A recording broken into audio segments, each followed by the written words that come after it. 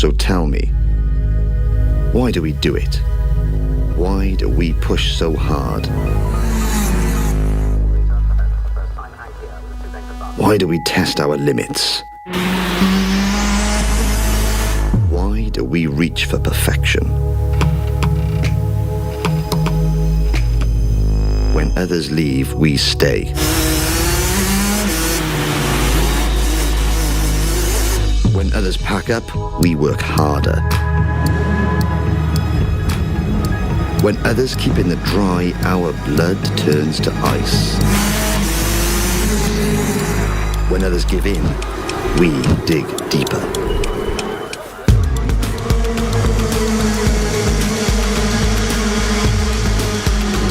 Every rev, every corner, every apex, every pass, every risk, every position, every tenth, every hundredth, every thousandth, every goal we set, every challenge we face, every fear we overcome. Because we won't settle for second. Because we live and breathe it. Because we seek the strength deep inside us. Because we give our best. Because this is Rotax.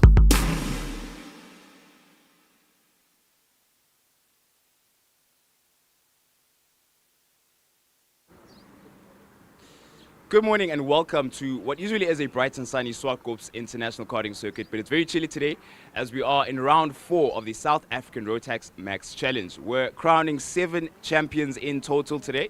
Some of those champions have already got their ticket to Naples, Italy for the Olympics of karting in October, while others have a bit in their teeth and are ready to prove themselves as one of the best in the world, but here on South African shores. Get ready, we have 7 classes in total, 4 heats of racing to look forward to. Be sure to join us on our live stream. It's going to be a wild one.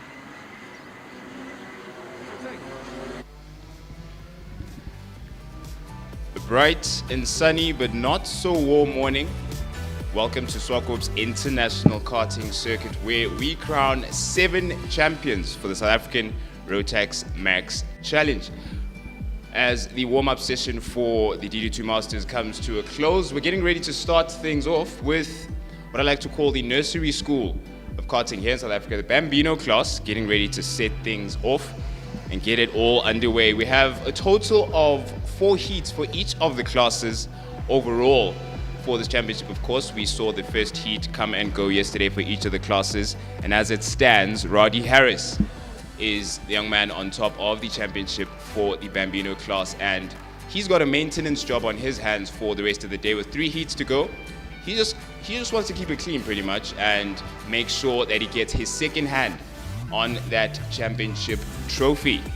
Looking forward to a lot of racing. We've also got the Micro Maxes, of course, the Mini Maxes, Junior Maxes, Senior Maxes, DD2s and DD2 Masters, the last of which are about to make their way around the circuit with their final warm-up session. So it's been a bit of a curveball in terms of environment and weather. Mother Nature throwing a bit of a sort of, I don't know, a bit of a humor into the picture here for round 4. Our finale has been a bit confusing. Of course, people are more familiar with the warmer climate here in Pretoria, but a couple of tweaks and adjustments to your jetting and your tire pressures and you're good to go, because even the rain can't stop people from racing. It's definitely worth taking on that challenge. It's been exciting so far. We've seen quite a bit of that intensity, that competition that we like to see. A lot of the championships, literally a handful of points to decide. A lot of the championships we've seen, and in the Junior Max class in particular, very close racing we saw yesterday in Heat 1, as well as in the Senior Max class, which always promises the closest racing you'll see here on the continent, possibly around the world too, in the Rotax Max Challenge. A total of, I believe, 20 entries, I think, in the Senior Max class. Very, very large grid that has a lot to offer for us for the rest of the day. We're ready to get things underway with the Bambinos. And as I said, Roddy Harris leads that championship. Caleb Lingenfeld in second place, and Alonso de Oliveira in third for championship. We're gonna try our best to keep an eye on the standings and have our calculators on hand, have them strapped to our waists at any moment's notice, just to know exactly how things are going. Because at any point we could have a turnaround in the way things go, and we could have a different champion at the end of the day. Get ready for round 4. It's the finale, where again the Bambinos kick it off for us.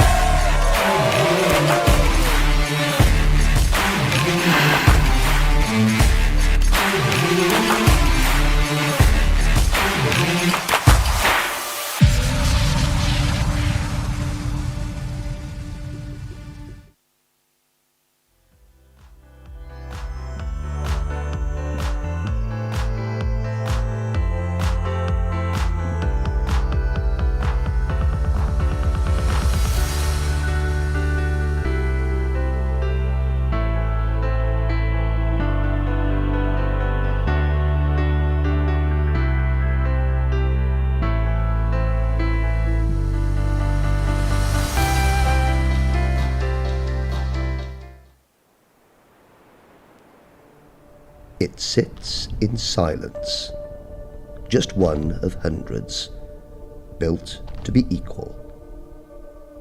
Once selected, it will become unique.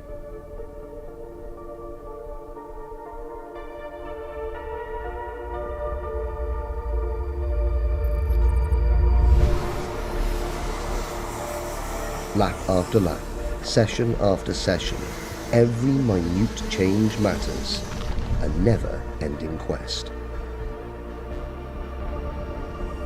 Each delicate adjustment is observed, measured, monitored.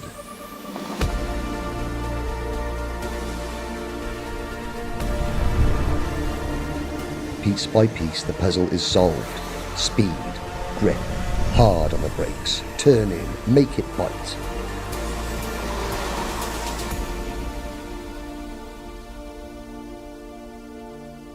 Gradually, it is moulded, until finally it is ready, but not complete.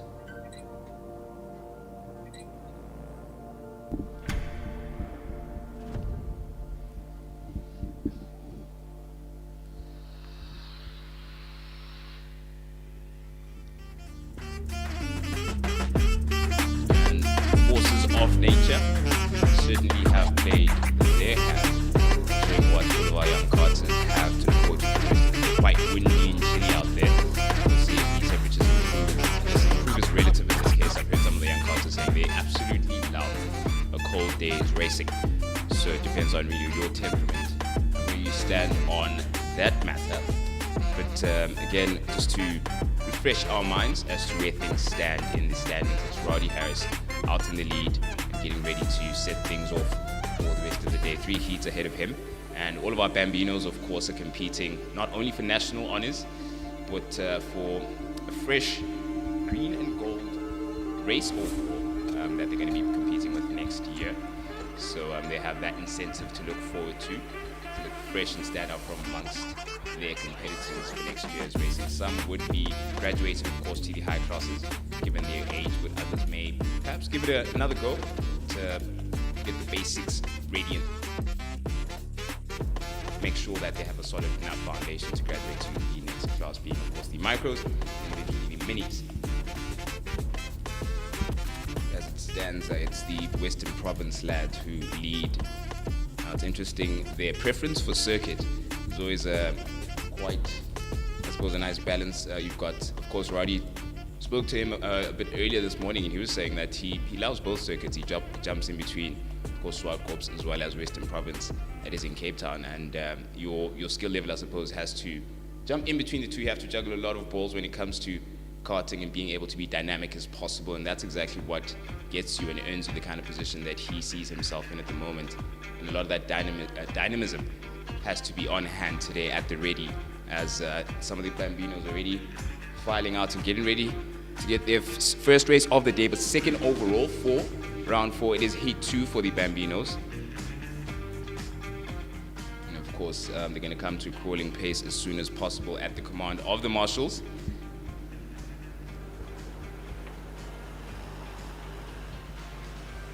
Our grid is ready and set, and none of them are stragglers. See, a couple of our karters unhappy with the, should we call it a love tap, as they try and concertina as much as they can to keep the pack tight before we get the start underway. Within all of our tramlines, of course, marshals have to be absolutely happy with how things stand. Marshals are happy so far. It's lights on for the Bambinos for race 1. And lights off, and we have a race in our hands. And turn 1 is about to become a very small patch of tarmac as it stands. It's Alonso de Oliveira who takes the whole shot. Well executed from him, but it looks like Aston Ferreira has a better exit than Alonso. And he just pips him for the lead. Alonso, although, seems to have a decent mid to top end, but couldn't quite make it stick for turn 2. So he's going to have to compromise that going into the tunnel. But that was a neat start from the Bambinos there.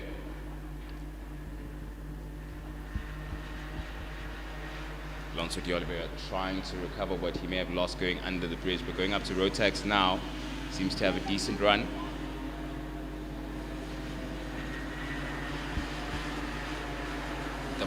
the double right. Always a tricky area to navigate, but so far it looks like Aston Ferreira has Alonso de Oliveira covered. Double left, a lot of courage needed there before the home straight.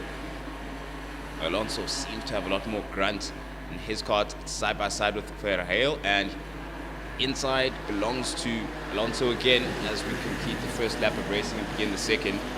Ferreira has to concede that and doesn't have a choice, but it's Zwane watching that show very closely in that top 3 battle. He's in 3rd place.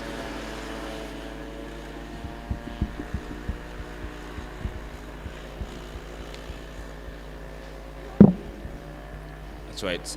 It's Zwane who has the best seat in the house so far to see what materializes from that top 2 battle. And de Oliveira is already trying his best to get as comfortable and into a rhythm as quick as he can as he navigates around the double right. They've already made some room between themselves. They in question, of course, the top 3 ahead of Roddy Harris, our championship leader as it stands. And behind him is Sebastian Shuttleworth watching closely. Qualified very well yesterday, did Sebastian Shuttleworth. It's Zwane down the inside making a pass on Ferreira and taking 2nd place. That came almost out of nowhere. Zwane must have been cooking that up for some time. Seeing where some of Ferreira's weaknesses were as far as it looks like turn 1. Ample room for the Bambinos to make their overtaking moves. They seem to prefer that to be their spot. Although I did see de Oliveira not minding having a look at the double left at the final turn. A bit of a battle at the top of Rotax is going to come into frame just now. We've got we've got a spinner there at the top of Rotax. We'll get a bit more, okay. He's not beached, at least able to recover his kart and get back into the race. That's a bit further afield. I think that was Madikane, if I'm not mistaken. Of course, the picture did change half a lap ago. De Oliveira still in the lead, but in 2nd place now is Zwane, and he is very close to de Oliveira as compared to a couple of laps ago. Such is the competition when it comes to the Bambino. So close. You can never quite call the race, and you never really try and make that gamble so early on into it. It's an 8-lapper, of course. We're completing our 3rd lap as it stands. And the quickest young man on the circuit is Enzo Zwane with a 59.4 in the toe of de Oliveira. So we've got to keep a close eye on turn 1. Roddy Harris getting a bit busy there behind Shuttleworth going up the hill. He may be cooking something up as well. Shuttleworth darting out onto the inside. And that's Harris also in tow there as they make their way past Ferreira. Ferreira must be dealing with something there. He's falling back quite significantly, and now he's in the middle of a sandwich between Shuttleworth as well as Harris. Harris will want to get past as quick as possible. Ferreira goes wide at turn 2. Something went wrong there, but he was still able to keep his sandwich position in the middle, I suppose. And recovered that pretty well. But Harris is closer than ever, given the time he lost going wide there, turn 2. Going up the hill, Harris an even better run than Ferreira. Harris makes it stick at the double right, no less. Takes a bit of courage there, but if you get it right at the first curb, you'll be clean going out onto the second, but Ferreira closed that door as Harris didn't seem to have the pace going up the hill. And Harris will keep having to sharpen his line to fight for that 4th position. Down the inside they go at turn 1. Ferreira still says no, but it didn't look like it was late enough for Harris on the brakes there. In the meantime, Enzo Zwane is studying every move and every mark where de Oliveira ahead of him in 1st is putting his tires. The best lap has come from Sebastian Shuttleworth in 3rd place with a 58.3 with no assistance in terms of tow because he's got quite a bit of room ahead of him, so he just keeps improving his laps all on his own. 58.8 is the fastest lap by some margin. as compared to the 59.6, the pair of 59.6s between De Oliveira as well as Enzo Ngwane at the front. Again, side by side with Harris as well as Verheil at the double right. Harris seems to like the double right for his moves, but it hasn't quite paid off for him. Verheil also still has something up the hill. A lot more mid to top end there for him that's paying dividends so far to keep Harris at bay. In the meantime, it looked like De Oliveira had found some room going into turn 1, but Enzo Ngwane had a good run out, his bottom end kicking in just a slight bit more than De Oliveira, having gotten his lines a bit off. In the meantime, Shuttleworth has made some room, and he's now a couple of KART lengths behind that front 2 battle. As for a moment, Ngwane as well as De Oliveira were side by side going up the hill into Rotax at the left-hander, and now it's very tight 3 that go into the double right with Shuttleworth within touching distance of that front 2. Now it's a matter of where Shuttleworth is going to make his move. De Oliveira defensive at the double left, going onto the home straight. Ngwane having a look down the inside. Is it really a look? Well, Sebastian Shuttleworth is definitely having a look down the inside. He's side by side with Ngwane. How late will he be? Decides better of it for now. It's still De Oliveira, Ngwane, and Shuttleworth, but barely. None of those positions are set in stone. We're 7 laps across, so we're completing the 7th lap, going on to the end of the race. This is the final lap. And it's Roddy Harris who spins out. Our championship leader just spun out at turn 2. He went Ori by himself there, and he is very disappointed as he hangs his head back, realizing what he just sacrificed and compromised, because this is going to set a different picture at the end of the day. That is our championship leader who just spun out. In the meantime, not a wheel has been set wrong by that front 3. De Oliveira, aggressive from the beginning and taking the whole shot, now takes the checkered flag for race 1 of the Bambinos. And in second place is Enzo Ngwane, fought his way up very well. And better still was Shuttleworth, who with that took the fastest lap for him to get himself the final podium position. Well raced by those front 3. And Roddy Harris is going to do some recovery work, some homework, some rehashing for the rest of the day. 2 more heats to go for him. He's going to be disappointed with that, but it's not all said and done as yet. That was the first race of the day for round 4, the finale of the South African Rotax Max Challenge. De Oliveira is going to be absolutely delighted at the prospect of him stepping a bit further up in the championship standings with that first win. In the final running as it stands, that front 3, De Oliveira, Ngwane and Shuttleworth in 3rd place. Verheil, troubled race a bit. It looked like he was struggling for pace, especially compared to that front 3 ahead of him. Caleb Lingerveld in 5th place behind Verheil, and Roddy Harris, of course, in 6th place, having lost out and spun out literally on the last lap. Madikane in 7th place, wrapping up our top 7. And we've had another spinner at turn 2, just out of frame. That is the number 21 KART of Teresa Betancourt there. So there's something about turn 2 that is going to have to be dribbled and taken care of by our young karters. And that was race 1. As far as your racing breakfast goes, that's what we have to look forward to for each of the classes as we look at Heat 2. And next up is the Micro Max class, lining up and getting ready to get things underway for the day's racing.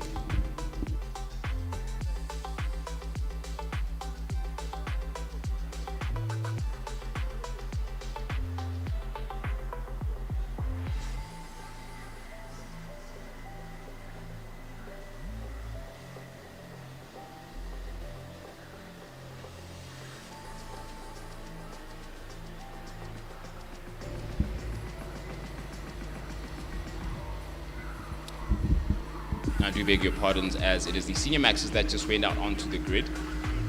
And you can see that impressive array we spoke about earlier, that 20 or so KART grid. It is going to be phenomenal. And this is arguably one of the most exciting classes that we have out on the circuit. Leading, of course, poleman Mohammed Wali. And beside him is Ken Swartz. Of course, the grid as it stands is set by the lap times that were set yesterday during Heat 1. Sharfus in 3rd place. Deluge in 4th, Boshoff 5th place, and Goodman in 6th. Michael Bambino 7th place, and Keanu Spees beside him.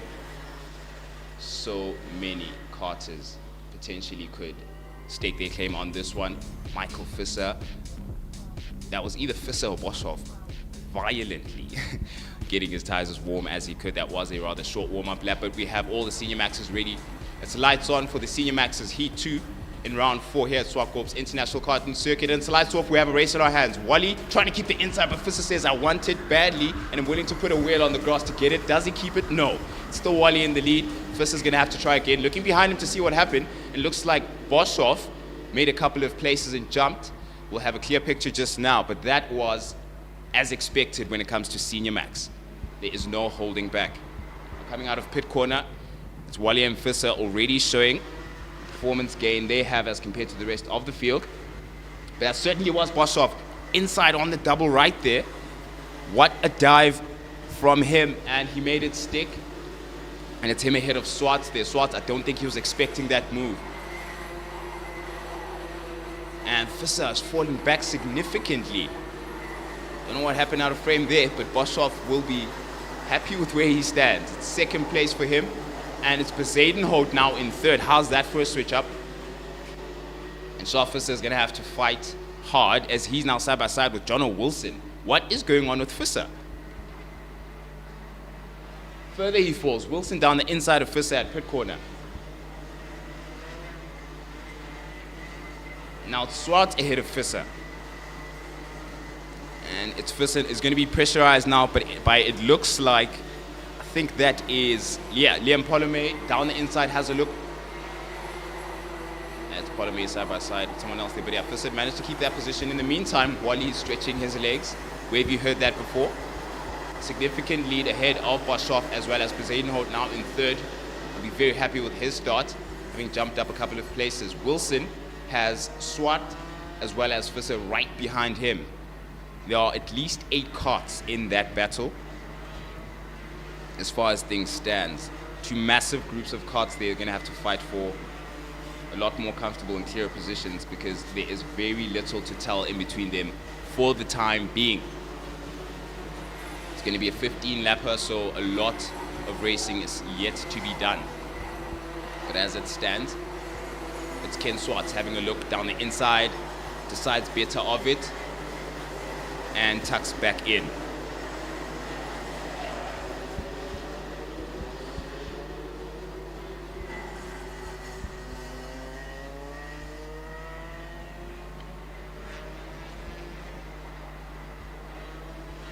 Wally is several corners ahead of Boshoff as well as Bezuidenhout. It's now Deluge trying to make a bit of room between himself. You can see him trying to will his kart along up the hill there. He's trying to make a bit of room between himself and Swart, but he's not quite managing to do so. Swart as well as Visser seem to find something going over the bridge, and now Swart having a look down the inside of Deluge, very, very late on the brakes. Deluge now has to defend from Visser. Very tight space between that 3. All of them trying to figure out their position going on into turn 2. A lot of admin happens there before you get into the tunnel. But so far, Visser couldn't take that off. Deluge having a look down the inside of Swart, side by side going up the hill. Visser takes that chance. Not only does Visser take that chance, Goodman, Polome, all of them take that position from Deluge. In 1, 2, 3 corners, Deluge lost 3 places. And it all started with the fact that Swart made that move out the outside of pit corner. How quickly things change. And things just might change quickly again for Goodman. He might lose that position. Deluge and Goodman side by side into turn 1. Goodman makes it stick and defends. Nothing yet. It's Visser v Polome just ahead of that battle.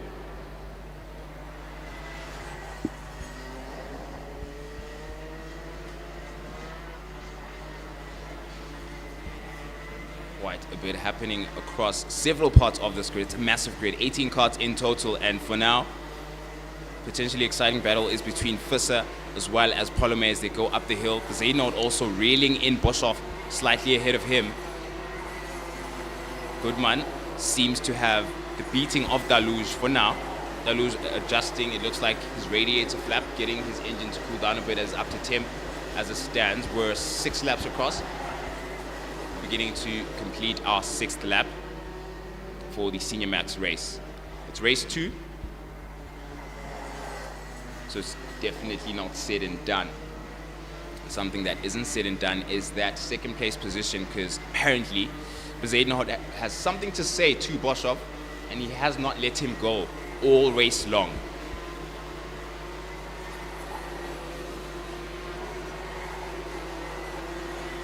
I'm trying to get a picture of what the pace looks like at the moment. Low 42s is where Wally stands with a 42.1, his most recent lap.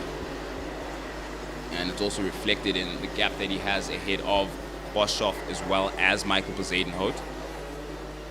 Boshoff with a 42.3 and Bezuidenhout a 42.4, just a 10th off.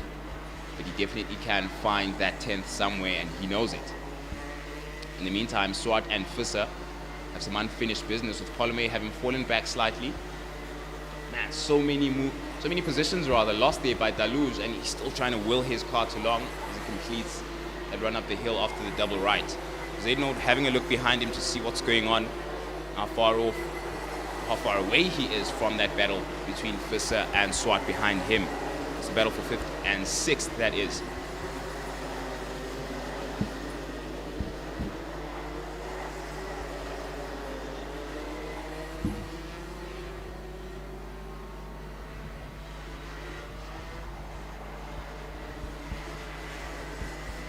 Swart's late on the brakes at the double left at Rotax, and Visser knows it. So Visser made sure to correct his double right and have it absolutely perfect, not put a wheel wrong, because you lose it there at the first curb, you've definitely lost it at the second. It seems like Swartz didn't find any mistakes from Visser there, but he's definitely close enough to make another move down. Inside goes Goodman on Polome. Late on the brakes there. Brilliant move, well stuck. But the completion of that move going out seemed to be a bit uncomfortable, and he let out a hand of apology to Polome. Sportsmanship at a couple, 100 or so kilometers per hour. Polome, good run up the hill. Still has Goodman well within touching distance. Swartz looking to see what's going on behind him.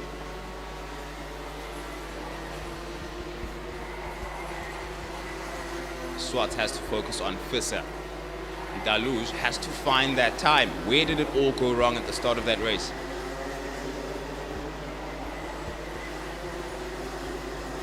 We're 2/3 across race distance. 15 lapper in total. We're now completing our 10th lap. As Muhammad Wali is asserting his dominance with a 41.8, faster still he goes. The first of these karters to break into the 41s as far as the last 10 laps is concerned. Visser getting some breathing room there ahead of Swartz. Exactly what he needs, as he didn't have the best of starts. He has to now focus on podium position. Are his lap times good enough to cover that deficit to Boshoff in 2nd and Bezuidenhout in 3rd?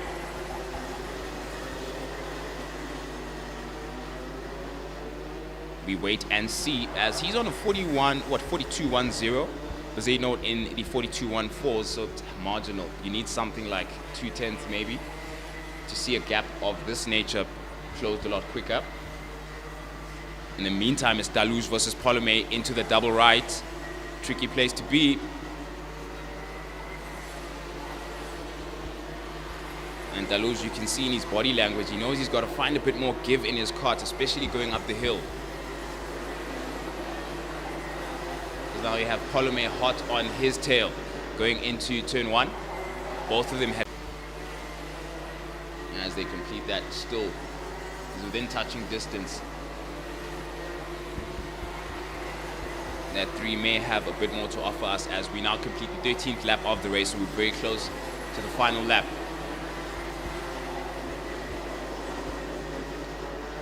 Whole trail of karters. And so of course Heat 1 come and go yesterday, and a lot was offered us, especially at turn 1. Swartz, one of the victims of it coming together there, but the biggest loser was of course Neelan Marks, who had his hub come off. I think it was the right rear that came off at turn 1, but his KART is back in one piece and running. the moment he stands in 12th position behind Moodley. The Zwartkops will be chuffed with himself for that third position that he's fought so well for as we now complete the final lap of the race. There were so many karters in it at the beginning. Of course, Wally and Fisser seemed to have checked out at the beginning. The first 2 or so laps, something went wrong on Fisser's side. And not too long after that, it was Daluge who also paid the price of a mistake out at Rotax. 3 or 4 places lost, all in a couple of corners. As Wally clears a back marker. And to do exactly what he came here to do from the beginning, he takes the win for Heat 2 of the Senior Maxes. Mohammed Wally in first place ahead of Bian Boshoff and Michael Kuzainho in third place. Brilliantly raced by that podium, especially that trailing 2. Boshoff and Kuzainho seemed to be out of it, but their starts were so good and they took advantage of the opportunities that came to them. And behind them, Charles Fisser will want to rehash things and try his best to recover from what didn't seem like a very easy race. Ken Swart also will be trying to improve on his campaign for the rest of the day's racing behind him in 5th place. And Goodman in 6th, right ahead of Daluge.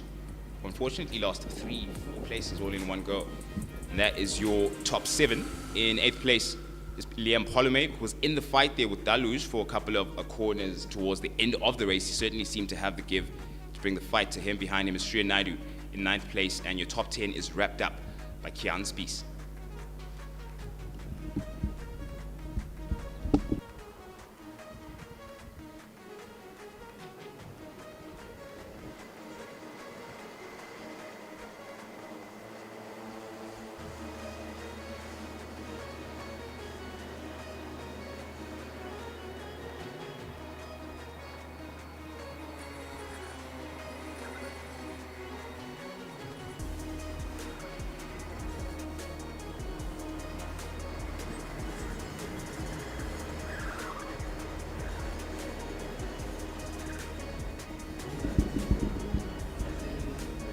We're now getting things underway for the Micromax class, which I was very excited to see. It's just that I announced them ahead of time. But it's Adrian Steyn who leads the pack side by side with Shuttleworth. And in 3rd place is O'Mahony. Detroit in 4th place. Divet in 5th, and Wharton, our Western Province racing driver, in 6th place. The Micromaxes will now come to a crawling pace, getting ready for their first race of the day. Heat 2 for the Micros, as their parents are urging them, willing them along to give it their best and of course have fun, which is exactly what we're here to do for round 4 of the RMC here at Zwartkops International Karting Circuit.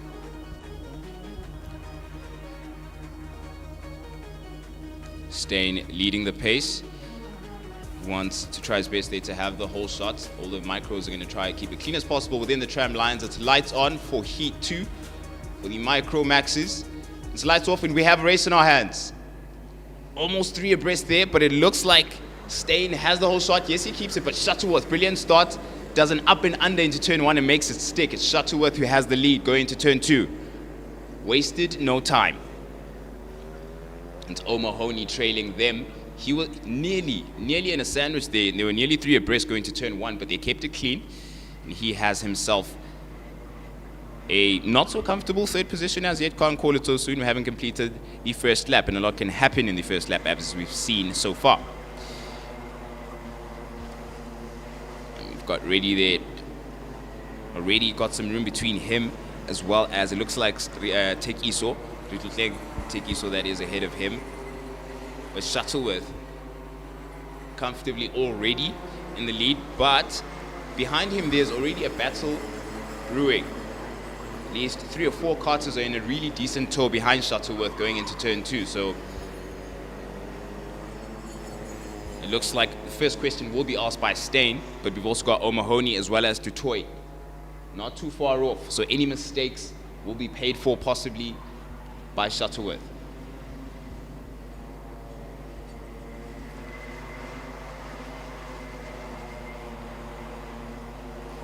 Decent run up the hill by both Shuttleworth and Adrian Steyn there. You can see they've found a bit of space between themselves, O'Mahony as well as Dutroy. O'Mahony may have to do some defending not too long from now. Du Toit is a lot closer.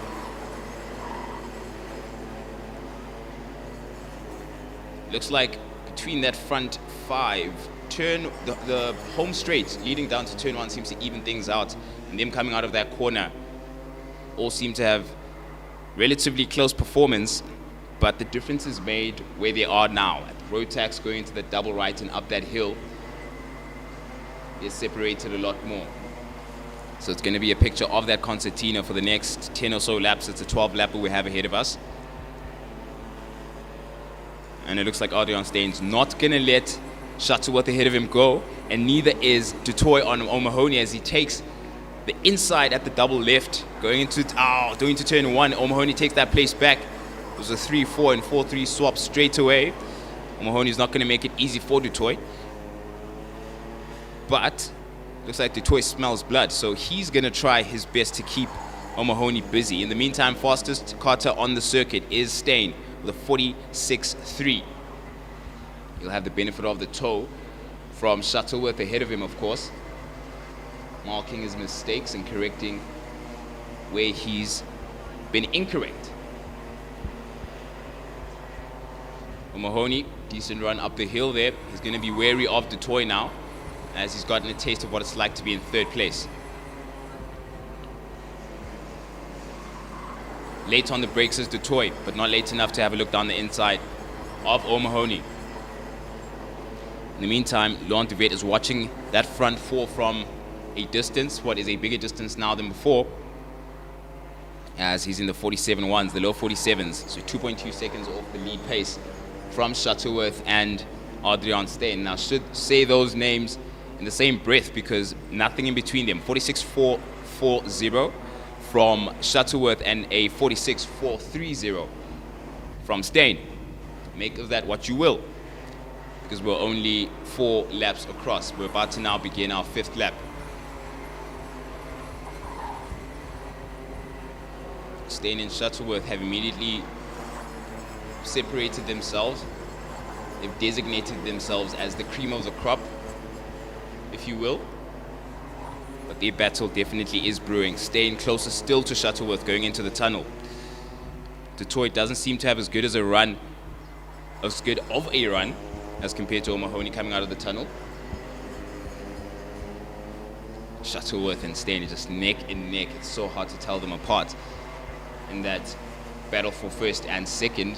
At least in the battle for 3rd and 4th, you can sort of see where O'Mahony's strengths are as compared to Du Toit. Du Toit has decent runs up the hill after the double right and going to the double left. That's where he was confident enough to make his move. You can see him getting closer to O'Mahony, but it all unravels again at some point between turns 1 and the tunnel.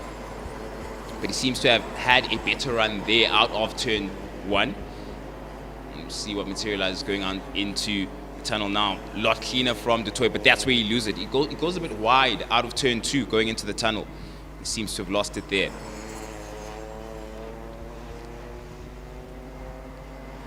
So it's that front 4 parting themselves and sort of divide and conquer.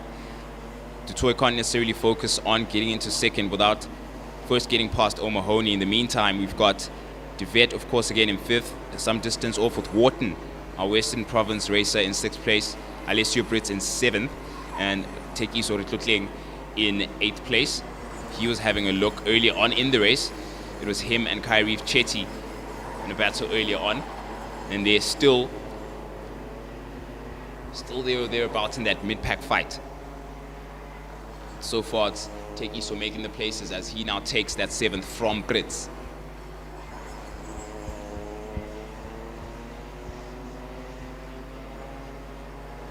Steen trying hard as he can at Rotax. Ooh, O'Mahony losing it there at the first curve of the double right. He's going to pay the price for that. You always do, regardless of the class. Let's see what happens going into the double left. Du Toit knows he has to stick to him now because he's not going to be given that 10th very easily by O'Mahony. Will be trying his best to correct everything he's done wrong over the past half lap or so. Du Toit closer still going into turn 2. And it's Chetty and Alessio Brits also in a battle there. And Du Toit loses it again at turn 2. O'Mahony coming out a bit better. out of that corner. It's under braking at pit corner now. Very good run by staying up the hill at Rotax and into the double right.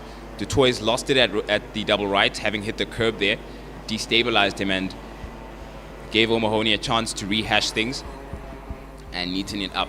The inner rear left of Shuttleworth getting the curb of the final corner at the double left. Did he pay for it? Who knows? Regardless, Steyn is still close enough to take an opportunity if he finds one. Shuttleworth has barely put a wheel rung. And you can't separate them at the second turn and going into the tunnel. Very, very close they are, those two.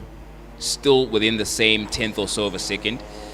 Shuttleworth with his last lap being a 46.68 and 46.6 dead from Steyn.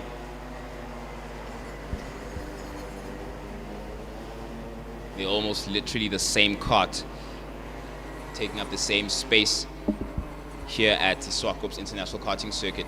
O'Mahony as well as DD2 still adrift from that battle, so we can rule them out at least for now. We're completing the 10th lap of the race. And you get the sense that Steyn's been cooking something up for the final lap, but we won't preempt anything. We'll wait and see. Further afield, Tech Iso Rutling has been making some really good progress as he's made a couple of places from the start. Chetty and Brits were casualties to that.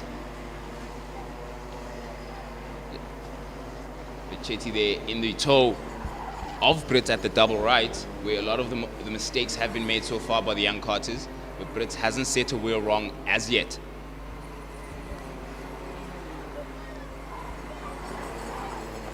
On the final lap that we've just begun is where we need to watch that battle between Shuttleworth and Steyn. Closer goes Steyn at turn 2. Nothing between them at pit corner under braking. Steyn needs a good exit there. Shuttleworth might have found something. At the double right, the crucial double right, have to get the first curb right, and both of them did. Shuttleworth is not going to give it to him. Looking over his shoulder, going over the hill, and Steyn's found some really good bottom end, mid to top. Down the inside goes Steyn on the first left-hander and makes it stick for the final corner.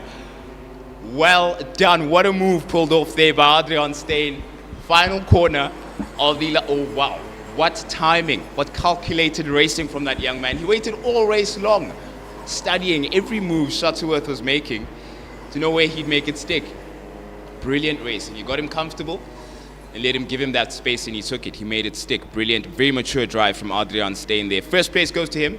In second place, Matthew Shuttleworth, who thought he was in race management, but he was walking into a trap set by Adrian Steyn. In third place, Michael O'Mahony, who fought off Luke DD2 for the duration of the race, but eventually managed to get some breathing room ahead of him. And in fifth place is Liam Wharton. In sixth, we have Laurent Duvet. Ritotleng Tech Iso in seventh place, made a couple of places there. Alessio Brits in eighth place. Kairos Chetty in ninth. And our top 10 is wrapped up by Ronald Fenter. And that's how things go for Heat 2. For the Micromaxes, you can see why I was so excited by that. The maturity definitely offsets the diminutive stature of these young karters. Incredible racing so far.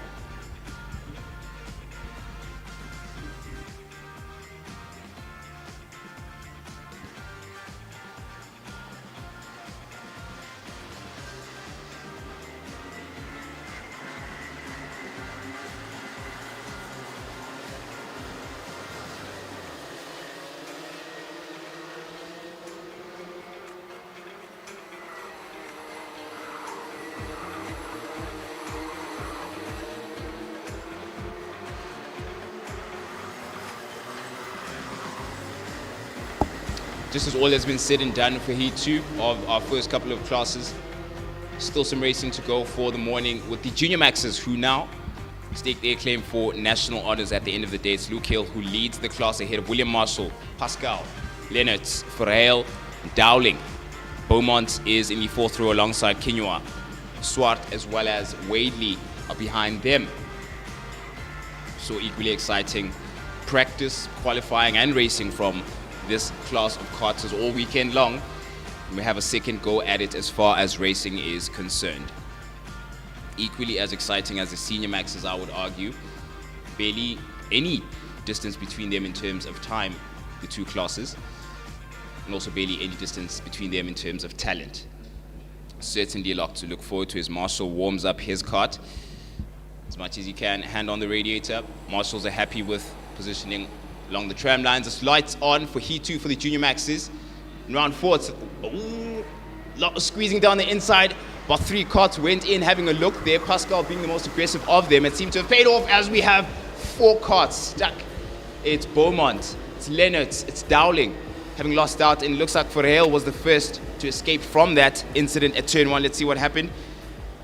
Ferreil and Lennox made contact. Ferreil going sideways and then blocking the path of Lennox, Dowling and Beaumont at the same time, but all of them recovered and were able to continue with their race. In the meantime, Luke Hill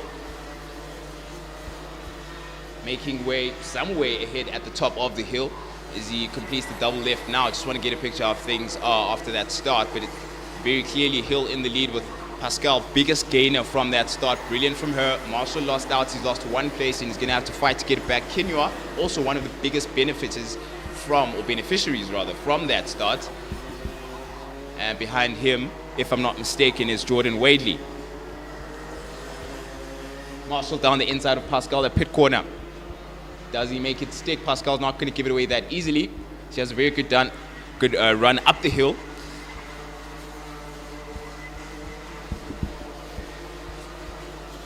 Not yet, says Marshall. Looks like he's still got beating of Pascal. 15 laps to go. And much racing to be done. Someone you need to watch out for is Kinua. Not too far off from that battle for second place on the podium. Definitely knows how to get his name in there.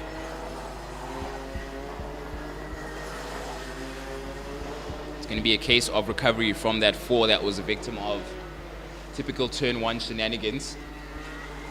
It's just how it goes when it comes to racing, regardless of main circuit or karting circuit.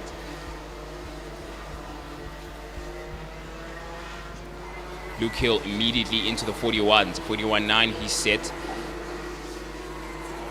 Of course, all of these karters would be in a trim that is able to accomplish a very quick lap time within a couple of laps. Our qualifying format was such that they had 3 laps to set their fastest possible qualifying time to decide the grid for Heat 1. So it's no surprise how quickly he broke into the 41.9s. I think it was a 41.7 that he set to get his pole position after qualifying, if I'm not mistaken. So definitely in familiar territory in terms of pace. Looks like Marshall got his left wheel going up the hill. He looked like he went a bit wide there coming out of the double right. I wonder what that was. But didn't seem to pay too much of a price with Pascal right behind him. Later on the brakes is Pascal into turn 1. Very good run out of turn 1 too. Later still is Pascal on the brakes at turn 2. But that curb coming out of the exit seemed to have taken a bit of performance from her.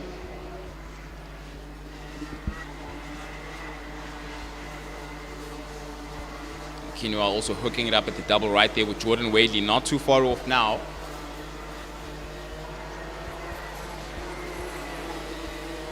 It's Anvil April navigating across the hill. He's going to be trying to reel in not only Wadley ahead of him, but we've also got Jesse Swart. Rather focus on the first challenge and the second. And the man in second place, William Marshall, 41.9 now. He's also broken into the 41s. And he's going to have to, because Pascal's not going to make it easy for him. I think that's purely on pressure alone and not a toe from the man ahead of everyone else, Luke Hill.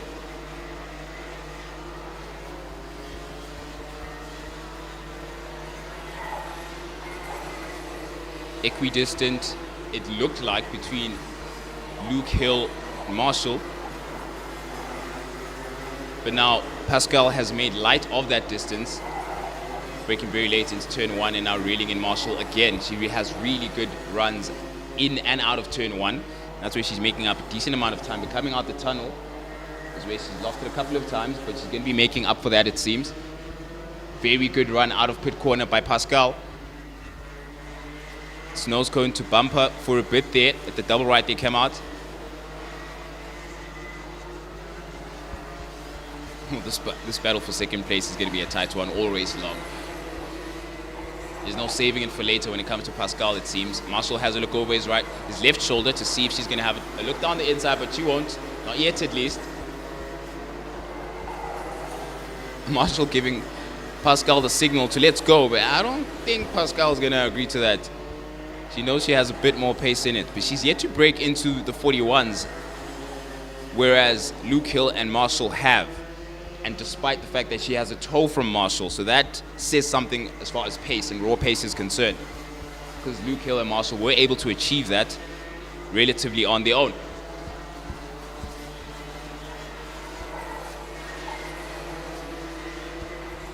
It's all just a couple of hundreds and thousands of seconds. There's really no way to call it so early on.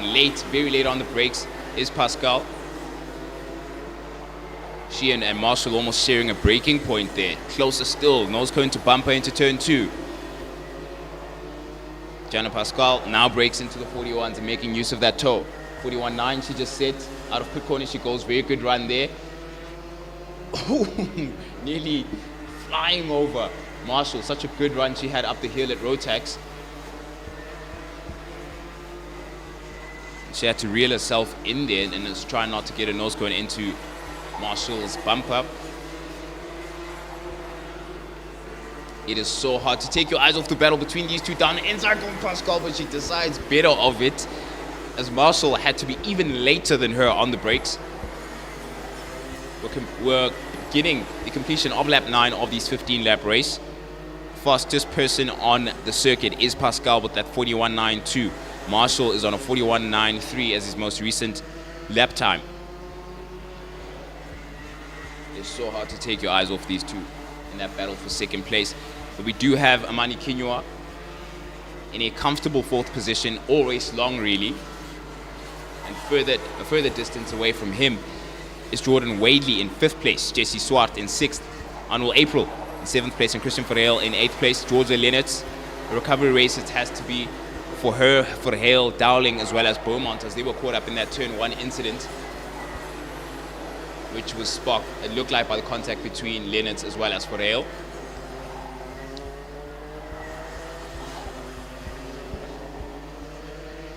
And it's a wonder that Marshall as well as Pascal have managed to race for so long, so close together. So little to take from each other. And Marshall seems to be in a more comfortable position now. Maybe you can see the end in sight. We are completing the 11th lap now. We just started. He knows he really has to set all wheels in the exact position they need to be for the next 4.5 laps. 3.5 laps rather. Faster still goes Pascal. 41.8.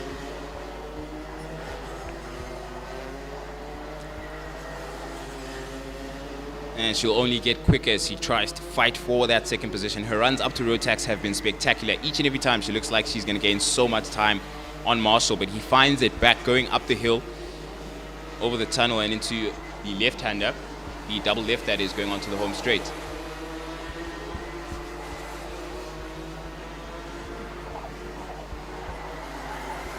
So late on the brakes where she's gained a lot of time, 2 into turn 1. Has Pascal having a look down the inside of turn 2, but not close enough. Defensive goes Marshall. Pascal is so close. You can smell this move coming. It's just a matter of where. Most likely positions have been pit corner, turn 1. At times going up the hill to Rotax, but that is a very difficult move to pull off. If you haven't had an excellent run coming out of pit corner, it's just hard to be side by side with someone there. Turn 1 seems to be the most likely destination where Pascal might make it stick. She has really good runs down the straight and is super late on the brakes. Marshall knows it. Have a look there. It's front axle parallel to rear axle going to turn 1 for those two in that battle for second place. completing lap 13, almost on the final lap of the race. It's race 2 of a total of 4 for these junior maxes.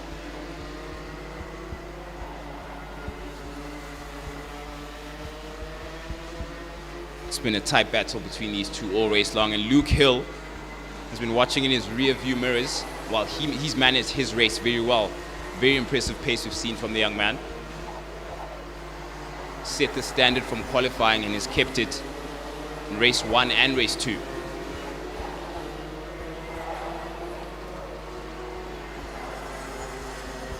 Consistency has been everything on this final lap, and consistently has Pascal challenged Marshall all race long, and it hasn't paid dividends. Luke Hill has gone off the gas a little bit. He knows he has it all together. He's had it all together all race long.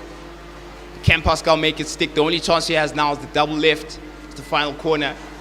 Doesn't seem to have it. She tried all race long, but it was Luke Hill all race long in the lead, ahead of Marshall and Pascal, who fought so hard for that second place. Well commanded and well marshaled race by Luke Hill. But it is Pascal as well as Marshall who take the scraps for the final podium position. What a close race between those two, and it just sets the tone for the rest of the day. Such a difficult challenge it is to maintain consistency under the pressure of Pascal. It must have been, I think Marshall will admit that.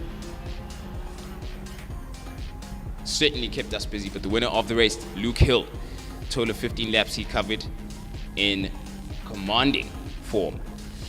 And that was our front 3. As far as our top 4 goes, Amanya Kinua wraps it up. Comfortable 4th he got. Jesse Swart behind him in 5th place. Jordan Wadley in 6th place. Christian Farrell some distance off in 7th. He was a victim, of course, of that turn 1 incident on April. In 8th place, Georgia Leonard, Emma Rose Dowling, and Keegan Beaumont wrap up our total grid of 11. And straight into the action with the Minimaxes, who want to have their say on things as far as how do you race one of the most exciting circuits in South Africa, one of the most exciting karting circuits on African soil. It's round 4 of the SA RMC for the Minimaxes.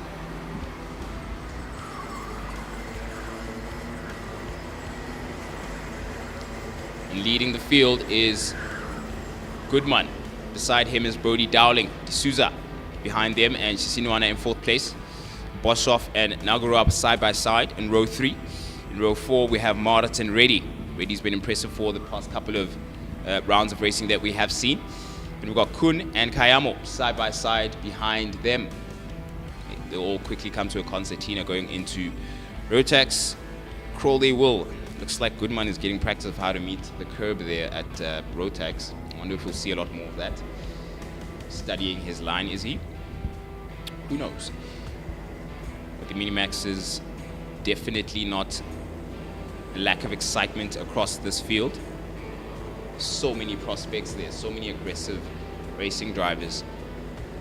Saw D'Souza lose out a bit yesterday, had a very decent position in terms of starting, but lost a couple of places in race 1. And he's going to have that in mind and try and make up for all of that with today's start. And he's side by side with some very talented karters, so it's not going to be an easy task. Crawling pace is an understatement, but they're going to try and keep it neat to get a good start first time of asking. We get a chance to see that wonderful array of karts, different manufacturers on offer for round 4 of SA RMC of the Minimax. It's lights off when we have racing. Down the inside goes D'Souza, but too late on the brakes was Goodman, and D'Souza took first position. He takes the whole shot. How many places did Goodman lose? It looked like 3 in one turn. What did I say about D'Souza? He wanted to make up for yesterday's start, and make up for it he does. Raf is going to want to stretch his legs immediately, because it's difficult to gain your places back if you lose them. As Ruslan Goodman will be one to tell you. He goes down the inside, he went around the outside at pit corner, and then down the inside going up to Rotax. He's already gained a place back. And that was ahead of, I think, Ashai Nagura, our Namibian national.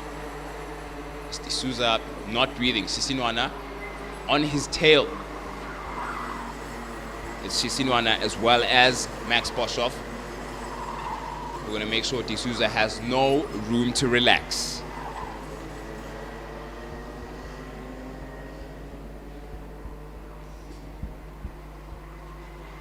How quickly things change at turn 1. We've got a casualty of something there. We've got a straggler. That back marker is going to affect things at the front running. Hopefully not too much. Someone's struggling. We'll see who that is in a moment. Going up the hill. Does well to clear things, not to interrupt where all the action is. Pace setup. D'Souza has lost 2 places already. A couple of frames ago, he was in first, and now he's in third, with Boshoff in the lead ahead of Sisinwana. Goodman, remember him? He lost 3 places. He's back in contention, possibly for that podium position. He's in 4th now. And he's also the fastest man on circuit, 46.3. Immediately setting his intentions, making it clear. Boshoff and Sisinwana very close at Rotax and into the double right. Neither of them making mistakes. Very costly there. D'Souza's going to have to rehash his campaign there. And we've got potential. Cape Marshals are quick to the scene at turn 1 with our straggler 523 KART there. Now it's side by side at the exit of turn 1. It's Boshoff as well as Sisinwana. I think while Boshoff was looking over his shoulder to see where D'Souza was, he's looking over the wrong shoulder as Sisinwana made it stick into turn 2. And now Boshoff went out of turn 1 as the leader. He's now in 2nd. And Sisinwana leads. D'Souza will be there to pick up the scraps from that fight, and so will Goodman. He's making up time, hand over fist, to get back into that battle. And it was Zach McCauley who lost out. He eventually came to a standstill there at turn 1. His KART was recovered very quickly by the marshals, in time not to interrupt the racing.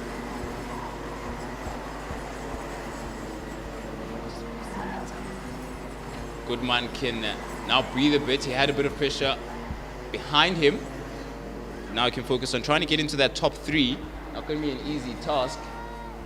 D'Souza reeling in Boshoff. Had a very good run out of the tunnel. Goodman may want to bide his time a bit and watch what will happen. Brody Dowling not too far off Goodman, trying to get a bit more give. Readjusting seating position, going up over the hill. Finding, what, 1,000th of a second? 10,000th? Any time you can get is valuable. And someone who's got invaluable time is Goodman, who is definitely within reach and within touching distance of that top 3 battle. D'Souza is going to find out soon. But instead of finding out that Goodman's right behind him, he has to clear Boshoff. I see side by side a turn. It was Goodman. Was it? It was D'Souza, yes. D'Souza made it stick. Fantastic move going out of pit corner there. He made it stick on Boshoff. It's exactly what he needed to do because Goodman now comes knocking. D'Souza's going to have to fight hard for that 2nd place. It's not quite said and done. If Boshoff has a look down the inside at the double left, yes, he does. D'Souza goes wide. Was unfair. Perhaps a bit too generous. Boshoff will now have to defend from D'Souza. Will he? Won't he? No. D'Souza thinks better of it. And so did Goodman because he's now within the same piece of tarmac as D'Souza. So it's that 3-way battle between D'Souza, Boshoff, as well as Goodman. So watch out for that. 2nd place is going to be hotly contested. In the meantime, Sisinwana is going to run with it in the comfort of knowing that they're distracting each other. And the battle for that 2nd, 3rd, and 4th place position is allowing Dowling to now come in and put his name down for a possible advance in positions. Where we on race distance, halfway across, we're starting our 7th lap now with 4 KARTs in it for 2nd place. We'll call it that because it's just so close.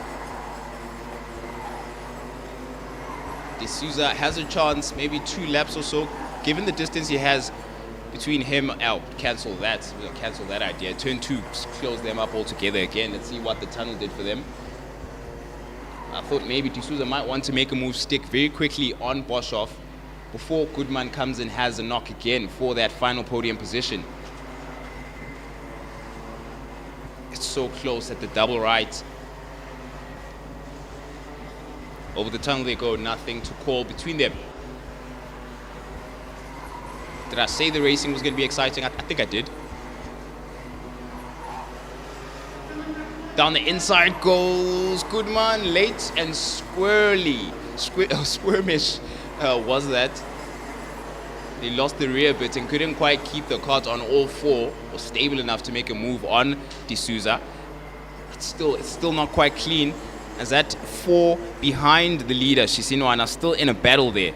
D'Souza has a lot of either defending or attacking to do. He has to decide which of the two, but it's Goodman behind him and Boshoff ahead of him.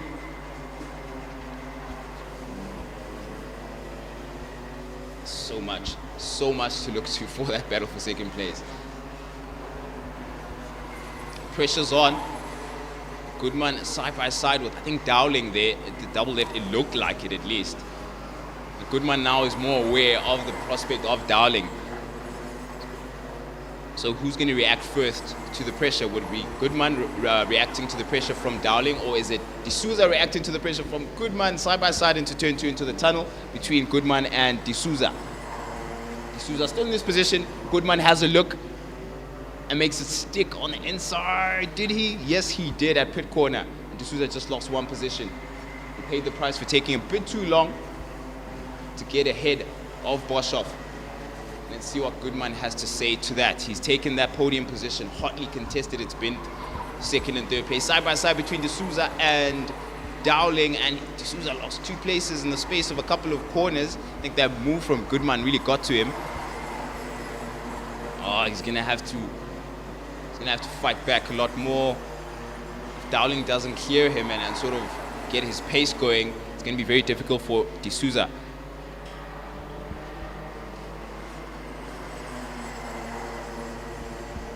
Sheesh, that battle for second place has kept me very busy. So much has been going on further afield as well. Sisinwana leads the race. We've had a couple of changes there with Ashai Nagura in 6th place, Kian Reddy in 7th. We've also got, looks like Ruvan Martin in 8th, yes, that's Christian Naidu in 9th place, and Ronaldo Kuhn in the top 10. Ashan Reddy in 11th, fallen a couple of places, having started 2nd. Andre Betancourt in 12th place. In the meantime, Goodman makes contact with Dowling at turn 1. Both of them come out of a clean. D'Souza back in the podium position. And ahead of him is Boshoff. We can't yet talk about Sisinwana, he's too far ahead, but D'Souza will be thanking himself for having kept it clean and stayed within a 10th or 2 of that battle, because he's back in the podium. How quickly things change. Good run up the hill from D'Souza. Boshoff has to be careful. Nothing in between them. Goodman will be livid at that, but it's him and Dowling in a battle now. A couple of laps ago, well, half a lap ago, he was in a different conversation altogether. But the winner of that race, all race long, has he dominated Tepang Sisinwana, and on the final lap, the final 2 podium positions were decided. It was Max Boshoff who took 2nd ahead of sorry, it was Brody Dowling rather. I confused their cards. So many positions changed. It was Brody Dowling who took 2nd place ahead of D'Souza. And Durrell Goodman lost out towards the end on the final lap there, beginning of the final lap, alongside Boshoff. And that really chopped and changed their battle. All race long, tried Goodman to fight and be thereabouts, and it all came undone towards the end. Sheesh. Let's take a breath and go over what happened again. Our top 10, Sisinwana in the lead, Dowling in 2nd, D'Souza in 3rd place, Durrell Goodman in a switch over, literally last lap with Max Boshoff. In 5th place is Nagura, as well as Boshoff there in the top 6. There was so much to look forward to. We had a casualty, of course, in the midway across the race. The number 523 fell away. I think that was Zach Macaulay. His KART is being recovered. We're getting ready for our next race. There was so much happening in that front 4 all race long, and it's plenty left over. There's only heat 1 for them of the day, but heat 2 overall. 2 more races to go. This is nothing that can be called yet for round 4, the RMC here at Zwarktops International Karting Circuit.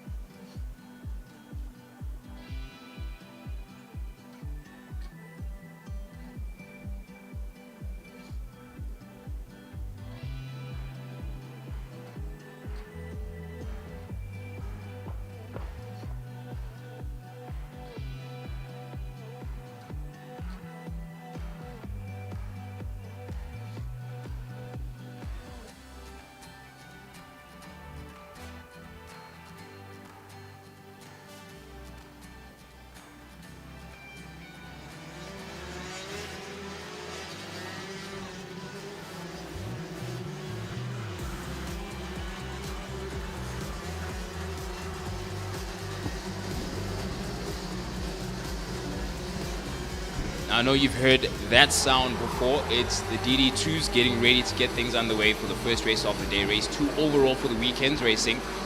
The championship is being decided by some of the most exciting karters, racing drivers all around we've seen here on South African racing circuits.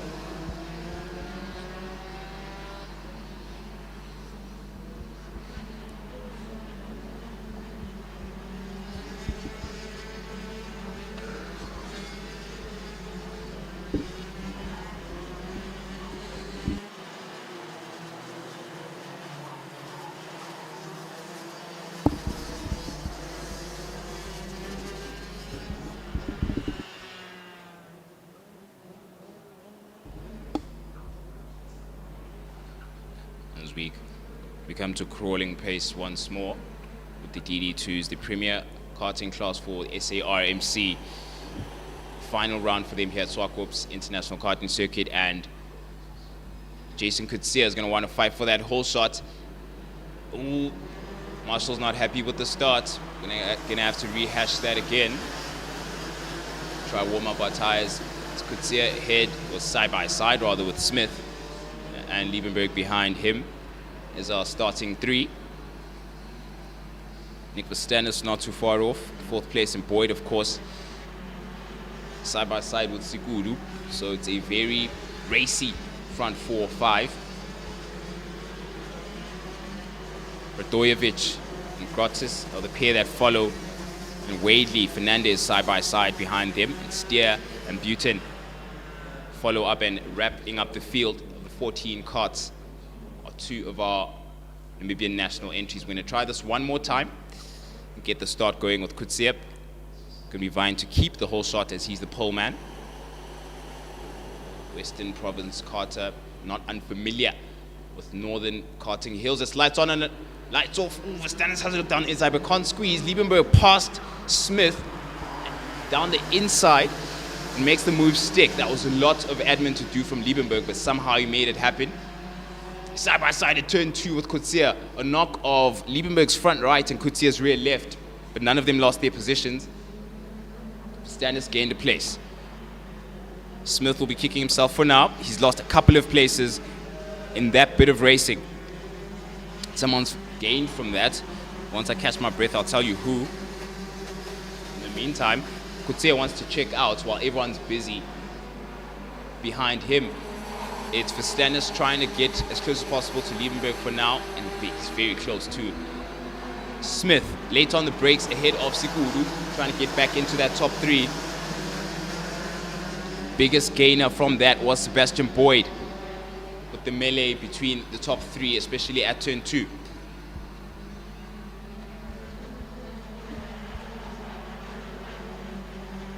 Brad Liebenberg is not letting Kutsia check out, and the same can be said for Verstanis and Boyd.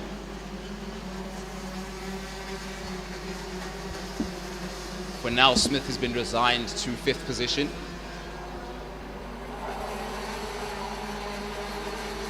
And he's going to want to get into a rhythm as quick as possible. Oh, Liebenberg late on the brakes down the inside, has a look at turn 1 and makes it stick on Kutsia. Verstanis was nearly there to pick it up. Verstanis signaling to Boyd right behind him. Let's focus on getting ahead first before we fight it out. You can see there's a chance ahead of them between Kutsia and Liebenberg. Late on the brakes goes Smith down the inside of pit corner, makes it stick on Boyd. Kutsia has Verstanis to worry about. Surely he can hear him changing gears behind him.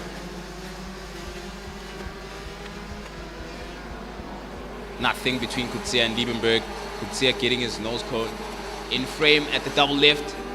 Full shot at turn 1, not quite. That is risky and very late from Kutsia on Liebenberg. Wow. We'll get back to that in a moment. New leader of the race, Nick Verstanis, going down to the tunnel. Look how late that was. Oh my goodness. Kutsia was willing to go onto the curb, it was so late, and he came together with Liebenberg. In the meantime, Verstanis was like, yes please, thank you. And so did Jamie Smith, because he lost a couple of places at the beginning of the race. He's now in 2nd place again. Boyd is now in 3rd, with Siguru in for a shout for the final podium position. And that's officially your new running as we get our transponders back under the start finish again. It's a front four that looks like Vastanis, Smith, Boyd, Sikudu. Kian Grottis not too far off. He'd want to stay in that exact position because, as you've seen, anything can happen. Something about turn one. Good run up the hill from Vastanis. Equally as good from Smith. Those two have managed to clear Boyd and Sikudu so far.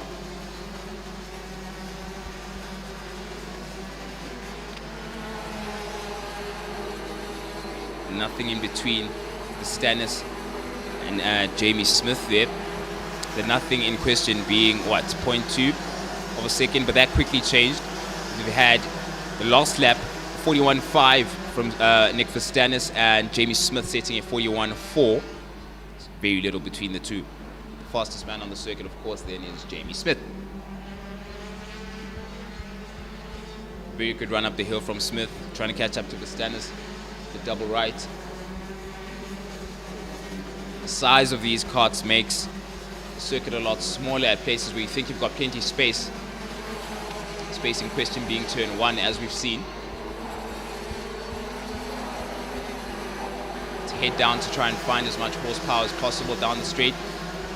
Brad Liebenberg making places with a front bib that is not looking very front bibby at the moment. 41.3, quicker still goes Jamie Smith.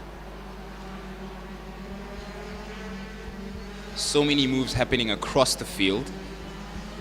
Trying to get my mouth to catch up with my eyes. It's Boyd and Sikudu in that battle for the final podium position. As far as time is concerned, we're starting the seventh. Yes, we're starting the seventh lap of the race of this 15-lapper. Some dust has been kicked up coming out of the double left. Almost three abreast in the mid-pack battle there. That was Steer, Wadley, and Radojevic. Steer and Wadley not quite done in their battle as they go and clear the tunnel. Equally less of a finished battle is the battle between Vastanis and Smith. And if the previous races have been anything to go by, Smith may be cooking something. It's just on a slow cooker, it's on a pressure cooker, so it takes a bit of time. Let's see what happens. Someone who wasn't on the slow cooker was Kutsia, and he paid the price for it. The moment he's having to make places up the middle of the pack, down the inside, and runs over the curb to get back 10th place.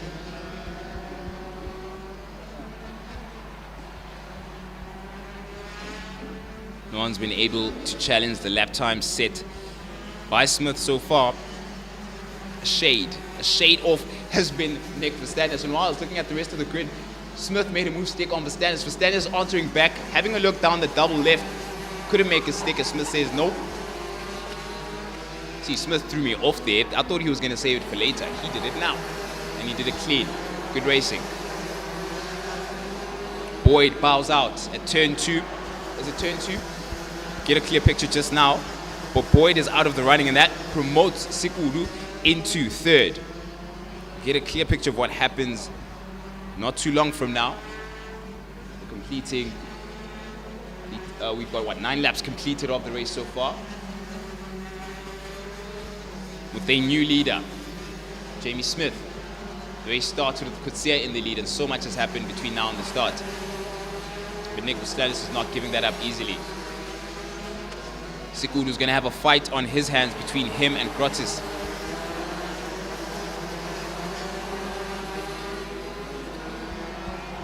Late on the brakes. That was a battle between it looks like Wadley and Liebenberg. Wadley having a look on Brad Liebenberg on the inside of turn 1. Brad Liebenberg will be shaking his head at the conversations he's involved in at the moment. It wasn't the picture a couple of laps ago.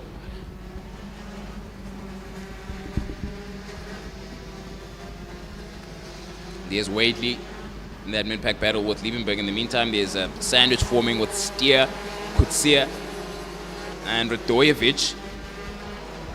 Kutsia down the inside of Steer at the left-hander, makes it stick. And Liebenberg late on the brakes, aggressively inside on Wadley and makes it stick, but remember that Coetzee versus Liebenberg situation early on in the race. It may materialize once Coetzee has cleared Wadley and the next racer ahead of him is Liebenberg. Watch out. I did say round 4 was going to be exciting. We're deciding a championship.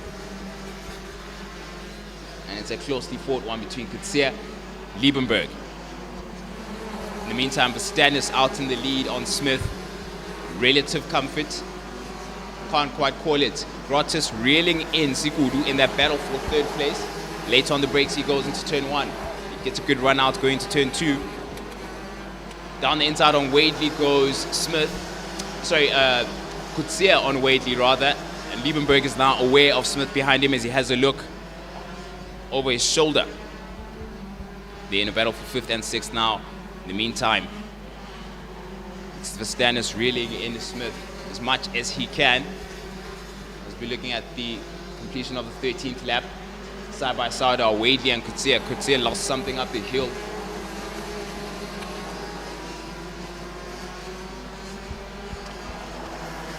You have to be so aware, so spatially aware when it comes to these karts. And incredible.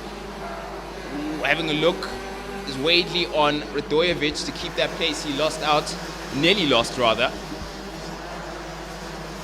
And it looked like Coetzee was having a look on the inside of Liebenberg, but it was too far off really to make a move there.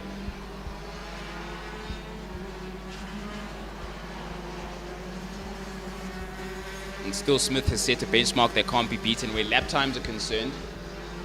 And the same can be said of positions. He's led the past 3 or so laps in relative comfort, while Nick Verstappen has tried his best to reel him in, see what happens. I'm not going to call anything into or too far into the future. So much could happen in the short space of time.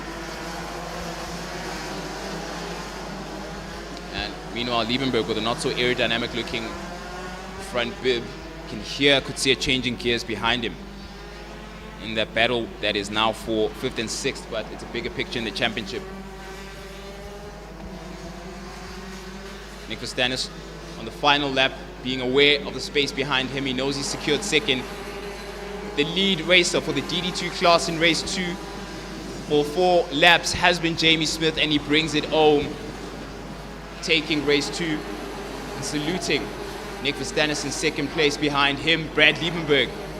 A photo finish between him and Coetzee, and he makes it stick for 5th place. But promoted to 3rd was Sikudu, having benefited from that battle between the front 3 earlier on in the race. In 4th place is Kian Grottis. Again, Brad Liebenberg in 5th and 6th. Coetzee behind him. And in 7th place is Wadley, who also had his name mentioned there in the battle as Brad Liebenberg and Coetzee tried to make their way back up into the high positions onto the grid. There was so much that their two created throughout the grid, and it resulted in a top 8 that sees Radojevic mentioned there. In 9th place is Ethan Steer. Sebastian Boyd was a part of the action at some point, but he has to walk off the track with the help of the marshals, and he's carrying one of his wheels in his left hand. And he's quickly been recovered. We still have more racing to go, but that was round 4 as far as Heat 2 is concerned. And we've got a couple of races to go for the DD2. So much to be said of this championship. We have so much to look forward to. In the meantime, the DD2 Masters also getting ready to have their say on things. We have them not too long from now.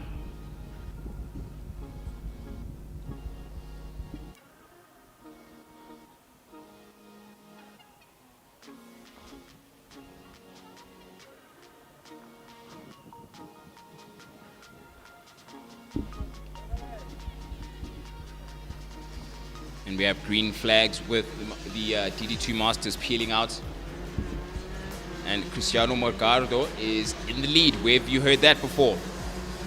Side by side with him is Bjorn Roos, Christian Boucher in 3rd place, and Jared Jordan in 4th.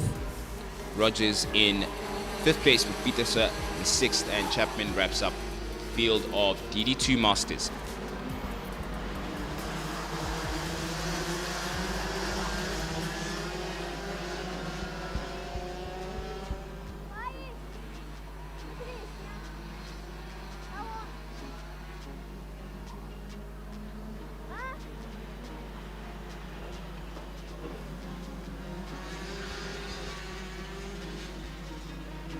Of course, it is Jordan who leads the national championship.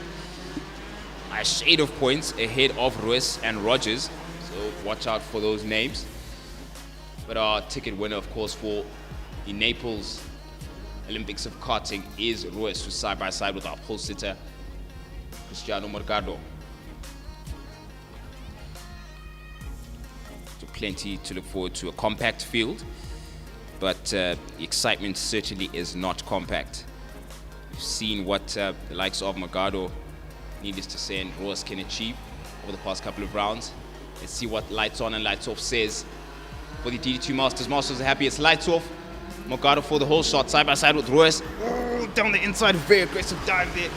Ruiz lost a couple of places. We've got a couple of stragglers. While Morgado stretches his lead immediately. Turn one became very fortuitous. We get a picture of how people lost and who. It's Jordan who lost out. Jared Jordan lost out the most. He was the last of the karters to clear turn one. And he's allowed Boucher, Ruiz, of course, Morgado to get ahead quite easily there. Did I not say you're going to have to watch out for the names of Ruiz, Jordan for that championship battle? Jordan will be kicking himself. See what the recovery prospects are for the next 12 laps. In second is Ruiz. Very late braking there. And Rogers, Pieterse, and Neville all the same piece of space at turn one.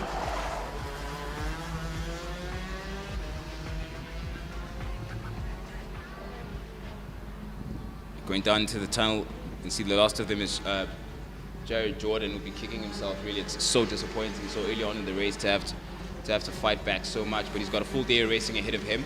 It's not quite said and done. A total of 4 heats opens up the chances for recovery, and so much can happen. But as far as it stands, it is Morgado clear for the lead for these DD2 Masters ahead of Ruiz, Chapman, Rogers, and Pieterse. Rogers having promoted himself into third place.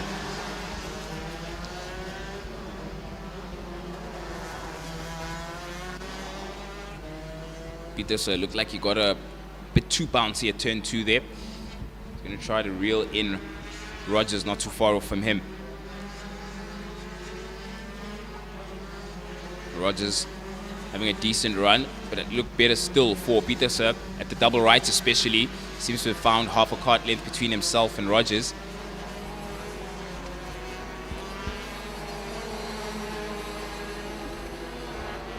Rogers aware of the prospect of Pieterse behind him. He'd have to worry about Pieterse before even looking to Ruiz at the moment. Pieterse has a very good run late on the brakes in turn 1 and coming out of it as well. Later still at turn 2 and into the tunnel. Pieterse is cooking something, as Cristiano Morgado's fastest lap is just about ripe, a 42 dead.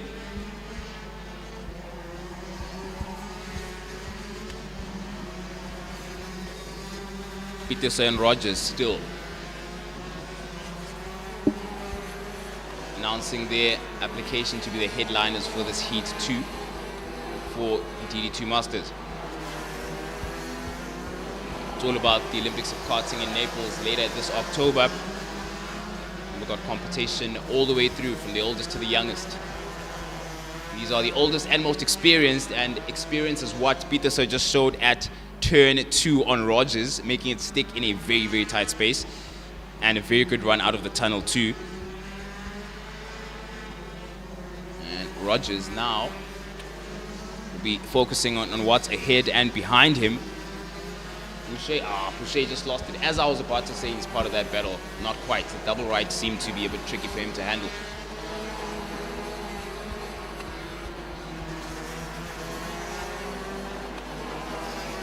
Late as you can on the brakes with Rogers trying to reel back Pieterse.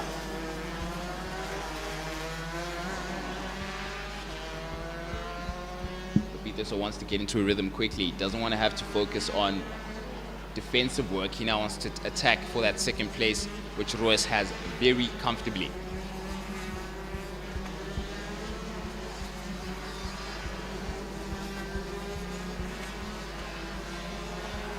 And someone looks unhappy with their kart there. I think it's Boucher. Saw him lifting up his left arm. Don't know if it's an effect of the glare from where I'm sitting in this booth, but it looks like he's unhappy with something. Given his body language and that twitch in his cart, we'll get a clear picture. Clear picture in a couple of laps' time. But the picture so far in terms of race distance, halfway across, we're completing 6 laps. We'll start the 7th not too long from now. As Roos in that championship battle is happy to be exactly where he is at the moment. Fight now, of course, for him would be championship honors as he secured that ticket to get to Naples.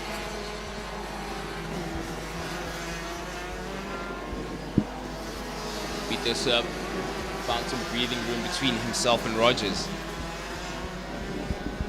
He looks over his shoulder to confirm that going into turn 2. May know what he needs to do now in terms of his treatment of the tires, how aggressive he may need to be. Just has to keep on that racing line and keep things neat and maintain what he's got so far.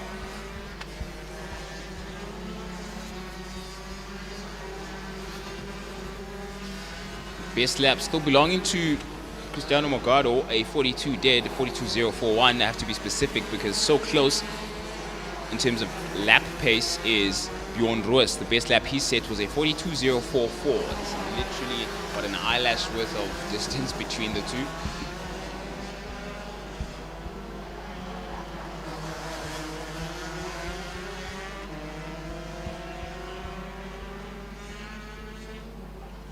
Someone batting his eyelids at the prospect of the championship is Roos at the moment. It's exactly where he wants to be. It's so close. Only a handful of points splits that top 3 in the championship for the DD2 Masters.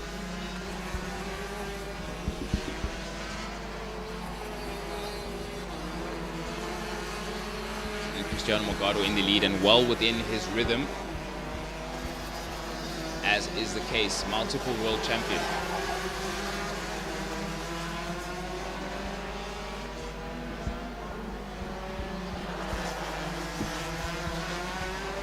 Lap times have seemed to hit a wall. No one wants to be too aggressive, or maybe no one can be too aggressive given track conditions at the moment. They have transformed slightly. It's a lot warmer than earlier this morning. A lot warmer than we've seen maybe throughout the past couple of days. It was a lot trickier, but we've got a change here. Pieterse somehow lost out to Rogers. He's going to have to get that place back. Rogers is now back ahead of him. Pieterse looking on the outside. Rogers was looking over his inner shoulder on the left. Wrong shoulder. Pieterse wants that place back. Late on the brakes goes Rogers into turn 2. Good run out that turn though into the tunnel from Pieterse. Good enough to be on a similar braking point to Rogers at pit corner. Good run up the hill still from Pieterse. Front axle parallel to Rogers' rear, twice over. At the double left, Pieterse will want to be more aggressive, gets a good run. Rogers knows it, so he tries to go defensive. Oh, late on the brakes, that was so well timed from Pieterse. He waited for Rogers to finish looking over his shoulder, and when he thought he had the place secure, that's when he dove in the inside and made it stick. Smart racing.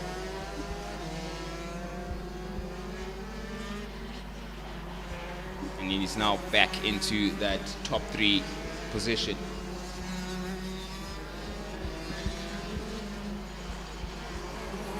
Oh, Roos, as well as Morgado, now see the checkered flag as they were light years ahead, let's say, ahead of that remaining and trailing trio in the battle.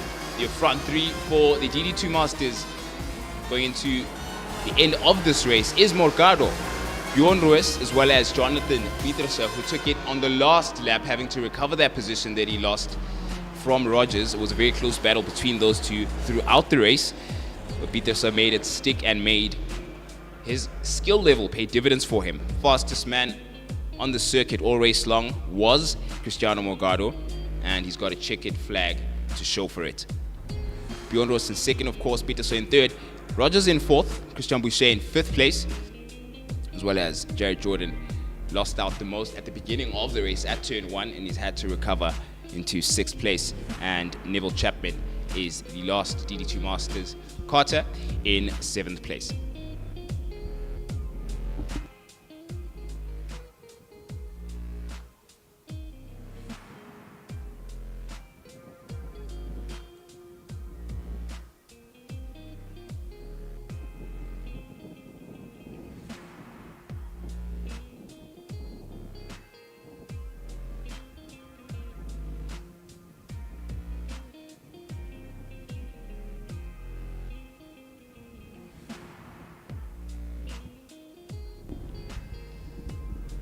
Now that's it as far as all of our 7 classes where we're going to be crowning champions is concerned for Heat 2 for the day. We're going to go on a bit of a lunch break for the moment and continue things not too long from now for Heat 3 of the 7 championships we have on offer for today's racing. It's round 4 here at ZWARTKOPS International Raceway at the RMC finale.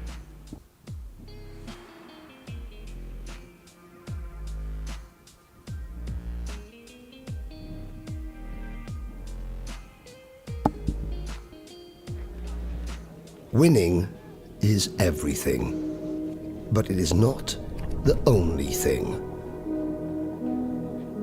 384 champions, a rainbow of colour, hope and pride. It changed my whole life, and there's no other event in the world like it. I love it. It's part of my life. Bahrain unfolds before them, a floodlit ocean of sand under an ink-black sky, a roller coaster of tarmac and emotion.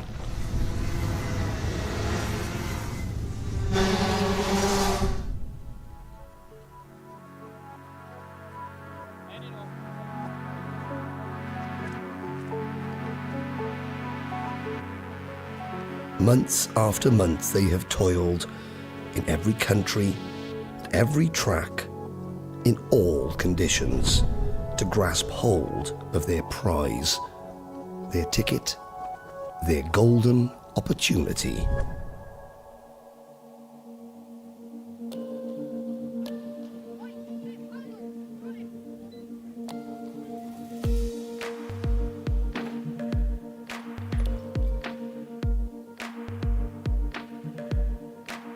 Behind each contender, the love, the drive, the joy and heartache is shared equally.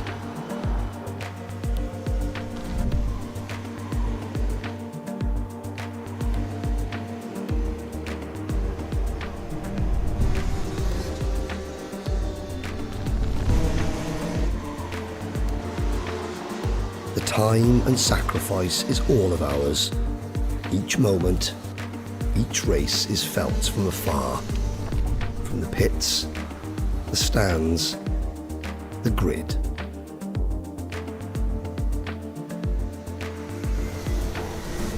It put hairs on your arms, you know. It's such an emotional experience for everyone. Win, lose or draw, there's such a passion for it. The moment arrives. Summon every sinew and go for broke.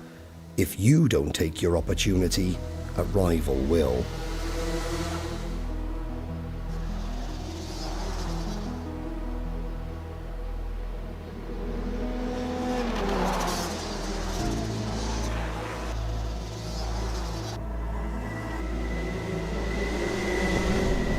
Glory, triumph, victory or defeat, all flash by like a feather blowing on the hot breeze.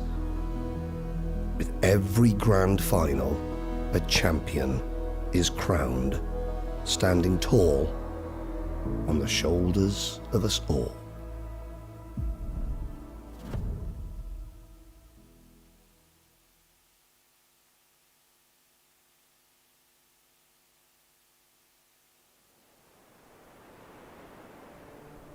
It sits in silence, just one of hundreds, built to be equal. Once selected, it will become unique.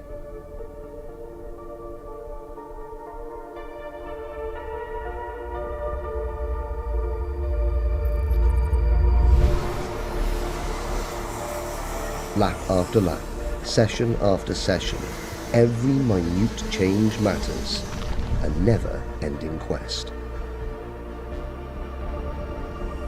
Each delicate adjustment is observed, measured, monitored.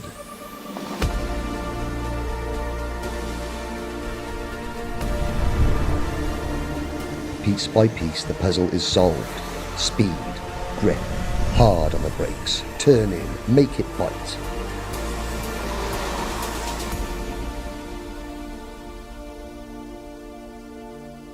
Gradually, it is molded, until finally it is ready, but not complete.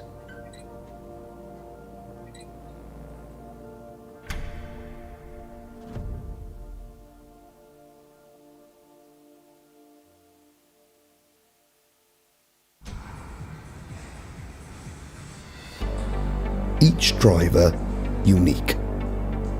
It's an event designed to make you equal, something no champion can ever be, because you are number one.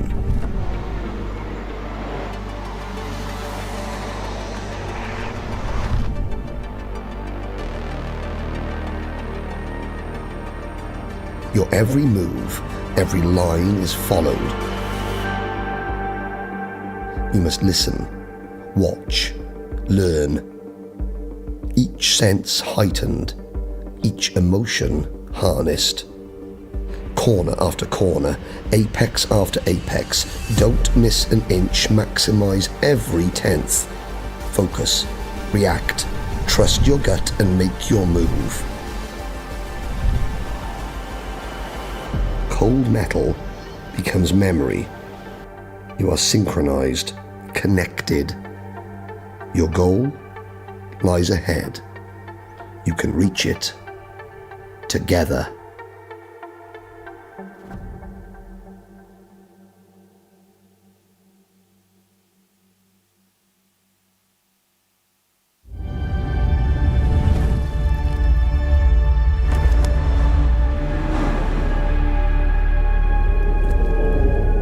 The main idea of the DD2 engine was to push the ease of use of the product to the next level by eliminating the chain drive.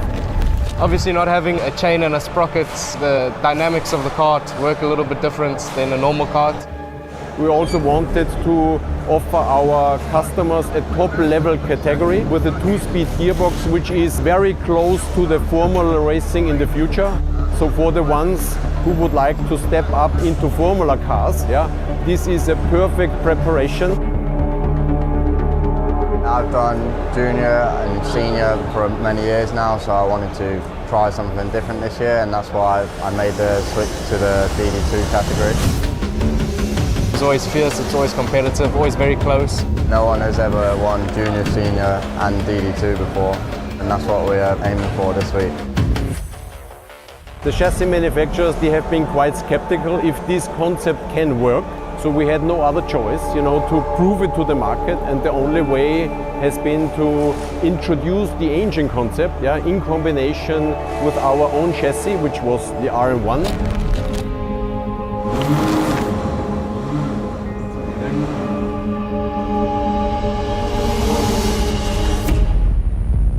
For me, it's unmatched to anything else.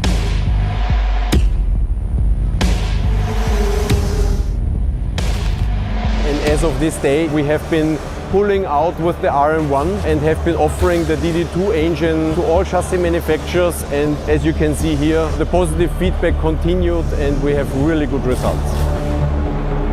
And I think it's just to wait for everyone what's the next innovation from Rotax that we present.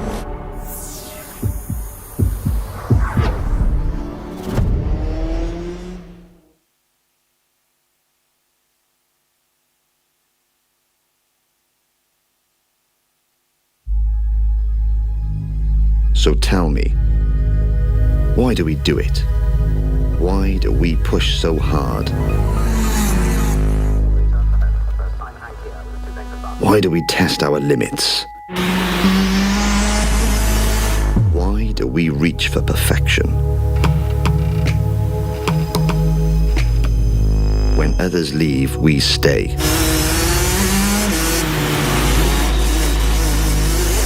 When others pack up, we work harder. When others keep in the dry, our blood turns to ice. When others give in, we dig deeper.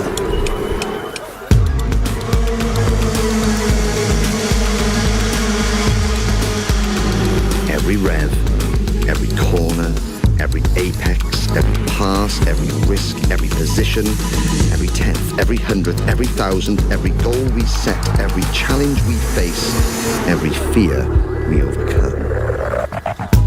Because we won't settle for second. Because we live and breathe it. Because we seek the strength deep inside us. Because we give our best. Because this is Rotax.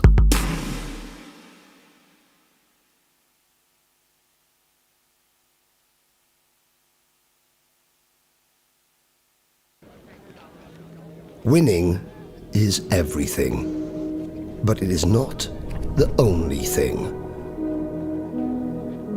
384 champions, a rainbow of colour, hope and pride. It changed my whole life, and there's no other event in the world like it. I love it. It's part of my life. Bahrain unfolds before them, a floodlit ocean of sand under an ink-black sky, a roller coaster of tarmac and emotion.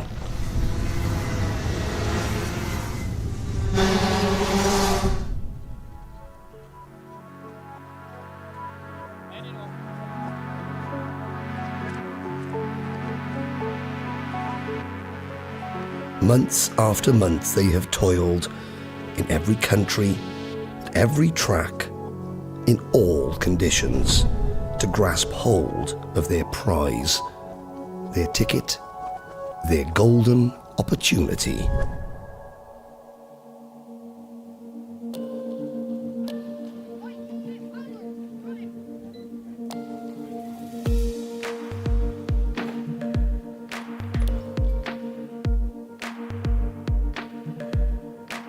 Behind each contender, the love, the drive, the joy and heartache is shared equally.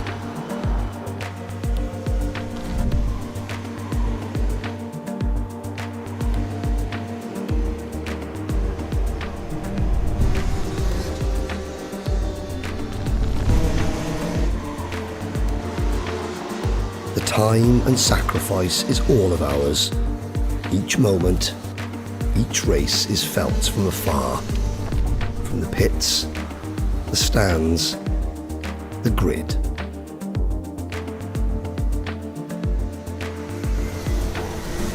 It put hairs on your arms, you know. It's such an emotional experience for everyone. Win, lose or draw, there's such a passion for it. The moment arrives. Summon every sinew and go for broke. If you don't take your opportunity, a rival will.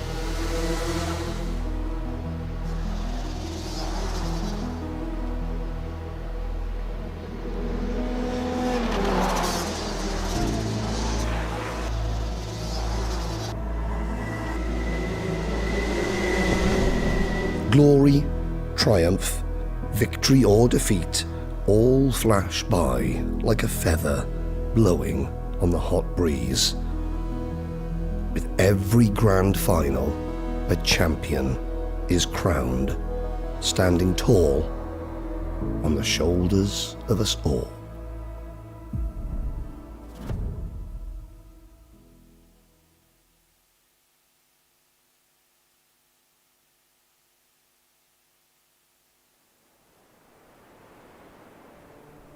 It sits in silence, just one of hundreds, built to be equal.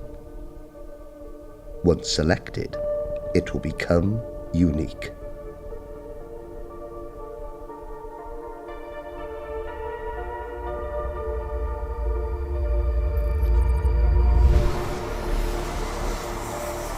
lap after lap, session after session, every minute change matters, a never-ending quest. Each delicate adjustment is observed, measured, monitored.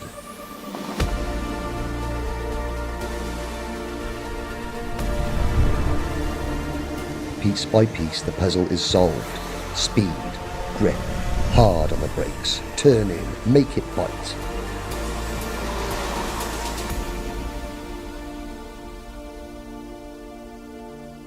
Gradually, it is molded, until finally it is ready, but not complete.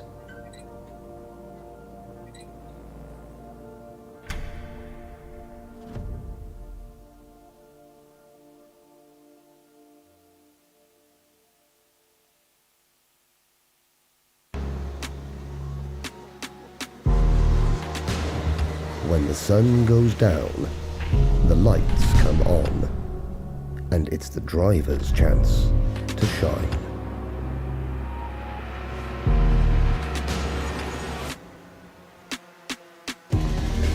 The track under the lights looks really good. Well, it's definitely a change of atmosphere. It's like everything's closer, so you just feel 10 times faster. Last night was a bit cooler, there's a humidity in the air. I think the track loses a bit of grip, but the times are still pretty quick. I mean, it's all some of the best drivers in the world, so everyone here should know how to adapt to that. Yeah, well, it's very special because you don't do that normally, and I enjoyed it a lot. I guess we feel a bit more like superstars at night time, I guess.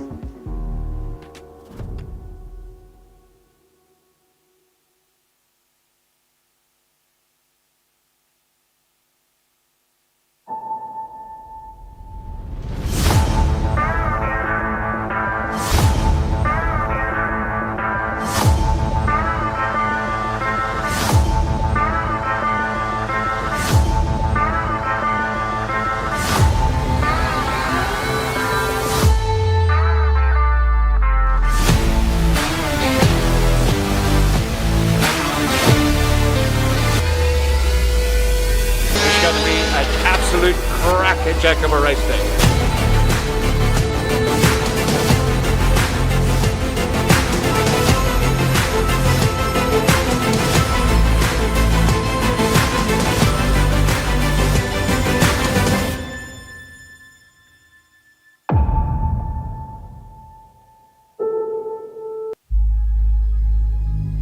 So tell me, why do we do it?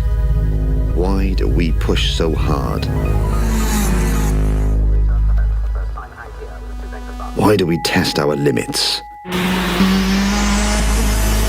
Why do we reach for perfection? When others leave, we stay. When others pack up, we work harder. When others keep in the dry, our blood turns to ice. When others give in, we dig deeper.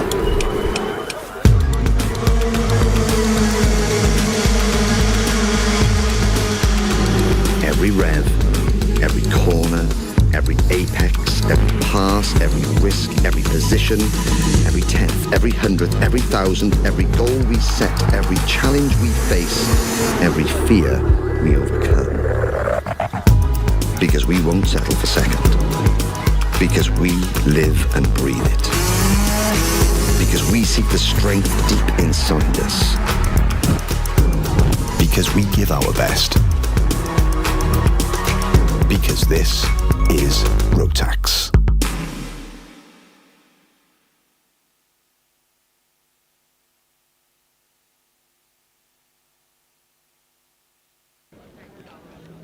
Winning is everything, but it is not the only thing. 384 champions, a rainbow of colour, hope and pride. changed my whole life. And there's no other event in the world like it. I love it. It's part of my life. Bahrain unfolds before them, a floodlit ocean of sand under an ink-black sky, a roller coaster of tarmac and emotion.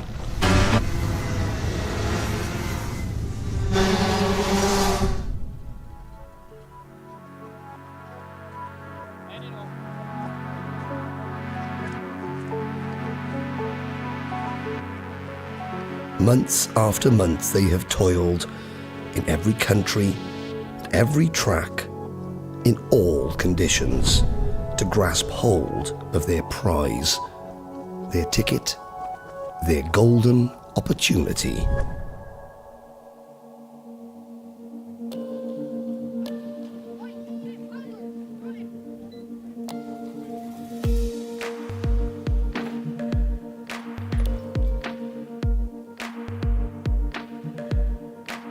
Behind each contender, the love, the drive, the joy and heartache is shared equally.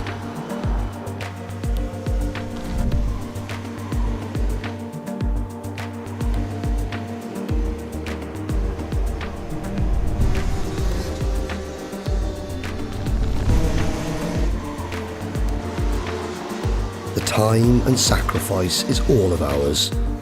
Each moment, each race is felt from afar, from the pits, the stands, the grid.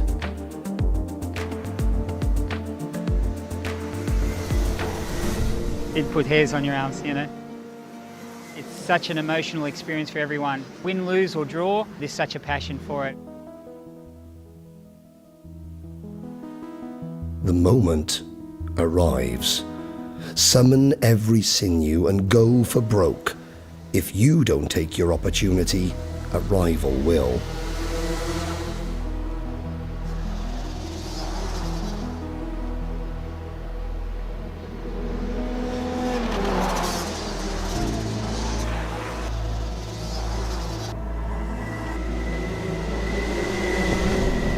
Glory, triumph, victory or defeat, all flash by like a feather blowing on the hot breeze. With every grand final, a champion is crowned, standing tall on the shoulders of us all.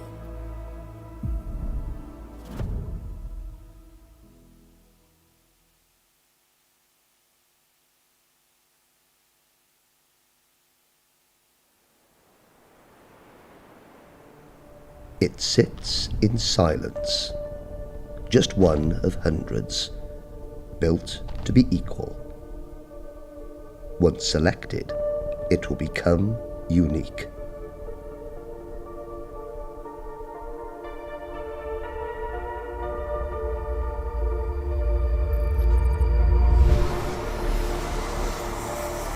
Lap after lap, session after session, every minute change matters, a never-ending quest. Each delicate adjustment is observed, measured, monitored.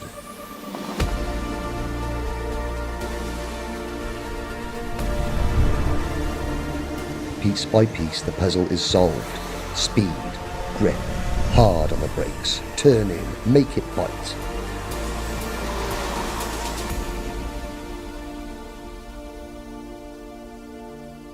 Gradually, it is molded, until finally it is ready, but not complete.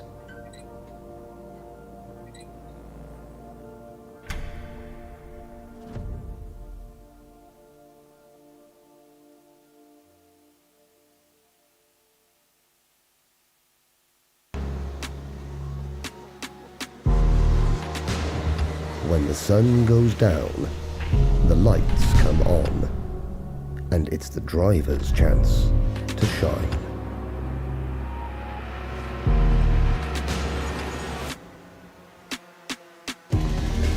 The track under the lights looks really good. But it's definitely a change of atmosphere. It's like everything's closer, so you just feel 10 times faster. Last night was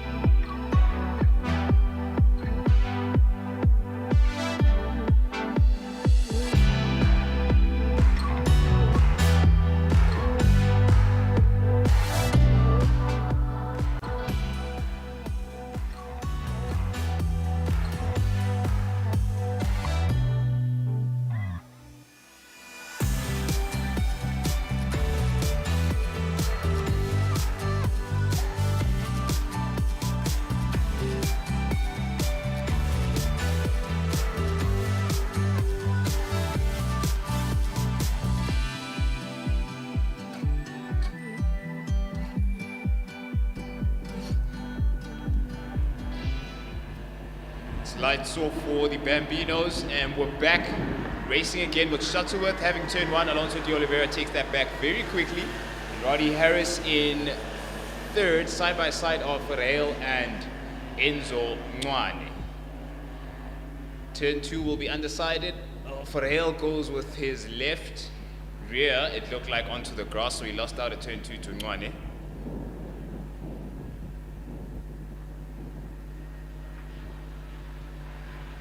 Very clear already is Alonso de Oliveira. Shuttleworth now having to deal with Roddy Harris as well as Ferrell, who's still there or thereabouts. Somehow he found a way back ahead of Ncwane between the tunnel and pit corner. Ncwane and Ferrell come together again over the tunnel. Very strange place to be side by side, but I guess the Bambinos are small enough to accomplish that.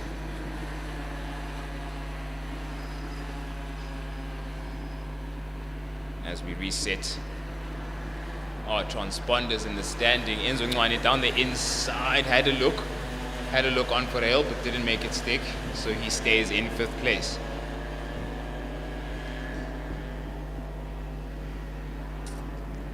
So as it stands, our championship leader is Roddy Harris, 17 or so points ahead of Caleb Lingerfeld, who's far off in 6th place, and Alonso de Oliveira in 3rd. That's as far as the championship stands. So Alonso, he didn't understand the incentive he has to push on ahead, but the gap looks very comfortable for Roddy Harris so far, as long as he stays in the running for the day's racing, for him to secure that championship and get both hands on it, as well as that prized green and gold overall for him to race in next year as the 2024 champion.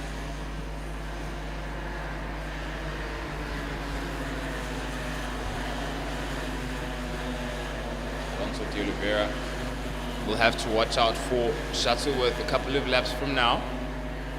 He's really done well to cover the gap that was found by de Oliveira so early on into this 3rd heat for the Bambinos.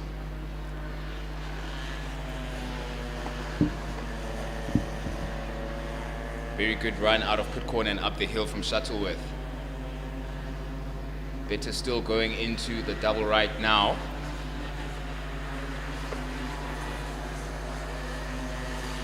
Shuttleworth is looking very racy, and so is Ncwane, again looking down the inside just before the chicane at the tunnel there, which is a very tricky place to navigate.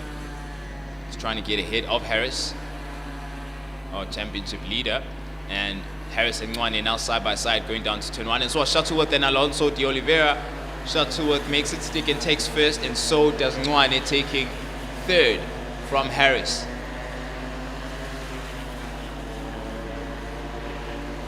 Immediate switch up in both the front half of that top four battle as well as the trailing half. So the Karters try to squeeze into turn two there. Harris, Ncwane as well as Ferreira in a three-way battle that hasn't quite ended. Harris gets it back out of pit corner. Shuttle was still ahead of de Oliveira going to the double right. So much changed at pit corner. It's Harris, yes, ahead of Ferreira and Ncwane, who lost his recently won third place position. He's going to have to make a second or third or fourth attempt. We are about to begin our fourth lap of the race with Alonso de Oliveira and Shuttleworth now side by side. Alonso trying to be late as possible on the brakes. Shuttleworth forced outside, had no choice. Slight tap there as the two are side by side completing turn one. And Alonso de Oliveira has the inside of turn two and makes it stick. Now leads the race again. Shuttleworth and Ferreira trying to sort themselves out, getting into the tunnel.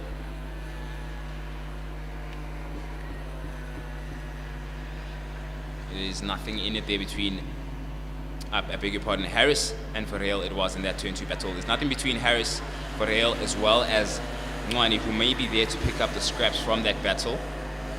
Ferreira doing his best to make our championship leader in the Bambino class as uncomfortable as possible.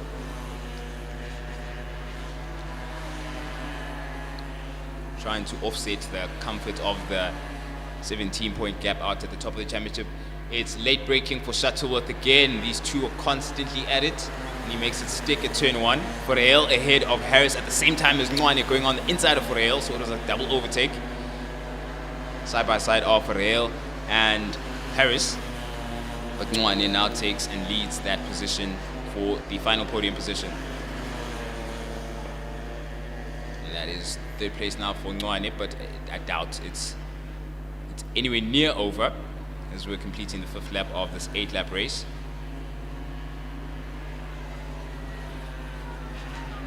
Shuttleworth finding some time as Ferreira on the inside of Ncwane. Ncwane loses out, goes onto the grass, but gets back into shape for the double right, but he's already so destabilized and lost several kart lengths. There's now Harris and Ferreira. It's plenty of space between them and Ncwane going up the hill. De Oliveira, lap after lap after lap. It's the battle for the inside of turn one between de Oliveira and Shuttleworth. And it's de Oliveira's turn this time around. Now if we've got an odd number of laps remaining, where is it going to fall between the two of them as far as turn one is concerned? Because it seems to be where they make the biggest gains in terms of performance on each other. They prefer turn one to areas like pit corner. Apparently not by Shuttleworth. He knows what's at stake because we're about to begin the final lap. He tried to go down the inside of pit corner, but de Oliveira took that place back going up into Rotax immediately. De Oliveira knows exactly what's at stake because they don't have a good number of laps remaining for them to keep going back and forth between each other at turn one. It's now a matter of anywhere on the circuit will do to get that move done as quickly as possible.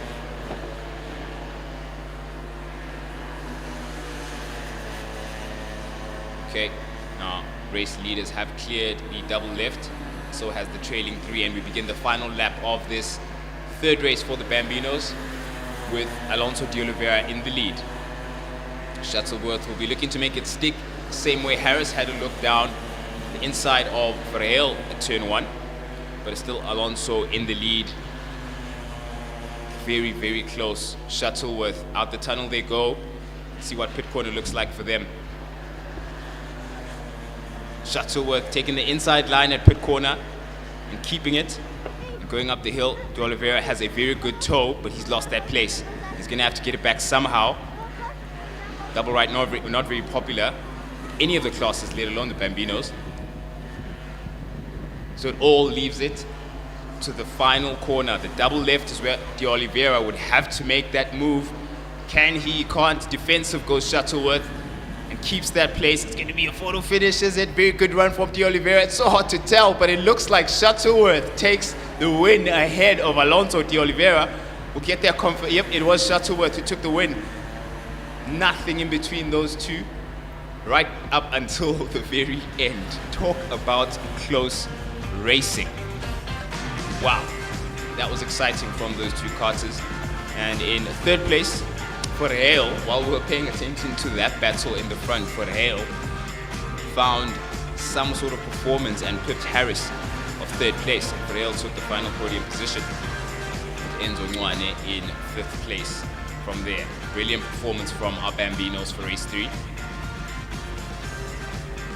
And our top 6 looks like as follows. Resende Daniel in 6th place, Caleb Lingerfeldt in 7th, Anash Marikane in 8th place, Teresa Betancourt in 9th, and the top 10 rounded up is Zoki Zizwe Olumisa. Wow! Now there we go. So that sets the stage for Heat 4, despite the fact that we're well aware of Roddy Harris having simply to keep the ship afloat for him to get his second hand on the championship. There's so much to battle between the likes of Caleb Lingerfeldt as well as Alonso De Oliveira, who only parted by 1 point for that second place in the championship. Of course, that would have changed as the positions are refreshed again after race 3. So we're looking forward to race 4 once we have an updated championship standing. But the show must go on as the round robin racing entertainment for the day now looks ahead to the senior matches who are lined up on the grid and ready to go.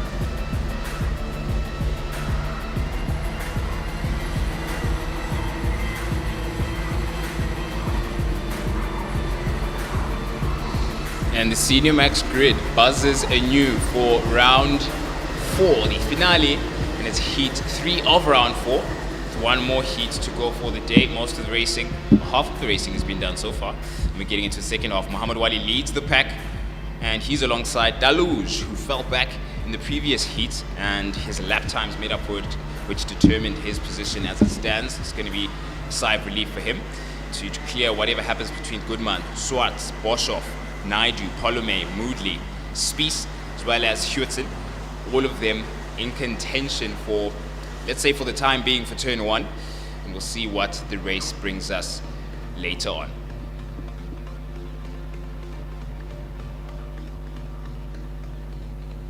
And we're back down to a crawling pace now with that battle for the whole shot between Wally and Daluge about to take place. It's lights on and lights off for Heat 3 of the Senior Max class. Rochelle Goodman, out of nowhere, steals that second place from Daluge, as well as Boshoff, who was there to take it alongside Polome. So there's 3 karters there who are in a very small space for second place. Ooh, something has gone down there, turn 2. Someone lost out. We'll get a clear picture of who in a minute. We just want to see how the front 3 or 4 looks for the time being. That was the 254. I think it was 254, 264 of Jordan Moodley. But in the meantime, out at the front, Wally, breathing room from Boshoff and Goodman. Very, very good start from Boshoff and Goodman. Polome as well, making some places for him to be in with a shout for the podium fight. Continuing on a good run of racing from the previous heat, but Daluge is trying to clear him as quick as possible. Polome has Spies in tow, so he can't be quite comfortable yet. And Spies and Swart, of course, will both be looking to destabilize what Polome is trying to establish. It looks like Wally is in another conversation as quick as he usually does. Boshoff and Goodman seem to be in and about the same range. Boshoff is going to have to check out as quick as possible, because if Goodman gets an opportunity, he will take it, as we've seen.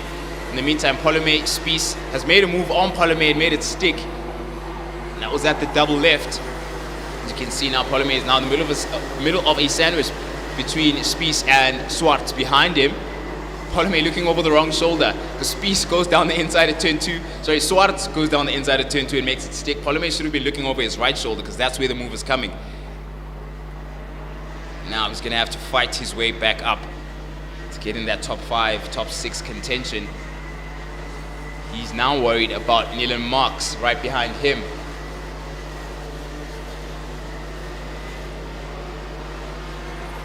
It's the 222 of Cole Hewitson there. He's trying to readjust his body position to get his kart to get some go up the hill. Swart having a look down the inside of Spies. Late as you want, while Polome is defending from Nilan Marks, and Marks has Bezuidenhout in tow, so there's a 3-way there. It's going to be a tightly contested battle for 7th place.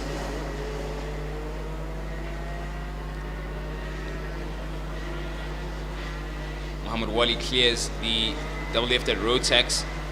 Goodman not too far behind, but not yet to worry about him. Hewitson losing out at the double right there. Ooh, that was a really good move from Wilson. And Wilson not only has Hewitson behind him, but that looked like Visser, who in the previous heat lost out quite a bit in terms of time, having fallen 7 places. But it looks like Marks just lost out again.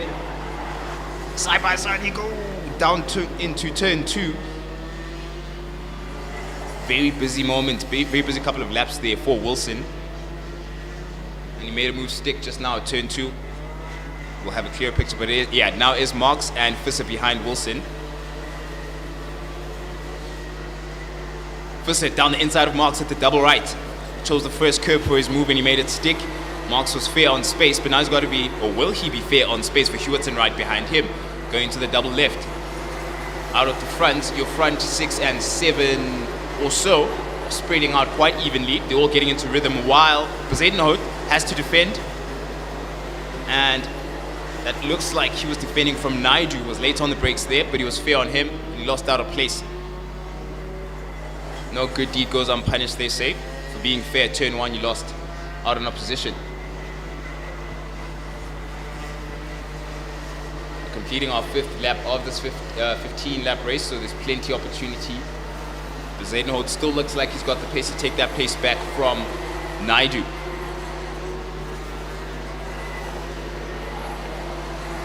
difficult to call for the front 7.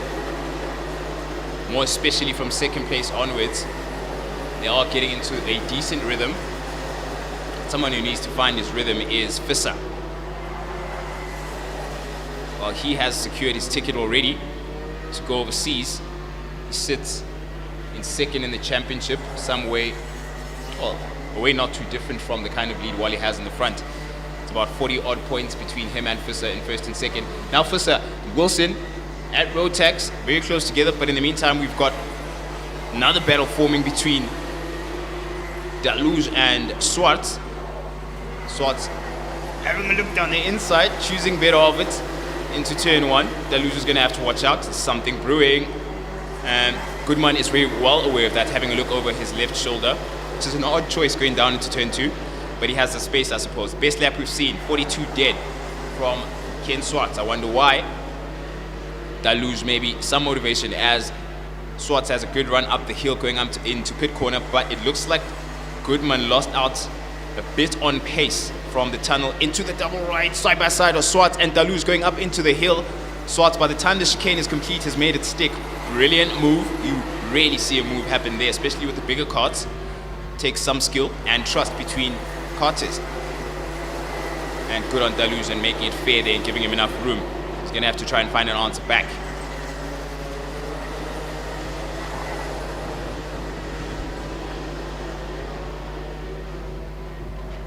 Again, the pace so far, 42 dead from, it was Zwarts not too long ago, a couple of corners back. Now Zwarts is on the hunt, and it's Goodman in his sights, in his crosshairs, as they complete the double right going up into the chicane. Goodman definitely has to have his wits about him. He will be aware. Down the inside at the double left goes Zwarts, wasted no time. Clears Goodman, and now takes third position. Zwarts back into podium contention. Now Vian Boshoff is aware of Zwarts, a man on the move. The kind of pace he's putting together is a pace to be wary of.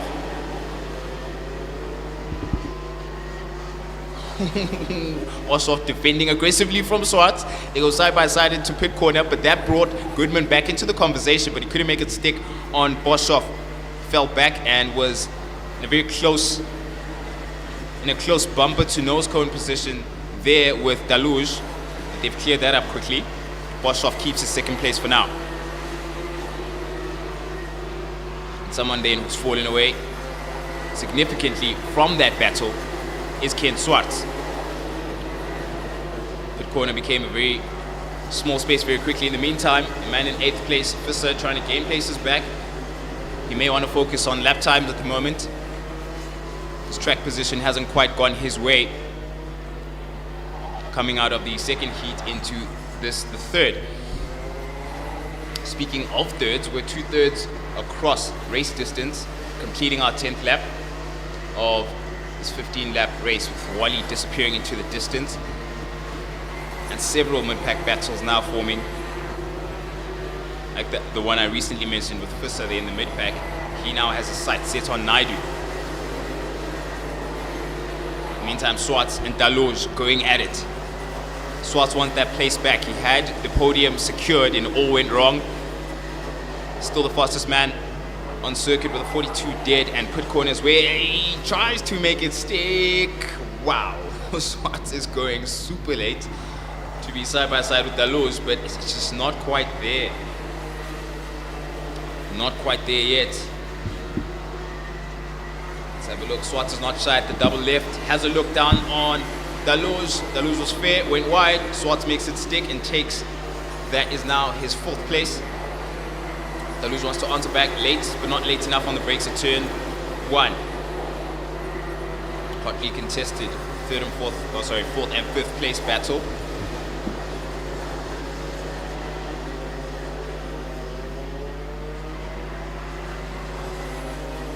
Things try to settle back again, as some of the tires might have worked quite hard over the past 5 or 6 laps for these karters. It is a bit of a dark art to manage and massage those tires to keep them alive for long enough, and one that reaps handsome rewards if you can do it well. Ask Muhammad Wali out in the lead. as we now begin our 13th lap of this race. Visser making the place is now in 7th. Daluge, the next, or rather Spies, the next challenge ahead of him. Spies got a bit excited and got into the racing early on into it. It's Goodman at pit corner being very defensive from Swart. He's aware of how aggressive Swart can be, and we're approaching the beginning of the final lap of this race. So take your chances and take him now down the ends. Oh, never mind. That was Muhammad Wali clearing a back marker to begin what is soon to be the final lap of the race. Goodman side by side with Daluge. Swartz there with it, 3 abreast for a moment, but it turned into Goodman in the lead. Oh, Goodman makes contact with Swartz. Swartz wrong way around on the circuit at turn 2, right in the middle of that apex, and came away worse off in that battle with Goodman on this, the final lap of the race. It only intensifies when you get to the final lap, but a man who's kept a cool head despite the intensity, Muhammad Wali. What a way to do it. It's race 3 that goes to Muhammad Wali in the Senior Max class in 2nd place. Wow, what a stunner. In 2nd place is Björn Boshoff, and in 3rd, after a close encounter with Ken Swart, is Rushan Goodman. Daluge in 4th place, Kjan Spies, a well-earned 5th place. Visser, 6th place, making several places, considering where he started. Naidu in 7th, and Polome in 8th, as Ken Swartz has to recover his kart from the curb, having come together there with Goodman. He'd be disappointed in how the end came there. Turn 2 was a difficult place to be. None of these Senior Maxes seemed to prefer that for passes, unless it was earlier on and you had a lot more close position earlier on in the race, but that's all she wrote for race 3. Wrapping up your top 10 is Divya Naidu. Also your front 9 in 10th place is John Wilson. Neelan Marks in 11th, and 12th place, Michael Zadenholt. It was very racy in the previous race, not so much this time around. We'll see what race 4 has in store. Paul Hewitson in 13th, and Fusal Kian in 14th place. Jordan Moodley in 15th, and Ezwoya Singu in 16th place. Ken Swartz 17th. How the quick have fallen. Fortunately for him, turn 2 was just not the place to be on the final lap. He is livid with himself, and it's going to take a bit of work going into race 4. But the show must go on, and that's exactly what the Micromax is going to be singing. They're ready to get their race 3 underway not too long from now.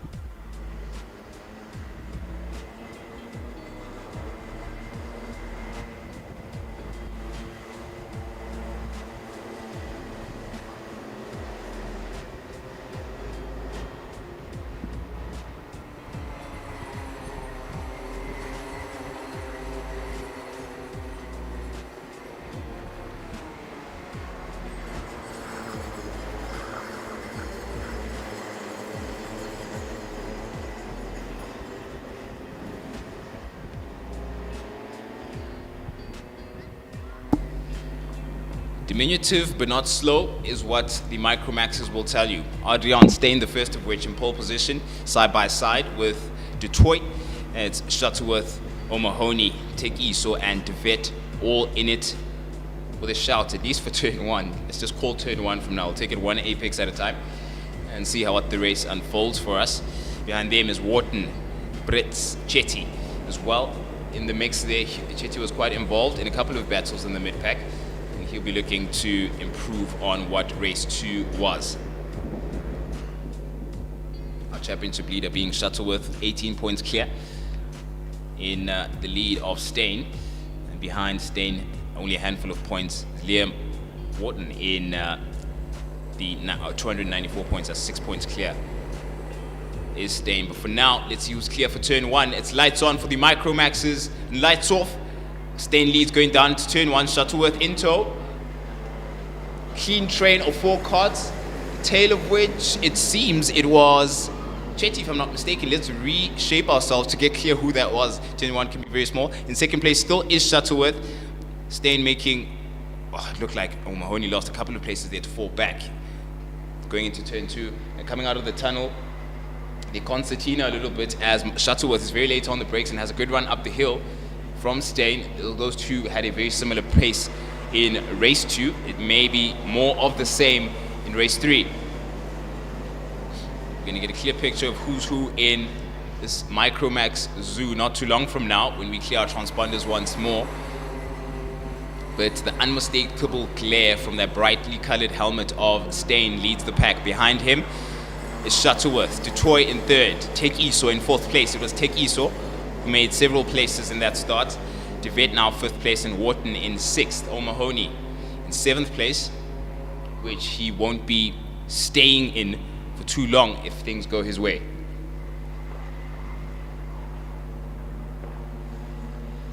Shuttleworth, consistently very good runs up the hill, but that brought in an uncomfortable concertina of carts behind him.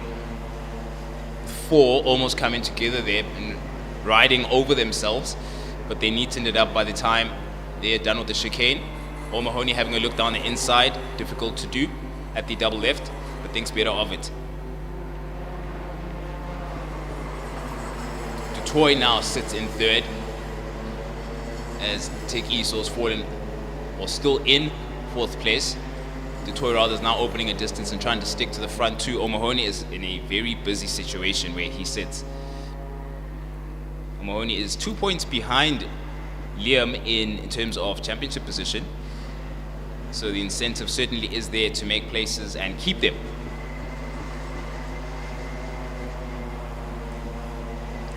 Stain and Shuttleworth inseparable over the chicane at the bridge.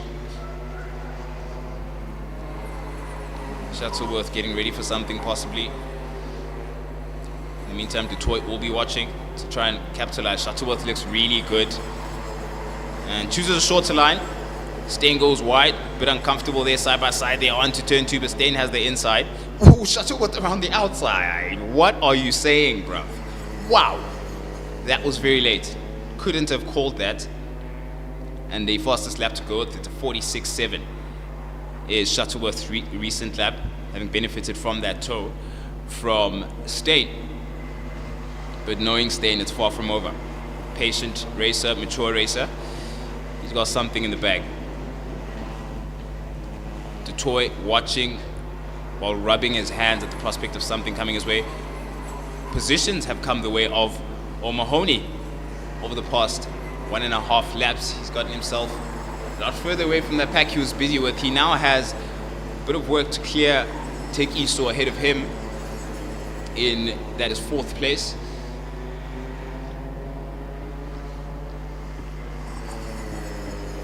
There's nowhere there is a lack of action across the field. O'Mahony down the inside for that place at pit corner, side by side with Tek Iso trying to fight it back, but O'Mahony makes it stick. Tek Iso has a much tighter line around the double right, immediately trying to get that pace back. But O'Mahony seems to have a really, really good run. Going down now into the home straight. Shuttleworth is stretching his legs with 0.4 of a second between himself and Stain, which was more than could have been said, or more than could be said between Stain and Shuttleworth when Stain was ahead. Maybe Shuttleworth knows a thing or two that Stain might not, at least as far as things stand. Now halfway across this race, with 5 or so laps to go.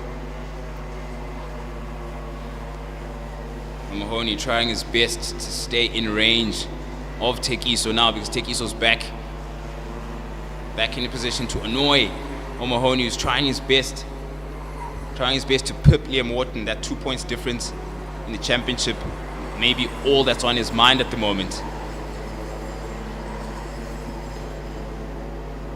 Stain going slightly wider on his line, going out into turn 1 and the exit of turn 1. O'Mahony, fastest man on the circuit with a 46.4. O'Mahony late on the brakes on Tek Iso at pit corner. and makes a stick. Very good run up the hill, cleanly taken. Very cleanly taken as they clear the double right, and Tekiso now might be thinking of what once was, because O'Mahony is immediately in a position to threaten Steyn. How about that? Down the inside looks Mahoney on Steyn. How late can you go on the brakes? As late as Mahoney, apparently. Third place is his from Steyn. What a move. Steyn immediately now has to worry about Tekiso. He lost out too much pace there coming out of turn 1. May have been destabilized by O'Mahony, but brilliant racing from him. A recovery drive, and what a recovery it is.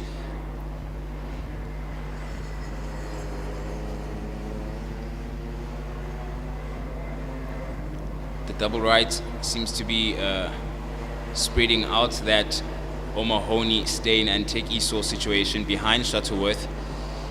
Shuttleworth may not have looked over his shoulder too recently. He seems quite comfortable.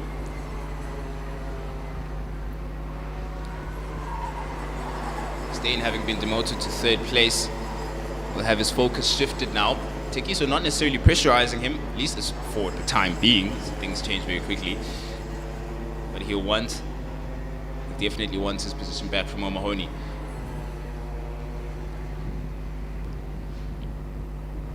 In the meantime, behind Tekiso, Duvet sitting in 6th place, with Brits behind him in 7th. But you've got Wharton. Wharton there in 8th place now, as they begin to make their way over the chicane at the bridge. Steyn better watch out. It looks like Tekiso's reeling him in again as they complete the double left. Steyn has to look over his shoulder. Not too long from now, you can see it. Within the same 10th or so of a second in that battle for third place.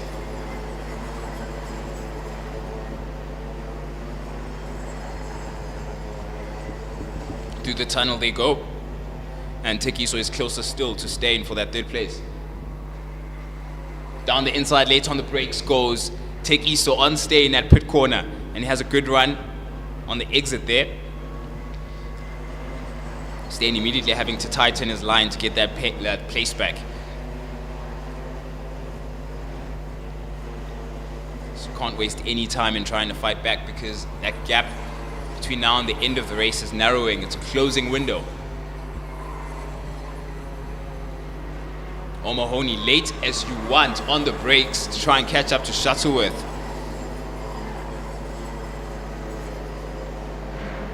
And they're not too dissimilar color of helmets.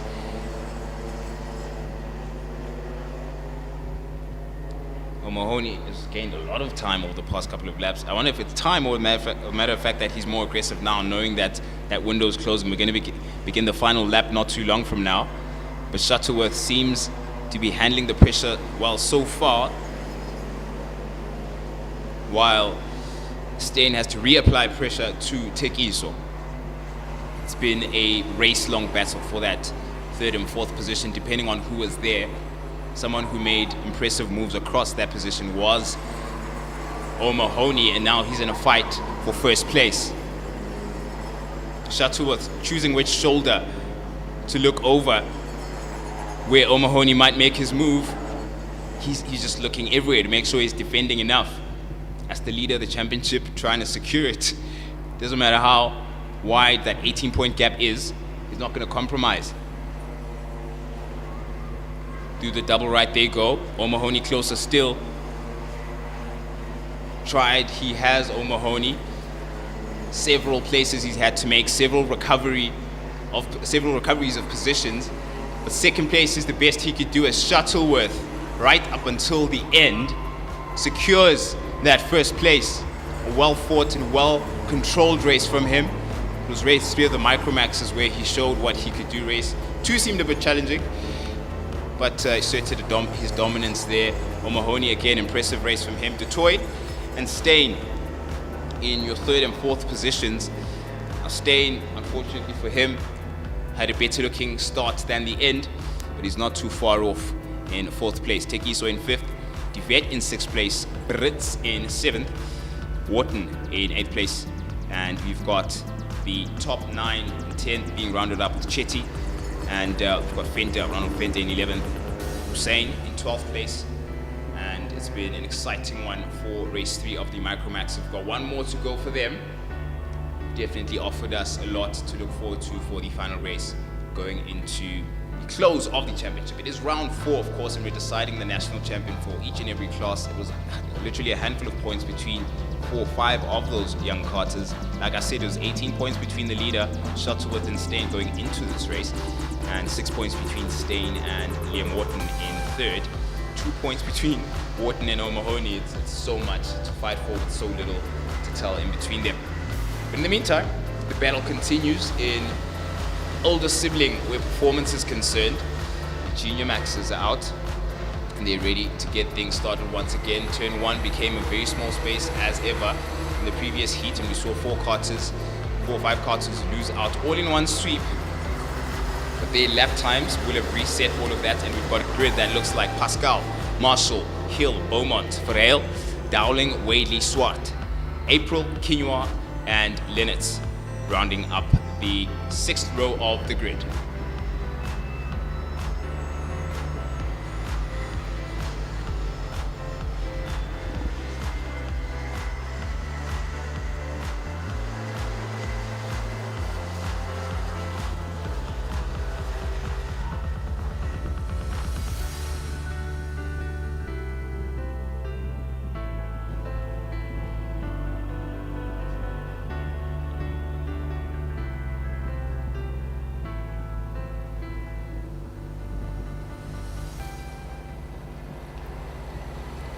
Junior Maxes complete that final double left. It's lights on. Marshall's unhappy with the start procedure. We're gonna have to do this one more time with the Junior Max class.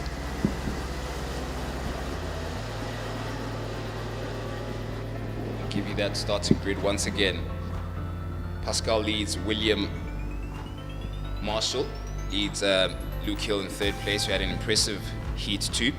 Keegan Beaumont behind him, and Christian Verheil follows closely. Emma Dowling also not too far adrift.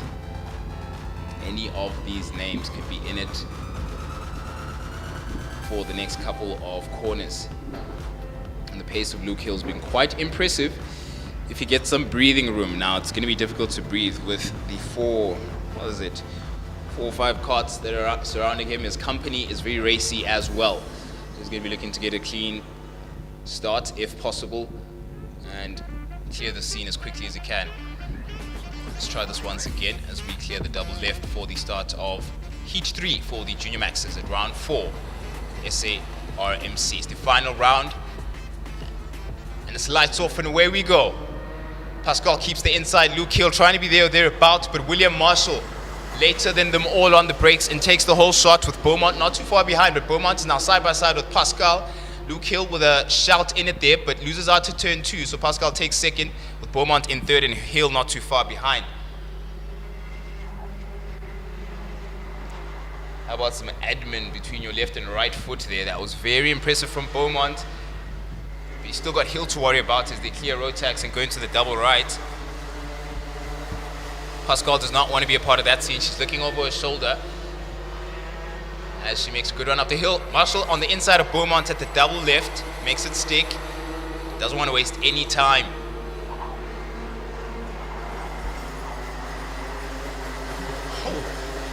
And into the lead goes Marshall. In 2nd is Pascal. 3rd place is Luke Hill, and Beaumont still not too far behind him, so he hasn't quite cleared the scene yet.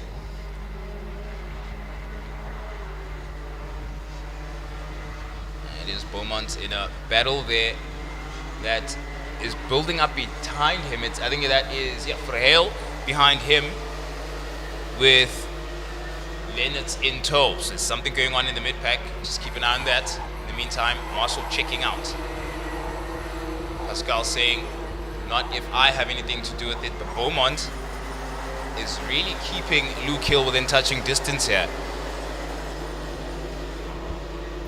Not letting him get away with it that easily. Neither is Lennox on Verheil. She's made a place.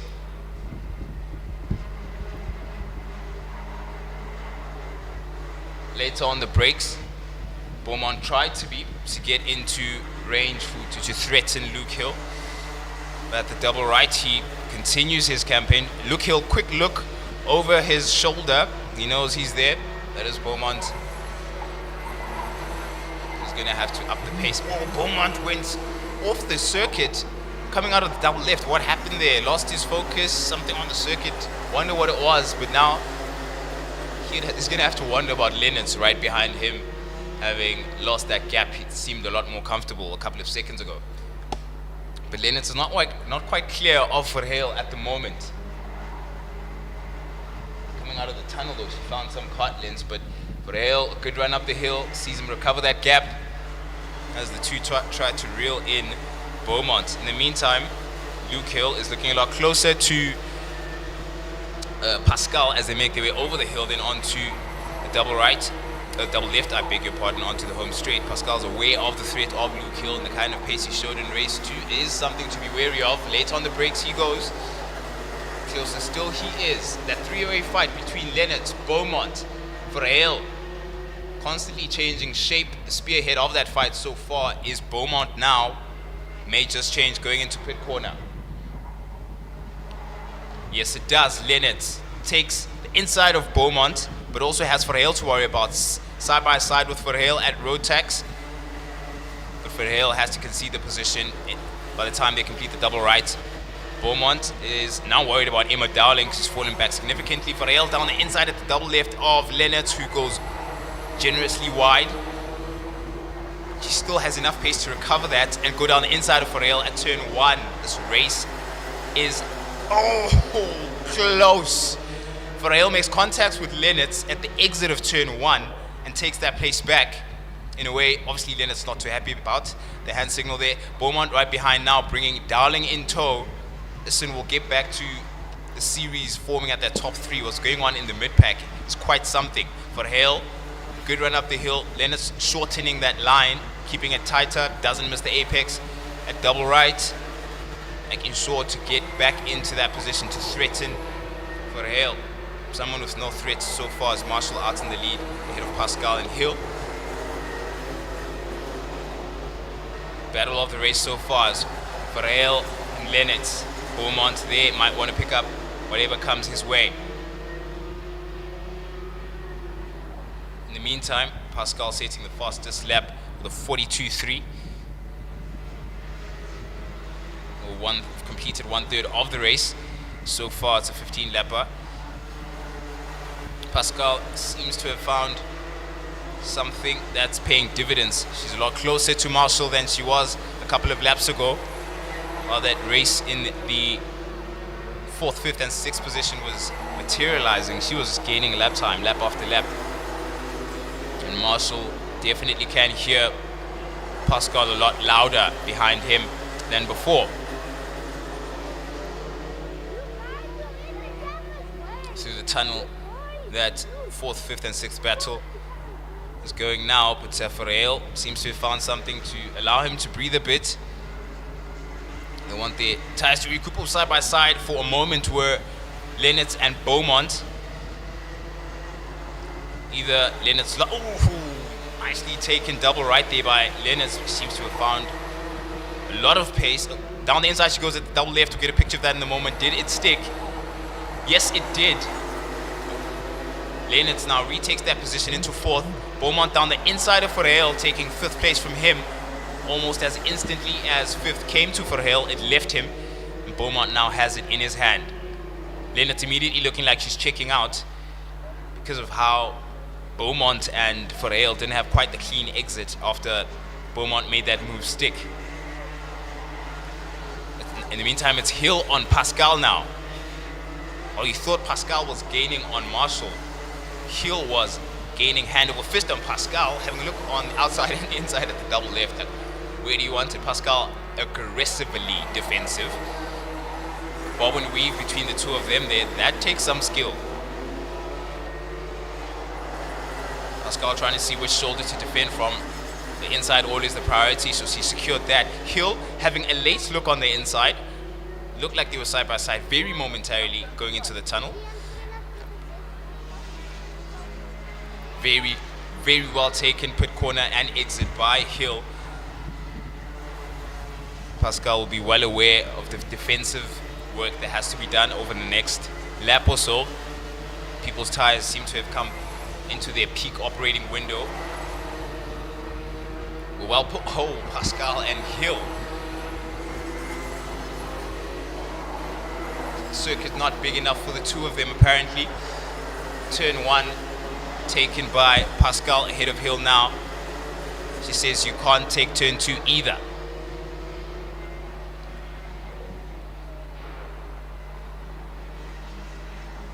If you thought the battle for 4th, 5th and 6th was exciting, the podium competitors are saying, we're taking headline honors. And this battle for 2nd is brewing something exciting. Some warnings coming away the way of some of our karters. Yep, it's that battle in 2nd and 3rd. Marshals wagging their fingers. It's not how you do it. Hill trying to be late on down the outside. The turn 1 difficult to pull off, as there wasn't room for him on the outside shoulder of Pascal. In the meantime, Beaumont is trying his best to keep up with Lennartz, but Lennartz had a really good exit out of turn 2, which is a tricky part of the circuit to navigate. You really have to get it hooked up properly and not lose momentum. Emma Dowling trying to destabilize Ferreil as much as she can, so that the warning flag was going the way of Pascal.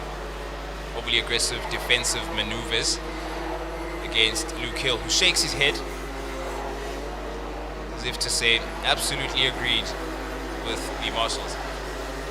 The frustration of trying to pass still has to endure for the next 2.5 or so laps. 12 laps we're completing now with this 15-lap race. Closer still is Luke Hill to taking that 2nd place from Pascal. He has really good runs in and out of pit corner, but just can't seem to find a way around Pascal, who just knows how to place her kart around that part of the circuit to defend as well as he can. She can rather. Down the inside she goes to defend on Hill, lets it go. By the time she gets to the first apex at the double left, which opened room for Luke Hill to make it stick and took that place. And Hill is now back in 2nd. Pascal demoted to 3rd and has the threat of Lennartz now in 4th, who's made an impressive recovery drive. Remember how I mentioned her name last at the starting grid? Well, look now. Pascal's going to have to defend against her before she can attack on Luke Hill. In the meantime, Ferreil and Beaumont involved in a battle of their own. We'll get to that in a moment. It's parallel front axles to rear axles between Pascal and Lennartz almost. The moment is coming. And on the final lap, which begins now, the battle gets hotter between Pascal and Lennartz. Not quite late enough. The space wasn't really there for Lennartz and Pascal. Pascal giving the let's move on. Let's go ahead. Let's focus on the front. It's the final lap. People don't tend to be very cooperative when it comes to final laps.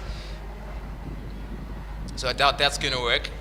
Still pressurizing is Lennartz on Pascal at Rotax. William Marshall has marshaled these junior maxes masterfully. And for Heat 3, a young man takes the checkered flag and wins for the junior maxes by some margin. Luke Hill had to fight tooth and nail against Pascal to take 2nd place, and Pascal in a last-ditch defense against a last-ditch attack from Lennartz for that 3rd place position makes it stick and keeps her podium. Lennartz in 4th and Ferreil in 5th place.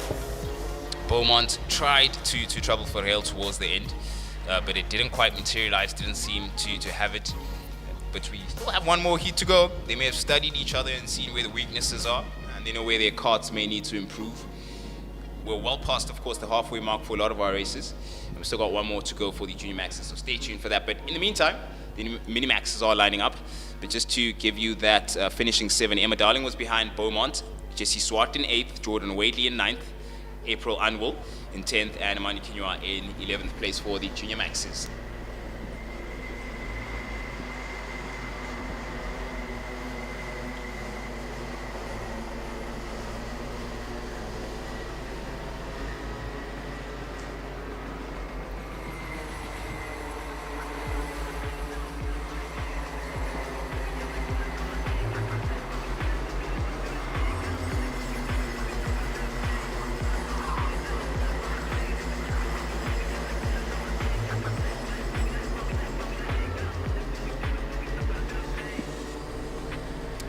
you're starting good for race 3 with the Minimaxes. Goodman takes the lead side by side with Brody Dowling. Sisinoana in third, D'Souza beside him, and Boshoff in 5th place. In 6th is Nagura.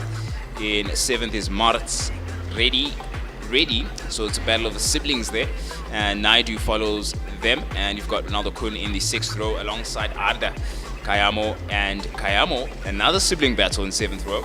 We've got Naidu and Matebula in 8th place. So in the 8th row rather. So we have a continuation of what was an interesting, let's call it what, episode 2. This is episode 3 of a very exciting battle. Goodman has done some decent racing, fighting to get back up into contention, having fallen away early on in the previous race. D'Souza also was there or thereabouts in the fight. It's impressive to see Dowling up there. He put in some impressive lap times to earn himself that position. So plenty of characters that may be protagonist or antagonist in this, what is an exciting series with the Minimaxes.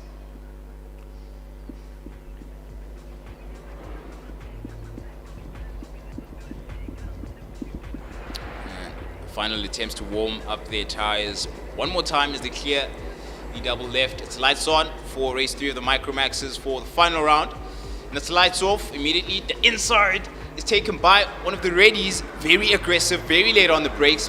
It looks like a 6th place that's been taken there. In the meantime, D'Souza, brilliant start from him. He takes first from Goodman. I'll tell you who's third now in a minute. Goodman side by side there with someone. I'm trying to see who it is. I think it's Shisinoana coming out of the tunnel. Ooh, Goodman making contact with Shisinoana as D'Souza checks out. He says, thanks very much for that. Sooner I check out, the better. Yes, that 530, that was Shisinoana and Goodman. Brilliant start from Reddy. I'm going to tell you just now who it is, because he's in 4th now. Gonna get a reset of the seat. Oh, bit of contact there. I think Losuma Tebula was part of that at the double left. But D'Souza leads, Goodman, Shisinoana, Kian Reddy, Dowling, and Nagura. D'Souza immediately in a comfortable lead, which he'd want to keep over the next 11 laps.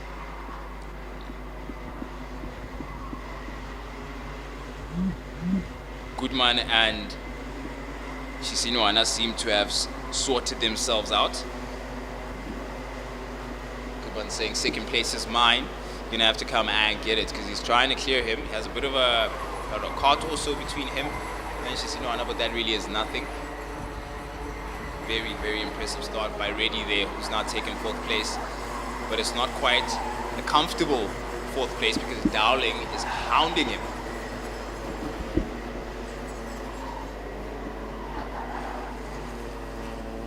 Down to the tunnel they go. Several battles form across the field.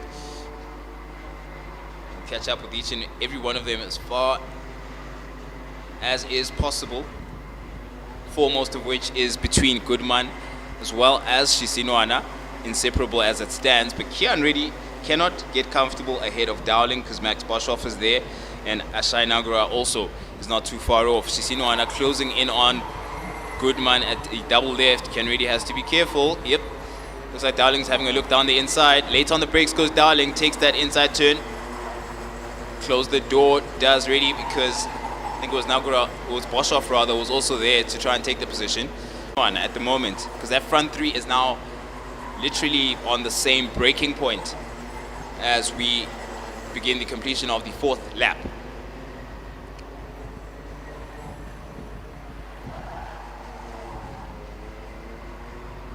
Goodman closer still to D'Souza as they clear pit corner and run up the road, run up to Rotax.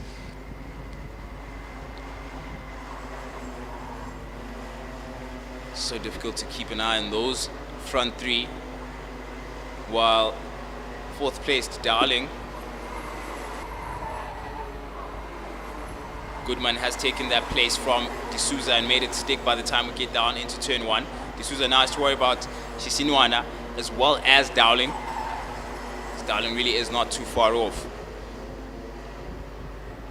Best thing D'Souza can do is be a bit more aggressive to avoid Goodman checking out, because check out he can if he wants to. Very good run out of pit corner by D'Souza.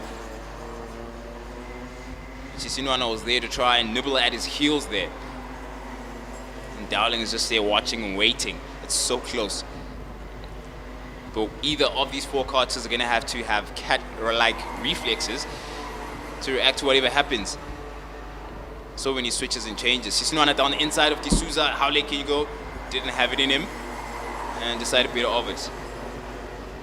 D'Souza defending well there, trying to go narrow, but didn't watch on his right shoulder because Sisinwana had to look on the inside, and he makes a stick despite the fact that they made a bit of contact. Sisinwana had moved on D'Souza and took that second place at turn 2.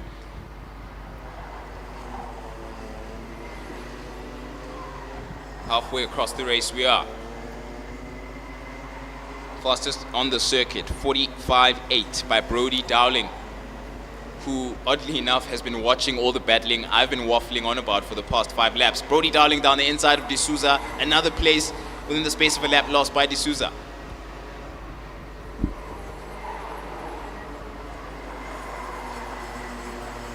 Brody Dowling immediately closing the door.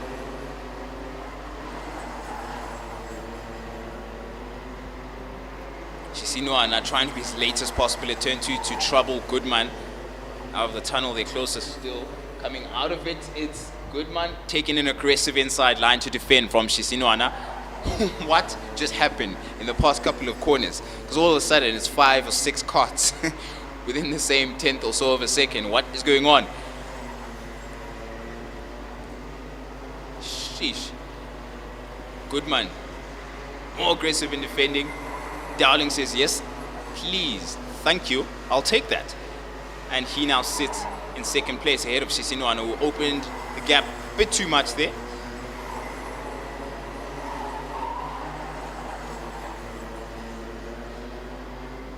So hard to call between that front 5 and 6. Nothing in it at all. We've got an incident we have out of frame at turn at the double left. Get a picture of it in a moment. The marshals are quick to the scene. In the meantime, it's still that front 6 that is inseparable as the train forms, with Dowling now in the front of that train. 523 of Macaulay has been recovered. Unfortunately, he's been in his second incident overall of the day, but he's back at least to finish this race, unlike race 2.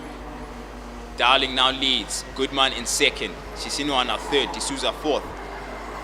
Behind him is Boshoff, as someone just lost out, and that looks like, is that Dowling? As soon as it came and went, D'Souza now in the, wow, what just happened? D'Souza in the front, around the outside of Goodman, going into turn 2. Someone lost their composure there, and D'Souza took advantage because going up to Rotax, he leads again from Goodman, Sisinwana, as well as, I think that's Boshoff, yes. Turn 2 is a tricky place to be. And that's Macaulay there. The back marker is going to be busy not too long from now. He's got a massive train coming to clear him. D'Souza leads Goodman, Sisinwana, and Boshoff. It's a thrill. It's not thrill a minute, it's thrill per second, or thrill per apex, depending on how you look at it.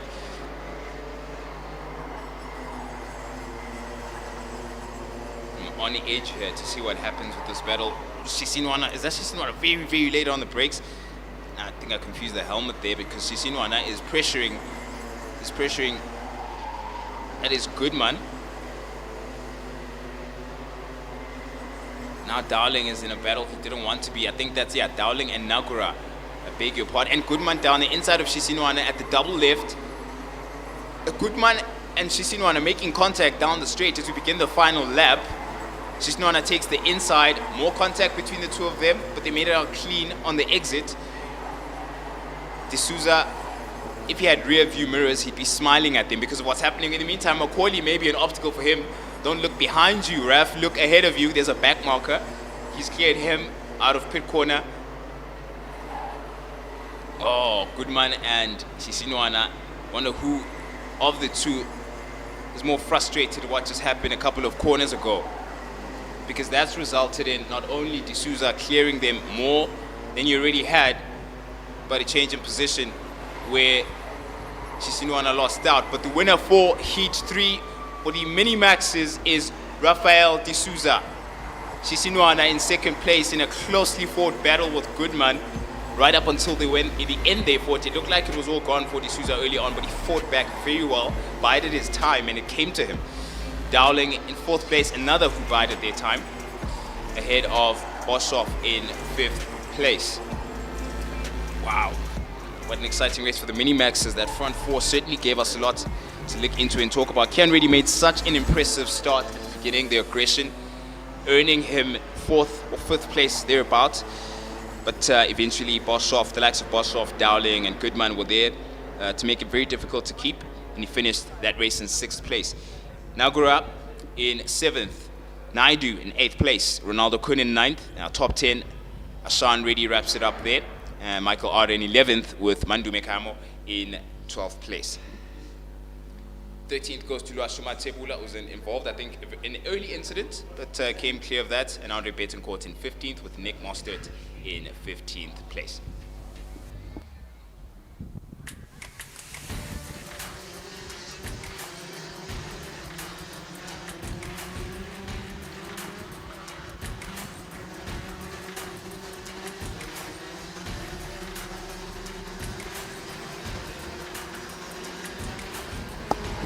Indeed, those are DD2s getting back onto the circuit for race 3. It's Jamie Smith who leads, Stanis, Gratis, Kutsia, Boyd, Siguru, Liebenberg and Radojevic. That row of four, the first four rows, each of them involved in equally exciting action and involvement from the previous heat, particularly Liebenberg as well as Kutsia.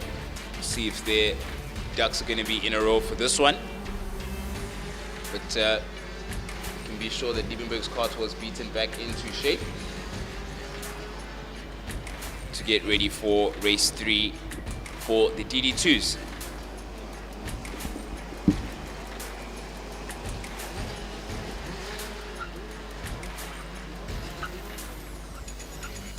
Jamie Smith will want to improve on the start he made in the previous heat. He's well aware of how racy things can get, considering his company he's got in that front 4 or 5. So gearbox class, premier class in Rotax karting here in the country. He gets things underway for round 4, race 3 of round 4. Lights on for the DD2s. Lights off, we have a race in our hands. Liebenberg getting into the middle lane, trying to keep the inside. Very good start from Stanis around the outside and takes the whole shot from Smith. Smith now side by side with Kutsia, having a look to see who's on the inside. It was actually Smith and Grotis, and from that battle, Kutsia capitalized and got ahead of Grotis.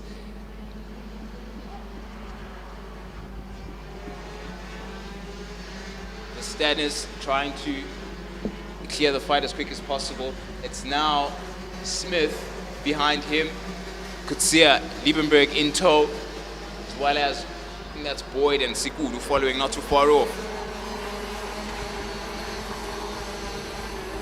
First lap completed. We have a Stanis, Smith aggressively defending from Kutsia. But Kutsia is bringing company of 3 for Smith, so he better be careful. Better be very careful. One overtaking move could turn into 3 very quickly.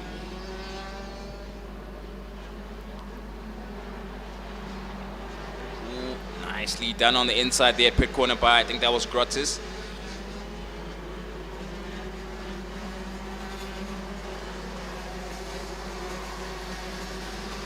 What a long train of DD2s to try and tell apart in small spaces between fastest of races. It looks like Sebastian Boyd leads that train where the most action may just take place, because Brad Liebenberg is trying to open that gap. He's in 4th as it stands, and some way off from Kutsia in 3rd.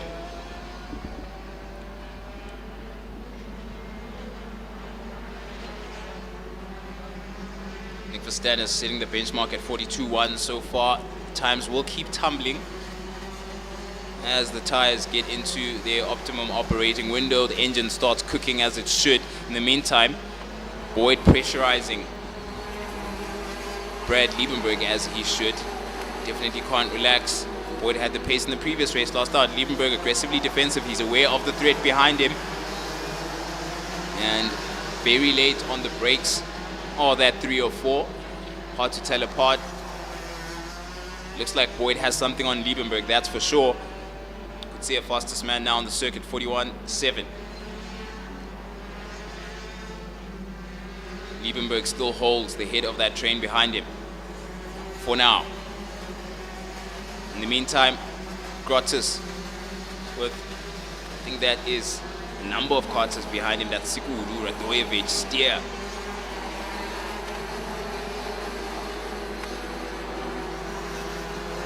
Everyone trying to check their bearings to see what's going on around them. To see how threatening is the threat behind me. I think the foremost and the most threatening so far has been Boyd on Liebenberg. I wonder if he's still choosing his spot. The times continue to tumble.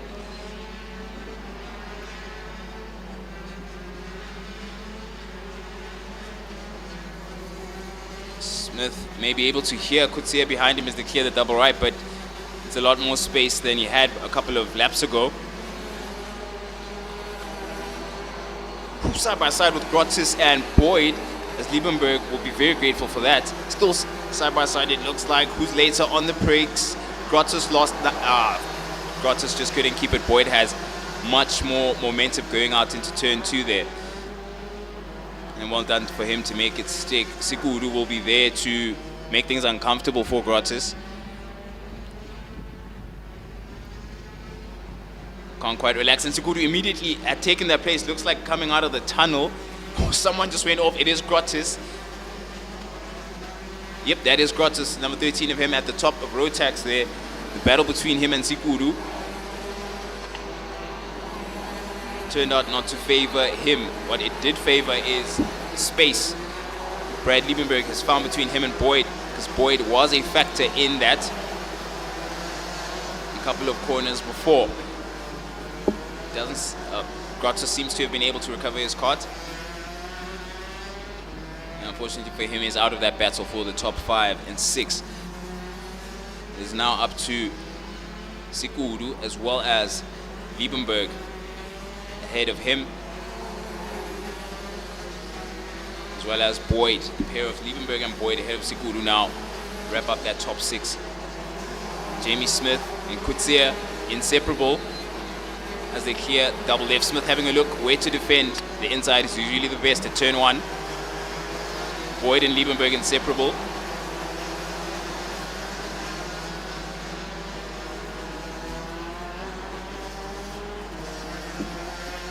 Nick Stanis is absolutely checked out here. Fastest on circuit with a 41.63. Second fastest is Jamie Smith, 41.654. Sheesh. Nothing in it.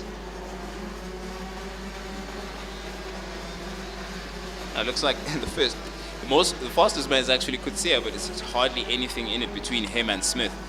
They're literally on the same, battling for the same piece of tarmac, especially over the past couple of laps. Boyd may introduce himself to that battle now. He's cleared Liebenberg as of a couple of corners ago.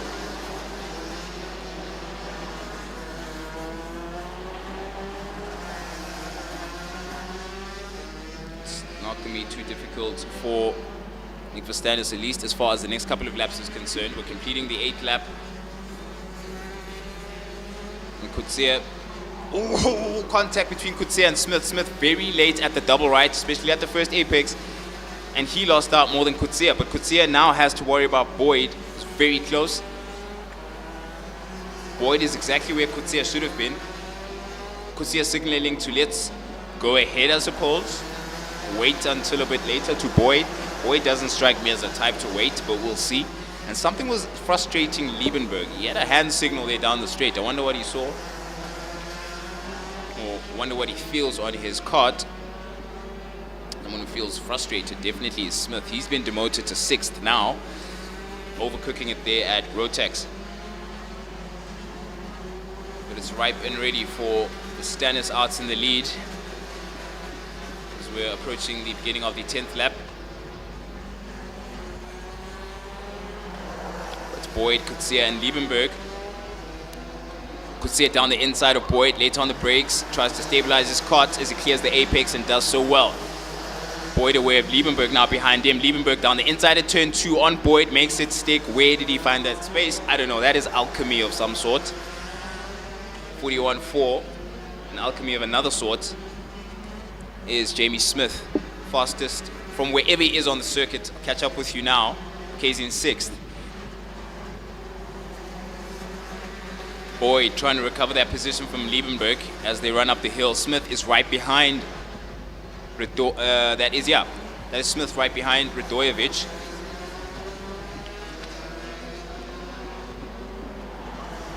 And he changes that very quickly. He had already made the pace. It's Smith now behind Boyd again. And he was gaining that time. He was, I think, setting the fastest lap while he was overtaking Radojevic, if I'm not mistaken. And how do we do that?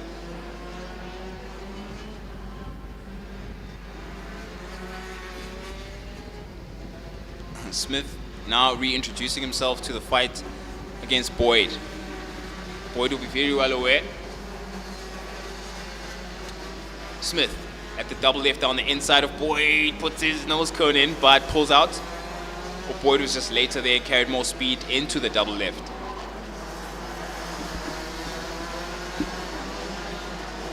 Smith maximizing on the circuit, wide as you want, and the exit at turn 1, and almost inseparable to Boyd going into the tunnel.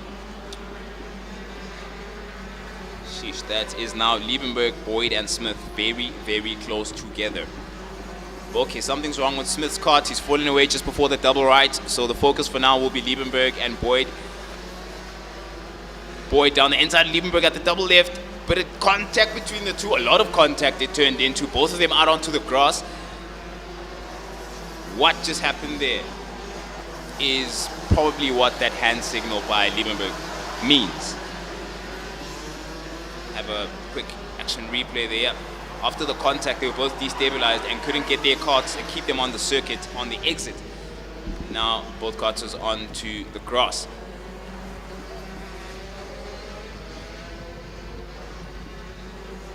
Now how do they do it in your country, wherever you're watching this from? We're streaming live on YouTube. People around the world are watching, keeping pace with this finale. This is definitely how they do it here in South Africa. Hardly fought right up until the bitter end. It's the final lap. And the leader of the race is Nick Verstanis. Jason Kutsia has kept it clean, apart from that incident where Smith tried to destabilize him at the double right, but Smith lost out more than he did. Only for Smith to lose out even more, his kart having fallen way back as he now sits in 10th. But man sits in pole, in prime position. Final lap of heat 3. And the checkered flag goes to Nick Verstanis, who cleared the DD2 field in prime fashion. Jason Kutsia in 2nd place with Radojevic in 3rd. Now how's that for a twist in the tail of things? Sebastian Boyd and Liebenberg in a race-long battle, and the latter part of that battle is what would have rewarded Radojevic for being there or thereabouts. Liebenberg and Boyd coming together at the end of the double left there. Wadley in 5th place, in 6th place, I beg your pardon, behind Liebenberg, and Steer in 7th place behind him.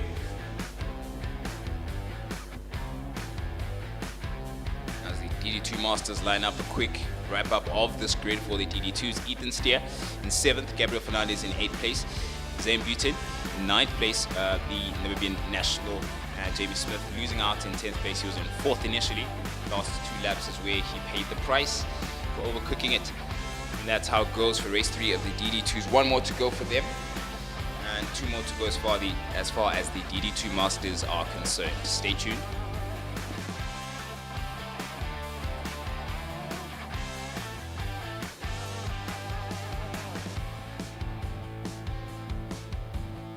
Get a picture again of that coming together of Boyd and Liebenberg. Liebenberg absolutely unimpressed with that. No one would be impressed, I'd imagine, as there it is, right in the middle of that turn at the double left is where they came together. Liebenberg had kept it tight, thought it was enough room, but not quite for Boyd. both of them equally as responsible there.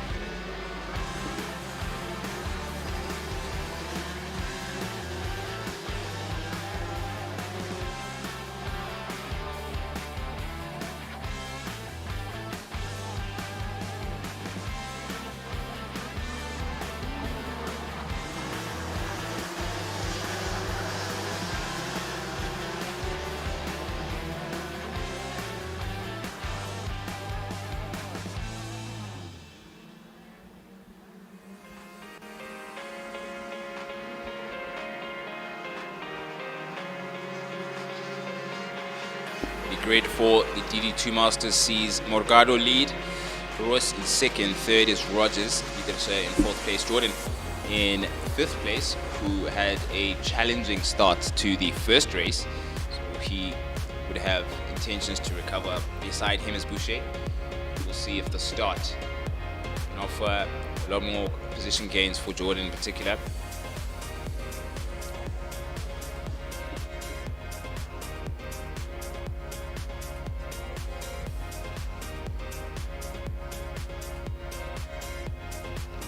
DD2 Masters have cleared the double left and it's lights on.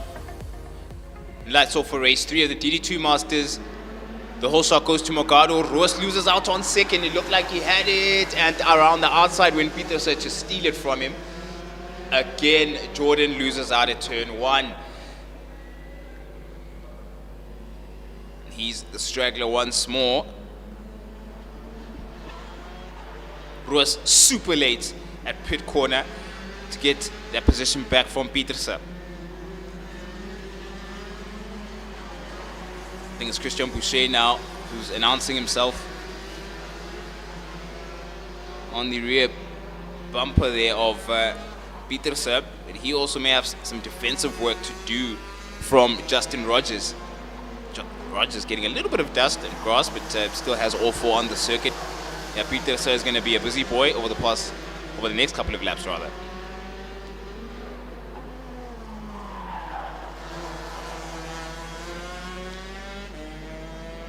The starts just haven't come together so far for Jared Jordan. You just have to soldier on. It's the way it goes in racing. Peterse will be well aware of the challenge of Boucher right behind him. Very good run up the hill from Boucher. The chicane over down the inside of Peterse. Boucher makes it stick by the time they clear the double left. Very, very aggressive defensive line from Boucher. Aware of how aggressive Peterse can be. Simultaneous looking over the shoulders. Peterse wasn't sure whether to defend or attack. Rogers right behind him and Boucher ahead, but going into turn 2 he chose to defend. Someone was coming to, I don't know who that was, but I had Peterse and Rogers in the same frame. Yeah, it was Rogers who tagged Peterse, and now his rear bumper is hanging on by a thread on the left hand side of his cart. And Rogers still trying to stay within reach of Peterse, but oh man, Peterse is going to be tad destabilized. The rear bumper does keep both sides of the cart controlled in the level of flex that it has. The biggest effect is seen under braking and turning into the sharper angled corners. Down the inside of Peterse goes Rogers. And at the double right, he seems to have cleared Peterse. Peterse will now have to manage the discomfort of his cart as long as he can with minimal damage.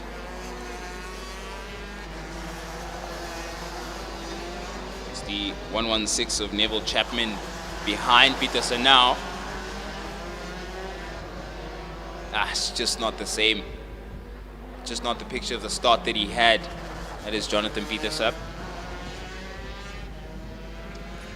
In the meantime, you'll be forgiven for forgetting to mention Cristiano Morgado. 42.1, 42.12 is the fastest lap time he set so far as he leads the race in that distinctly colored helmet. And not too far adrift actually, in terms of lap time at least, and race position is Bjorn Roos, a 41 or 42.145 being the best lap that he set. Seems like Roos is the most recent of the two to set the more aggressive lap times. So he's trying to cover that gap as much as possible, because Morgado at the moment is on a 42.3, but he definitely is capable of those lower ones. So it's Roos trying to reel him in as much as he can. Maybe Morgado's doing a bit of tire management there.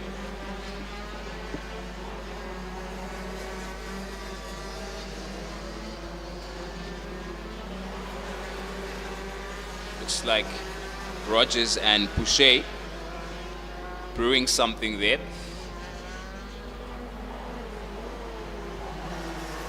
As Roos does well to keep within reach of Morgado.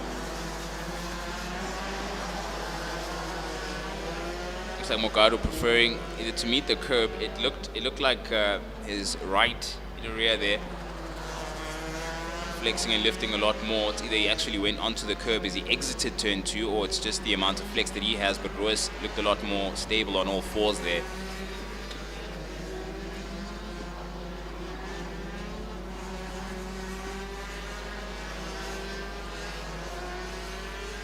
Of course, those two can choose a more comfortable line, not being an immediate threat around the double left, but someone who's under threat is Boucher from Justin Rogers.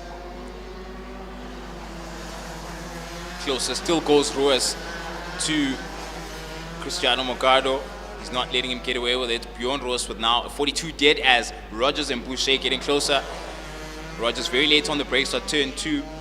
Rogers down the inside of Boucher, makes a stick at pit corner, but a good run from Boucher going up. They're side by side into Rotax, but Boucher pulls out and concedes that let's call it a temporary defeat since the race is not over. Rogers takes that position and it now sits in third.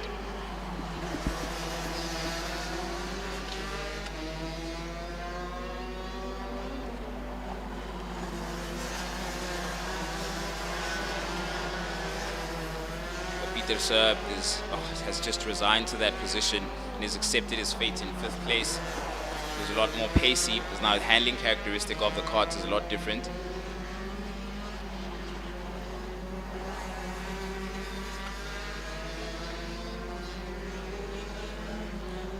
Roos still trying to get closer to Morgado, and it's working out so far. I mean, fastest lap in the previous lap that he set, now visibly closer to. Can he do it as this window keeps closing towards the end of the race? It's race 3 for the DD2 Masters. Before we start the final round of races, starting with the Bambinos not too long from now. If you've just joined us, it is round 4, the final round of the SA RMC. The grand prize in view in everyone's crosshairs is that trip to Italy for the Olympics of karting in October. A couple of these karters have already secured their tickets there, and now they're fighting for national honors here on South African shores. So welcome to you. You're a tad late, but not too late. We've got one more race to go. Let's call it one more round of races for 7 classes after we complete this one. We're approaching the beginning of the final lap not too long from now. As our race leader is Cristiano Morgado, ahead of Bjorn Roos, who's done very well to reel him in, continues to close that gap. Jonathan Pieterse, one of the biggest losers really from the way the race started, but 2 races in a row, Jared Jordan has lost out at the start of the 2. He'd be the more frustrated as we begin our final lap.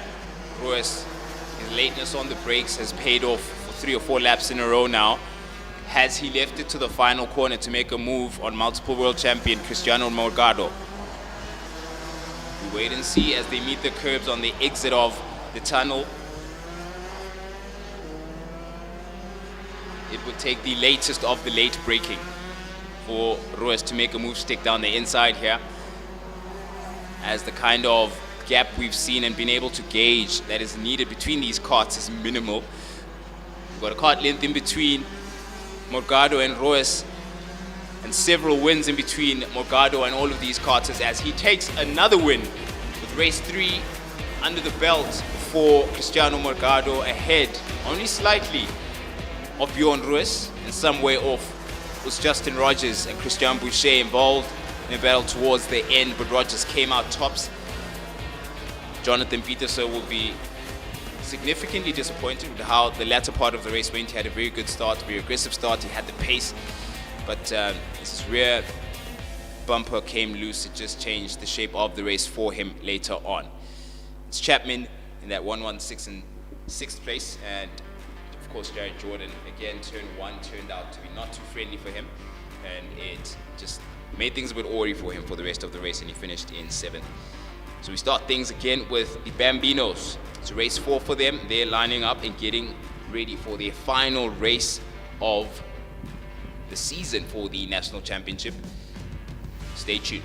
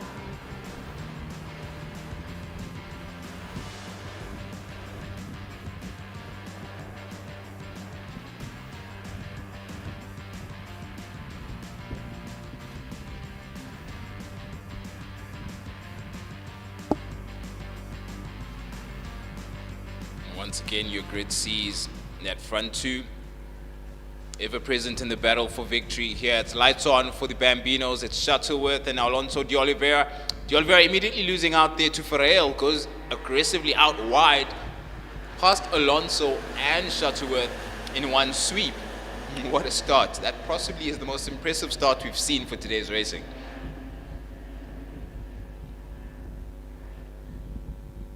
Now Ferreira leads into turn 2 into the tunnel. De Oliveira seemed to get a lot of time there around that particular section. It's a tricky part to navigate, and proof of that, he seemed to be able to challenge challenge Ferreira under braking at pit corner, but didn't quite make it stick. It's now Ferreira, De Oliveira and Shuttleworth in tow there. And Enzo Ncwane in it for a shout for the 3rd podium position. He's going to wait a little bit to see what materializes between Ferreira, Alonso, De Oliveira, as well as Shuttleworth. Ncwane not quite sure where to place himself. Shuttleworth also trying to reposition himself, but that front 4 just kept it neat, decided not to be too aggressive. He officially completed the first lap of our race. The final race for the Bambinos.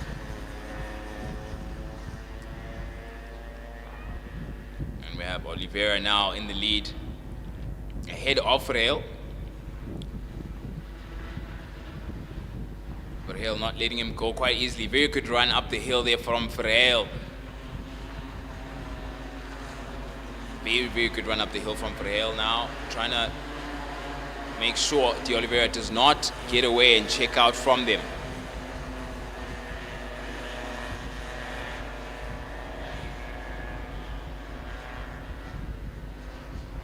That 3, now Shuttleworth seems to have become the middle of the sandwich between Ncwane and Ferreira now. Ncwane darting about, trying to see where to position himself best for turn 1. And that little fight, Shuttleworth comes out okay. Looked like a bit of a rub between him and Ferreira, or it was just him just stabilizing his KART, I think, is more likely.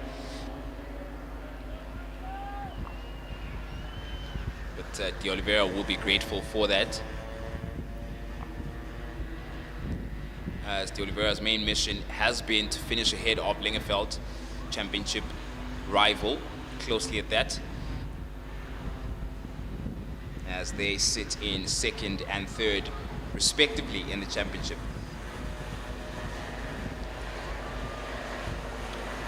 Enzo Ncwane, his favorite place to threaten KART ahead of him, over the bridge at the chicane. Tricky, but impressive if you master it. Someone who's mastered the championship is Roddy Harris, right behind Enzo Ncwane in 5th place. Down the outside went for Rael on Ncwane. I thought he'd made it stick, but it just couldn't quite happen. They made contact, and for Rael came off the worst.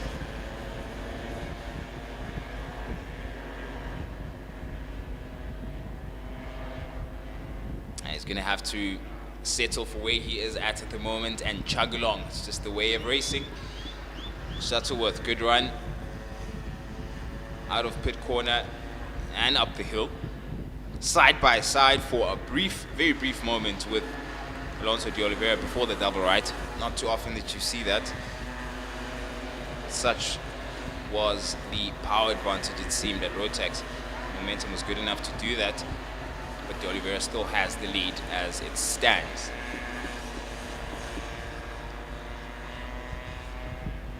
Ncwane and Roddy Harris, our championship leader, now in 3rd and 4th.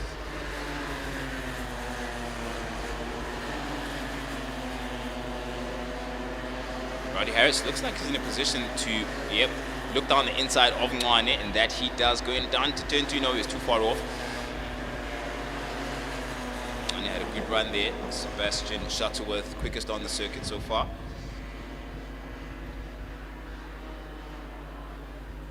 Harris prefers pit corner to make his move on Ncwane and makes it stick. He now promotes himself to 3rd. Keeps on racing, he does, despite the fact that he's bringing it home, coasting it home for that championship title.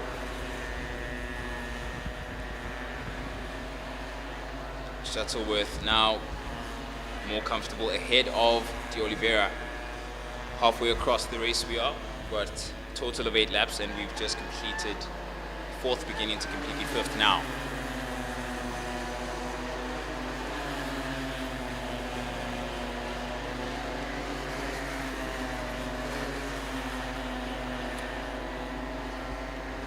Shuttleworth may be aware of how good a run around turn 2 Alonso de Oliveira had there, but it's still not, what, half a second? Yeah, 4 tenths between the two of them.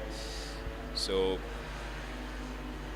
and now it's just a 10th going up the hill as we get them in frame again. Alonso did really well around the tunnel all the way from the start of turn 2 going out into pit corner. As you look at that, and as they complete the double right to go up over bridge, closer still is de Oliveira. He never gives up, never gives up. The double left. De Oliveira has a look down the inside. How late on the brakes does he want to go? Decides better of it. Shuttleworth was passive aggressively defending. I don't know what you want to call it. Didn't seem too aggressive, but it was aggressive enough. And it was enough to demotivate de Oliveira from committing to that move.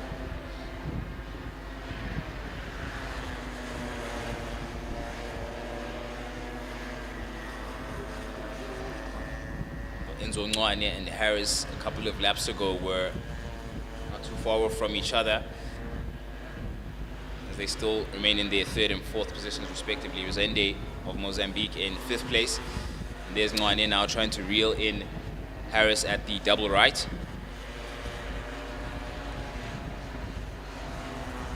Really prefers the tighter line going into that right-hander of the chicane over the bridge, does Ncwane.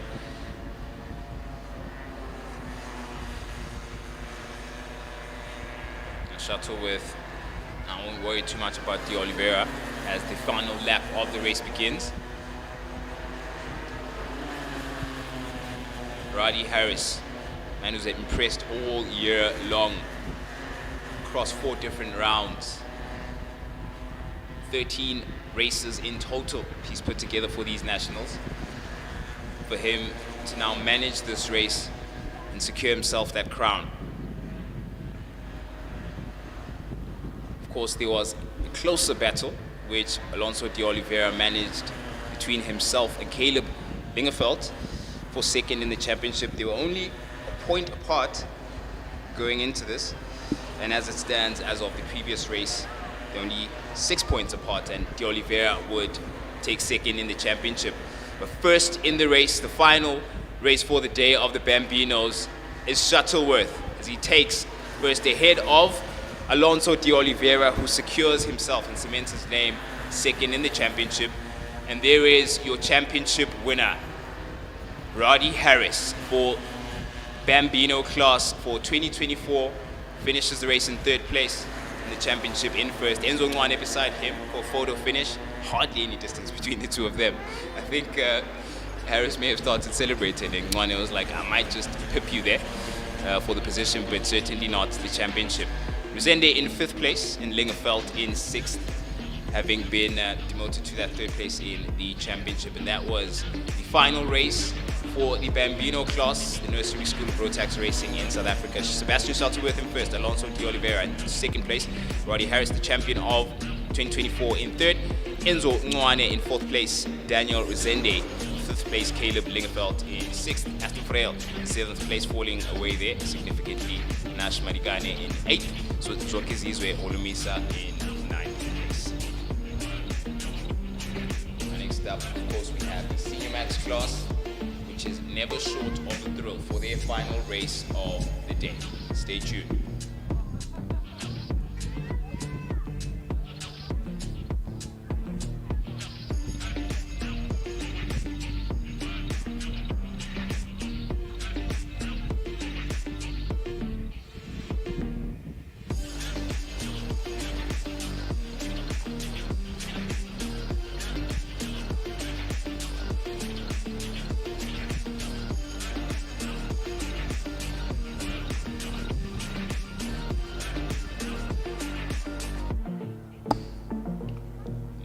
For the Senior Maxes sees Ken Swartz, who was a busy man in race 3, taking pole position for this one. Next to him is Visser. Wally behind them, Daluge in 4th, Sean Goodman in 5th place, Vian Boshoff in 6th. In row 4, you see Naidu and Spies. Row 5 is Zaynot and Wilson. Row 6 is Naidu and Moodley. Row 7 is Polome and Hewitson. In row 8, Neil Marks and Fussell. And row 9 is Ngwenya and Singo. And last place in the Senior Max class is Kutza of Namibia.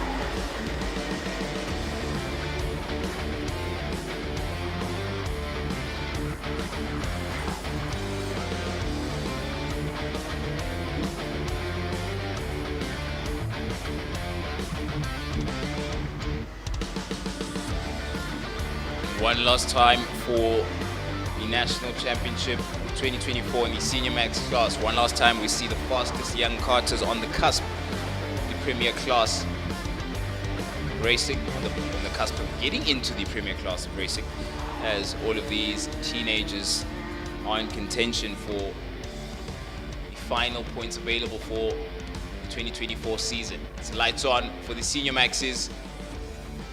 Ken Swartz out in the lead. It's lights off and we have a race in our hands. Ken Swartz keeps the inside, Visser around the outside. Daluge, brilliant start as he takes the inside of Visser and keeps that second place. Very, very good start from Daluge there. Out of pit corner, we have everyone neat and filed out again. Let's see what's going on. It's Daluge in second. Visser not letting him get away in third. Wash off. Roshan Goodman down the inside at the beginning of the double right. He made it stick. Impressive.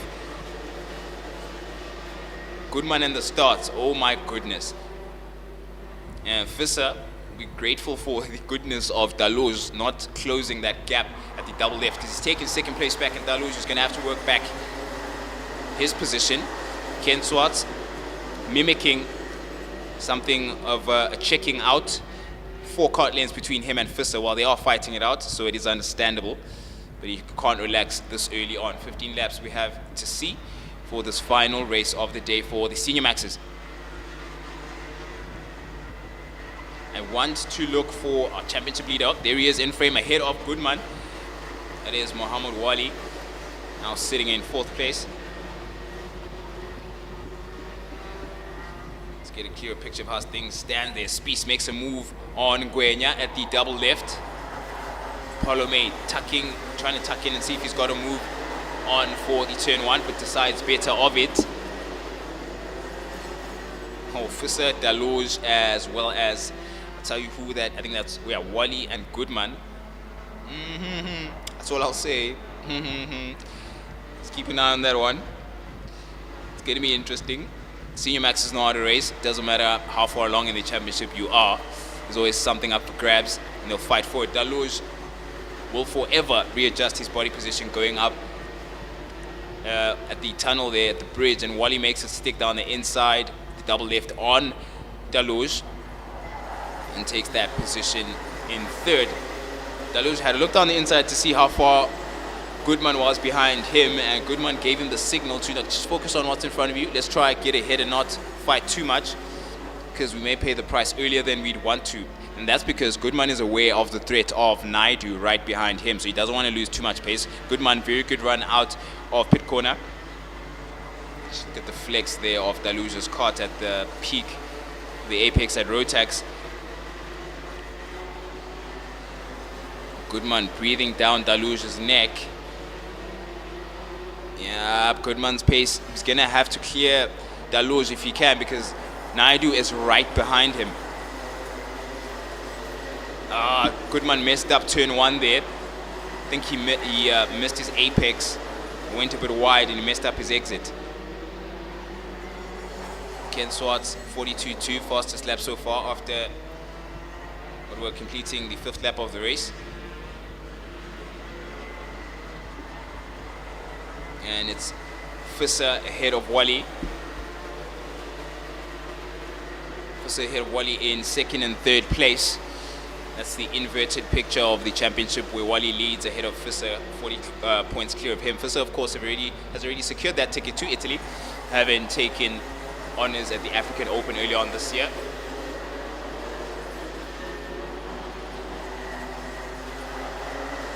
Wally definitely has something to ask of Visser in that battle. A 3-way in the meantime between, it looks like Hewitson and Gwenya, and a couple of other karts. That was close going into turn 2. Sorry, that was Spies and Gwenya, not Hewitson. See what the rest of the field looks like. Bezuidenhout, some breathing room between him and where that battle's actually happening. There it is, Spies. Spies leading Palome and Gwenya as well. Moodley is also part of a situation there with Naidu. Late braking by Naidu. Oh wow, that was Ori. That was slippery there from Spies. But couldn't do anything about it. He's just gonna have to accept and resign to the fact that he lost a position there. Turn 2 is very, very difficult to navigate for these Senior Maxes. Visser still ahead of Wally at the moment as it stands, but barely.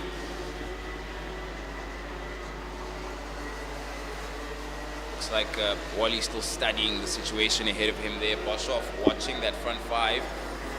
Visser taking the inside line, defending. Wally looks comfortably on pace to take Visser, though, I must argue. Doesn't seem to be struggling to meet him and match his times, at least for the time being. What are those two playing at? Behind Wally is Daloj. Goodman not too far off. He has Naidu in tow. And Bezuidenhout watching that show.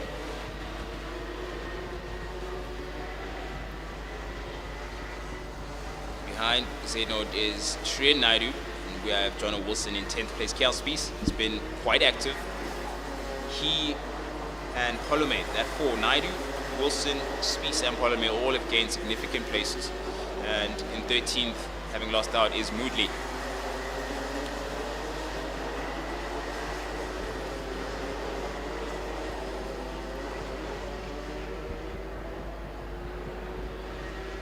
Benchmark of lap times is still Ken Swartz, I beg your pardon. He's absolutely disappeared into the distance. Haven't seen him in the same frame as the rest of the field in a very long time. Making a statement he is. 41.9 is the most recent time he set. Again, the picture at turn 1 does not seem to me like Wally is slower than Visser at the moment. And there is Wilson. So I believe Daluge actually at turn 2 lost out there, lost 2 places at least. Definitely lost 2 places there. Goodman still in position. Yes, that was Daluge losing out to Naidu. Losing out to Naidu, and that brings in Boshoff possibly to challenge Daluge, but his focus would be ahead of him as opposed to behind. Oof, Wally having a look down the inside on Visser. Visser says, no, not here. Wally still takes the inside. How did that happen? Maybe a bad exit from Visser, who knows? They're side by side into turn 2, but Visser takes turn 2. Wally still behind, Goodman still behind. Naidu follows. Daluge now has to fight off Boshoff behind him. 10 laps completed of this 15 lappers, so it's 4.5 to go. Ken Swartz, remember him? Might have mentioned him at turn 1. It's the last time I saw him. Clear 4 seconds, 4.3 seconds between him and everyone else.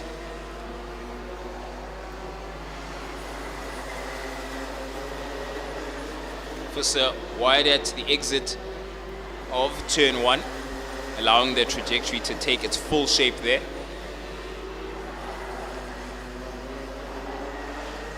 And it's Spies involved in a battle which may eventually invite Polome and Moodley behind him. It's Wilson, Spies and Naidu. Closer still off Visser and Wally at the double right. Something's brewing, something is brewing. I know the senior maxes. Seen this before. Ooh, very narrow line taken there on the inside by Visser to defend from Wally, to gnaw away at what he knows is a comfortable championship lead. Wants to spoil Wally's day on the final national competition for him to take his crown. Let's see if Wally's going to allow that. Hardly ever the case. Goodman watching closely. It's going to be a tough one.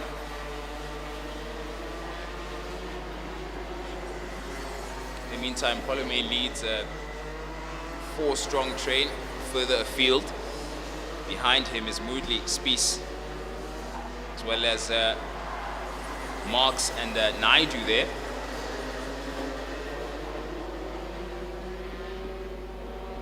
Marks on the inside of Polome, while Visser, that is Boshoff going down the inside of Naidu, as well as Daluge. Wally late on the brakes at pit corner and takes that position from Visser, knowing that lap 15 is around. Oh, chicken flag. Contact between Wally and Visser. Visser loses it more than Wally. Wally keeps the place. Boshoff says, thank you very much. I'll take third then, Visser. And that puts Goodman in fourth. Visser's lost out the most from there, as we now on the final lap of the final race for the national championship in Senior Max. And what did I say about something's cooking? Wally left it till the end. He cooked it to perfection. And Visser couldn't make his defense stick long enough. Long year of racing it's been, and time again, you've said the same name out in the front of the Senior Max field. Muhammad Wali has made quite the impressive display. And more impressive still, a display has been by Ken Swartz, who takes the checkered flag for the Senior Max race, final of the day, and in second for that race is Muhammad Wali, your South African national champion for the Senior Max class, ahead of Bian Boshoff in third, Sean Goodman in fourth place, Charles Visser in fifth, who fought as hard as he could to keep that lead of the race, but couldn't quite make it stick towards the end. Daluj was in the mentions for an early part of the race in that top three. He made an incredibly good start, taking second position, but fell away as the race progressed. As ever, impressive from the Senior Maxes. A lot of chess was being played, and checkmate goes to Ken Swartz for this race. First place for him, Muhammad Wali in second, crown champion of the Senior Max class. Bian Boshoff in third, Sean Goodman in fourth place, and we have fifth place Charles Visser, who was in the front running earlier on but lost out. Mario Daluj in sixth, Divya Naidu, Michael Poseidno in eighth place, Kian Spies ninth, Neelan Marks in 10th place, Polomade in 11th, Shred Naidu in 12th place, John Wilson in 13th, Jordan Moodley in 14th place, Cole Hewitton in 15th, and Kian Fussel in 16th place, Kanyang Gwenya 17th, Zubuya Singu in 18th, and Darius Kratz in the last place for the Senior Maxes. And that's all she wrote for Senior Maxes. It's been a fantastic year of racing for them. Definitely a lot more to come, and plenty to come, that's for sure, for the Micro Maxes, who are now filing out with O'Mahony. Michael O'Mahony out in the lead and in pole position for race 4 for the Micro Maxes.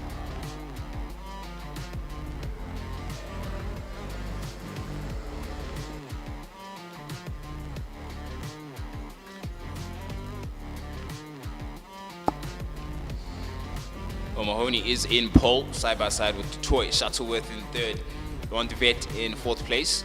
In row 3 is Stain and Brits. In row 4, Tek Iso and Chetty. In row 5 is Wharton and Victor. In 6th place, Fender and Hussein. And in the 7th row, last place is Hermanas.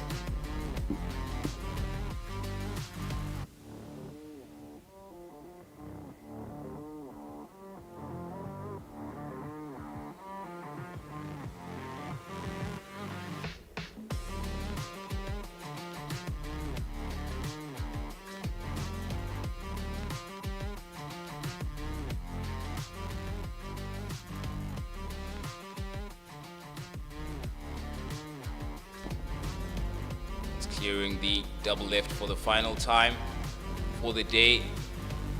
The micros, it's lights on and lights off with O'Mahony taking the whole shot, at least for now. Shuttleworth there, but not too late on the brakes. Stain also controlled and keeps it together, taking third place. A neat start from the micros, well negotiated around turn 1.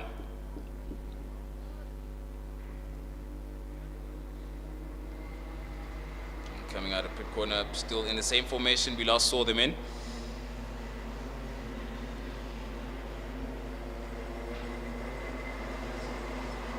And it's O'Mahony with pressure from Shuttleworth as they clear the double right. Shuttleworth a good run there. It's going to be 12 laps for this one. Shuttleworth down the inside of O'Mahony at the double left and makes it stick. Stain will be there to pick up the scraps if he needs to, or if he can, for that matter.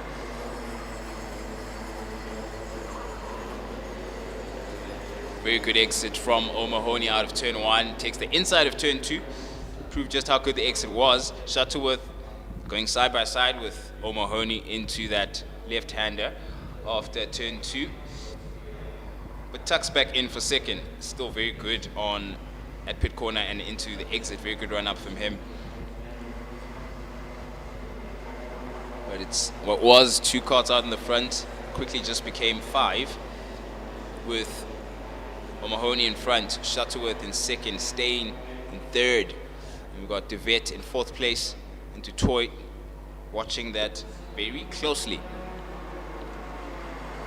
Now Brits, looks like, yeah, that is Brits and Tek Iso going to be involved in a close one not too far from now.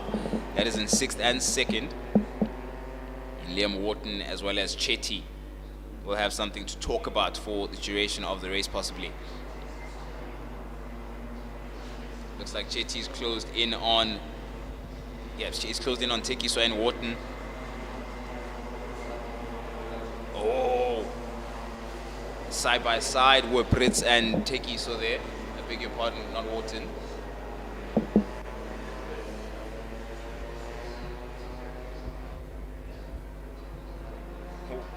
Tuxedo on the ends. Can you make a stick? How late on the brakes can you be? Late as you want, says Tekiso, but pays the price as he, as well as Wharton, come together there. And if my eyesight serves me well, it looks like Chetty was there to benefit from that fight.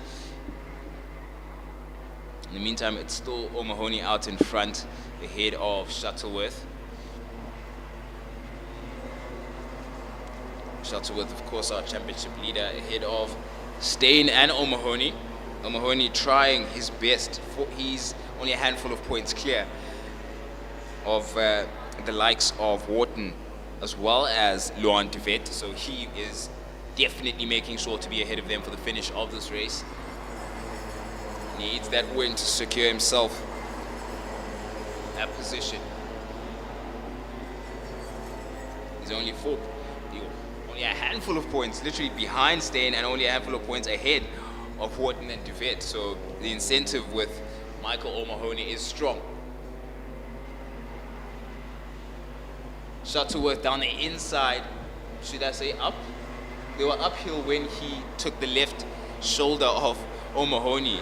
Very rare to see that, because getting a strong run up the hill at Rotax is a difficult feat, and even more difficult to overtake while you do it. But no difference as O'Mahony takes that place back at the double left, and he's in the lead again. Shuttleworth says, nope, I'll take it back at turn 1. Staying there to try and pick up the scraps. Bit of a tap there between him and O'Mahony at turn 1. That allows Detroit to come in and say, I'm here too, going into turn 2.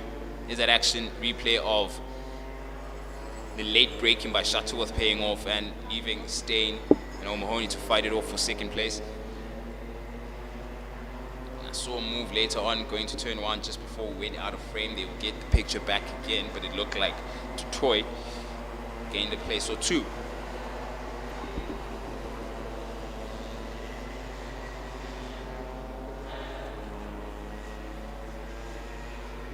And through goes Shuttleworth for beginning what will be the 7th lap of the race to be completed.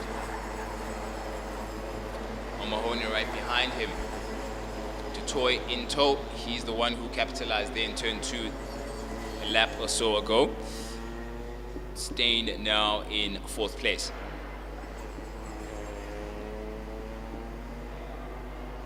Steyn, what Steyn wants is to be ahead of O'Mahony, because he's ahead of him in the championship, but in this race he's behind him. He's going to have to change that as much as he can. So he's one of the karters with the most to fight for at the moment. The man with the most to lose is Shuttleworth. They comfortable lead the top of the championship.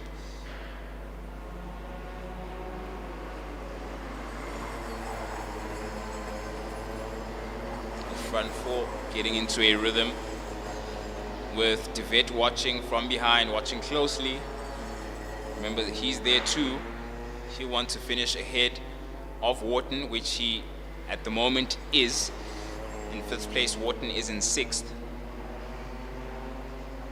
And Dutoy will be the happiest of that bunch, as his position in 3rd place is going to benefit him significantly in challenging Wharton and de Vet's positions in the championship, because those few karters are split literally by 2 or 4 points. So it's down to the last point, really, between those 3. Oh, looks like staying down the inside of Detroit. Didn't make a stick, but he definitely made a stick on O'Mahony, who's lost now 2 places. The most impressive of those was Detroit, though, because he was not in the mentions earlier on in this race, but now he's getting plenty screen time as it stands. O'Mahony takes that place back from de Vet. Again, O'Mahony wants to be ahead. He's not accepting anything less than ahead of Steyn. Not accepting anything less than ahead of anyone. But he can do nothing of what Shuttleworth is doing ahead of the class at the moment. Half a second, 6/10 ahead. Du Toit in second, O'Mahony third, and he knows his championship rival stays right behind him. It's the final lap, sorry, the final race for the Micromaxes in the national class for the year. And most of that race has come and gone. We are approaching the completion of the 10th lap of the race. Not too long from now, checkered flag is going to fall and championship honors awarded accordingly. Alessio Brutz has fallen back from the battle he was involved in between Chetty as well as Victor, or rather between Chetty and Tekiso. Now Victor is now the nearest prospect. O'Mahony loses it and goes wide onto the grass, losing a place to Steyn, his aforementioned championship rival. He will be livid at that. Now Steyn is in third place behind Du Toit and Shuttleworth. Oh man, look at that. Went too wide, put a wheel then onto the grass, and he was like, ah, I've messed it up, haven't I? Smacking his steering there. Steyn down the inside of Du Toit takes second place at pit corner.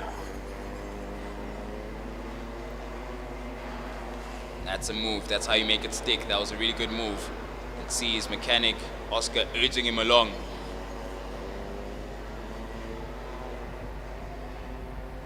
Get in there, Adrian, as he goes wide and defends on Du Toit. Make sure he doesn't have a look down the inside on what has begun. That is the final lap, of course. Oh, well fought by Steyn there, leaving it right down until the end to get back into that second place, having started with the whole shot. Oh, Du Toit down the inside of Steyn at pit corner, and now it's like looks like three abreast going up the hill with O'Mahony, Steyn, as well as Du Toit. Du Toit inside, O'Mahony inside as well, and Steyn loses 2 positions to Du Toit and O'Mahony, meaning O'Mahony is going to pip him for the championship. If this stays as it is, Shuttleworth is going to take that checkered flag. If O'Mahony is still ahead of Steyn, no, he loses it to Steyn. Steyn is ahead of O'Mahony and keeps that position in the championship.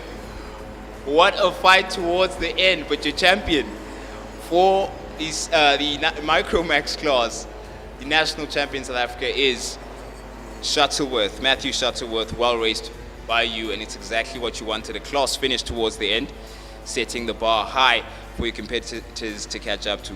And in second place for that race is Du Toit. Adrian Steyn fought hard for that third place, and he took it home. O'Mahony in behind there in fourth. He had a busy race, did O'Mahony. Fought as hard as he could because there was nothing in it. Only a handful of points between him and Steyn. He couldn't quite make it stick. Laurent Dubet in fifth place. Liam Wharton in sixth. Loteng Tekiso in seventh. Alessio Brutz in eighth place.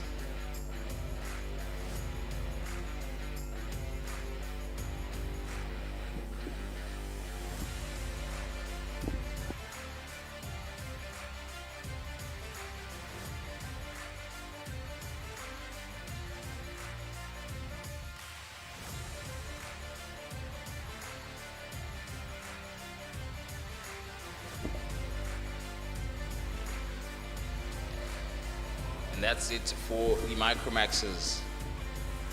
All said and done for the national championship.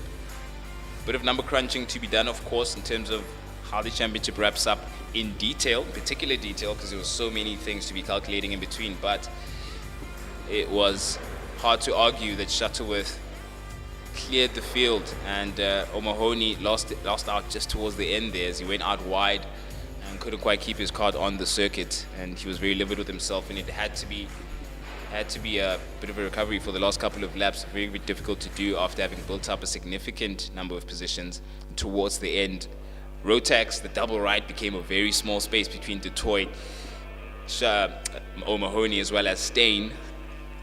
At that point, it really didn't look like Steyn had a shot for podium position, but he was never going to leave it. He was going to let it go to O'Mahony, and he took him back at the double left, literally down to the last lap, the last corner, the last lap of the race. And O'Mahony, head in hand, was just disappointed, but that's the way it goes in racing. And what also happens in racing, we move on very quickly, because we're going on to the Junior Maxes. Looking forward to this one. The final race for the Junior Maxes, of course. We're closing up the championship for everybody. Most talented young karters in the country and in the continent. We've got a couple of our Namibian, Mozambican nationals who've also joined us. Welcome, a chilly welcome it has been over the past couple of days. And a chilled Luke Hill is in pole position, ahead of Pascal, Beaumont, Dowling, Marshall, Lennox, Ferreil, Swart, Wadley, April, and Kinua.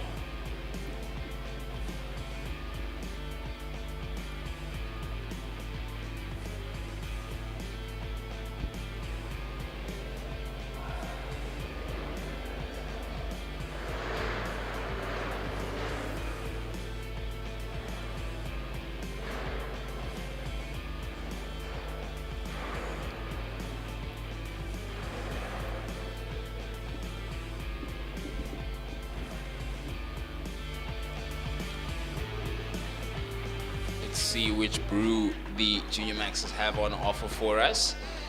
Plenty of little pockets of fighting, main of which is the crown for the championship this year. It's lights on for the Junior Maxes. Last race of their lights. Off and away we go. Aggressive to the inside was Leonard. And everybody makes it out unscathed, trying their best to defend and attack at the same time. Beaumont, Marshall, Pascal involved there. Lennox now right behind Dowling and Pascal. And it's Luke Hill and Beaumont. When did that happen? Well, a lot changes in a couple of laps. Marshall now in third, Pascal in fourth.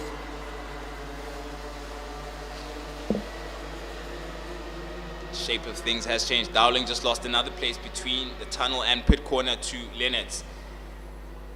It looks like Kinua now defending from, I think, is it Ferreil? Yeah, that is Ferreil. Kinua is aggressively defending from at that.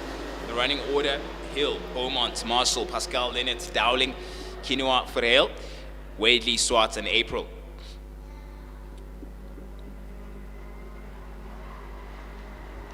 Late on the brakes goes Marshall on Beaumont. Beaumont may pay the price twice over the Pascal, saying hello to his rear bumper. He says no thanks. But she's not letting up as they go up the hill. Good run from her. She completed the double right very well and is reaping the rewards. Down the inside at the double left goes Pascal on Beaumont. Beaumont looks over his shoulder with Lennox right behind. Kinua is involved in the war of a lifetime with Wadley as well as Ferreil. And I'll tell you why. Handfuls of points in between those in the championship. They're literally neighbors. So you're looking at a fight for 7th, 8th, and 9th in the championship position. If you're wondering, this is certainly not the passing around of sugar and milk that's going on here. It's a fight for championship positions. And someone is winning the fight for race positions. We'll have a look now at who just went out on the circuit. Luke Hill out in the lead ahead of Marshall. Nothing's changed so far in that front 5 or 6, apart from the fact that Lennox just made a place and is now 4th, ahead of Beaumont. Someone lost out on the fight, and I think it's Wadley. I'll tell you who else, and Ferreil. It was bound to happen, and Kinua comes out tops in that battle of the neighbors in the championship.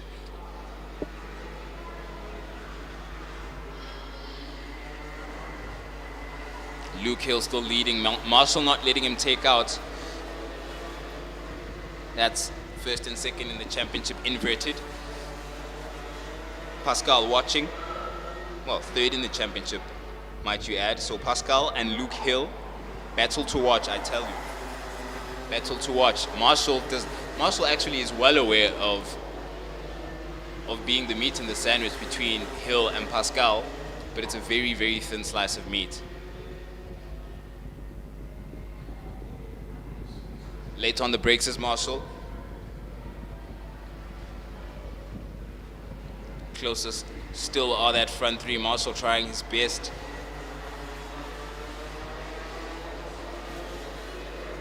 Point 1 between Hill and Marshall. Pascal down the inside of Marshall now. And in the battle we need to be focusing on quite a bit is materializing. Pascal signaling to Marshall that, look, let's focus I'm trying to catch Luke before he gets away. And get away he will, with a handful of points ahead of Pascal if she lets him, to secure second place in the championship. And looks like Pascal definitely has some pace, especially coming out of pit corner, going up the hill. She's navigated the double right very well there. You can see the gap opening up between her and Marshall. Lennox in fourth, some way off. Dowling and Beaumont with nothing yet brewing between the two of them, but if Beaumont finds some pace, he's close enough to try. Very late on the brakes was Beaumont. As I was saying, if he finds something, he could threaten Emma, and threaten he will.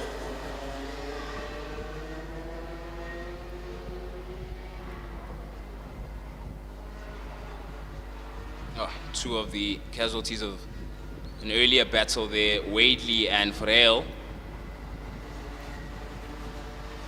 having to stand aside and watch the rest of the race and resign to their final destination in terms of championship standings, with no points registered for this one. Beaumont and Emma Dowling are brewing something, and Emma's aware of the threat of Beaumont. He's getting closer and closer.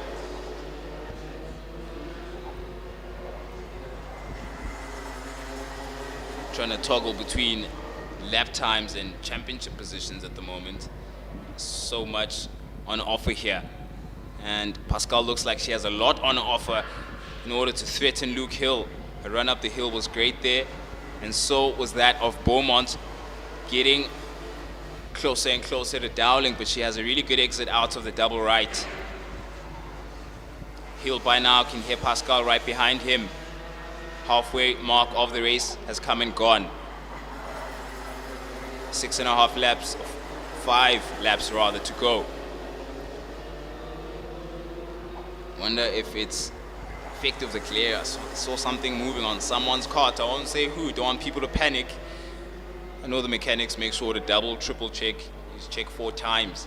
There's a championship at stake. Pascal closer still to Hill. And Hill will be aware. Oh, looks like 2 centimeters and a handful of points between the two. Pascal late on the brakes at the double left and makes a stick on Hill, and immediately goes down the inside to defend. I've seen some hand signals from the grandstands there. I wonder what that means. Hill will know what it means when Pascal gets ahead of him. Look at that side by side, Marshall and Hill. Marshall now again is the meat in between, the sandwich of Pascal and Hill. And Marshall speaking from points privilege there, because he's on again that cruise ship that leads straight to both hands on the championship title for the Junior Maxes.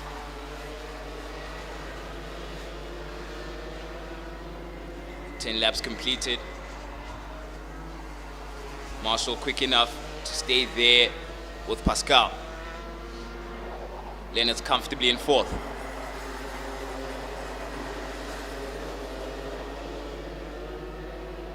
Still very little to take from that front three, telling you that Luke Hill does still have it in him. If Marshall can't put up a defensive job that can hold him back. 2/3 of the race have come and gone. Beaumont still struggling to keep close to Emma Dowling, who's looking very comfortable in that 5th position. Behind them in 7th is Kinuwa, came out best of that battle that saw Luke Hill now ahead of Marshall. He just took him at the double left. It's exactly what he needed to do, because he's got a championship position to fight for. It's 2nd at stake between Pascal and Hill.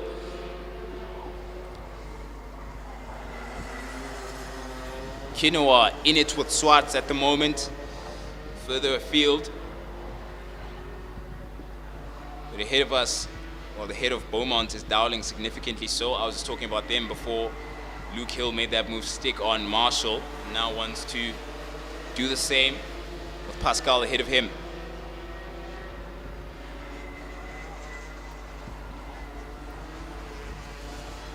Pascal aggressively on the inside line, knowing Luke could have a look down the inside. Can Luke do an up and under? No. couldn't do an up and under and killed the momentum of Marshall behind him, which brought Lennart into the picture. Now Marshall has to worry about Lennart, who's very, very close there. Would you look at that? Can't separate them. Lennart side by side on the run up the hill, or at least having a look on the outside of Marshall, but still behind. Well taken first apex by Lennart at the double right, still there or thereabouts with Marshall. Down the inside at the double left goes Lennart to take third place from Marshall. Marshall a bit squirmy there, sliding a bit on the exit. Marshall takes that third place back. Later on the breaks down the inside, Dowling getting very close to a tap on Lennart, but avoids it. Marshall aware of Emma Dowling, who's now on the inside of Lennart.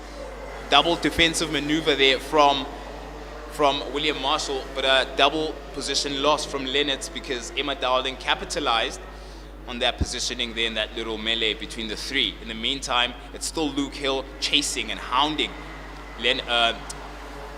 Joanna Pascal in the lead. Pascal narrows you one. Luke Hill takes the inside and makes a stick at the double left. Pascal, though, has a run on the inside going down into turn one. Well defended from her, I must say, used the momentum well. Hill then has to resign to that position in second place for now. Hill, oh no, Hill wanted to capitalize off Pascal looking the wrong way over his shoulder, diving down the inside at turn two. However, on the final lap, you're just gonna have to have your wits about you, and that he does. He also has late brakes, very late at pit corner, made contact with Pascal. She fell back. Marshall capitalized, Lennart capitalized, and so did Dowling. And in 3, 4, 5 places lost by Pascal at pit corner, meaning Luke Hill takes the lead of the race and pips Pascal for points position on the championship. And it was the fight for second, the fight for first for this race. And first goes to Luke Hill, second for Marshall, the champion for Junior Max in South Africa. And in third place is Georgia Lennart, who was there or thereabouts, and it paid off. Emma Dowling in fourth place, same scenario, there or thereabouts, and it pays off. Keegan Beaumont is in fifth place, allow me to catch my breath.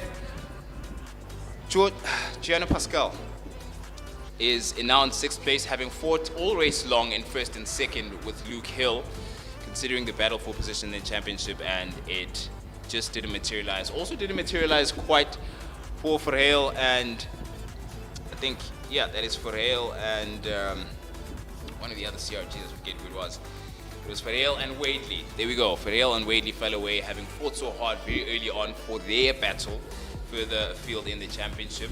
So lots of number crunching, lots of aggression being weighed on those numbers, but ultimately Luke Hill, Marshall, Lennart were the top three. Emma Dowling in fourth, Keegan Beaumont in fifth, Joanna Pascal sixth place, and Manu Kinua in seventh. Wow, certainly know how to sign it off for the year. That was the final race for the Junior Maxes, and that's all she wrote for them.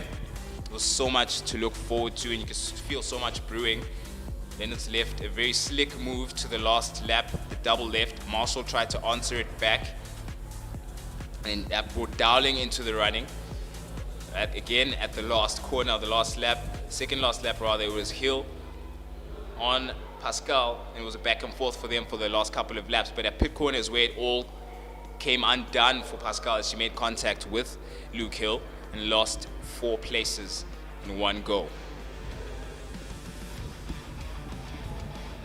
And lining up after the Junior Maxes, the Mini Maxes, getting ready to close off their national championship for the SA RMC in 2024. Stay tuned.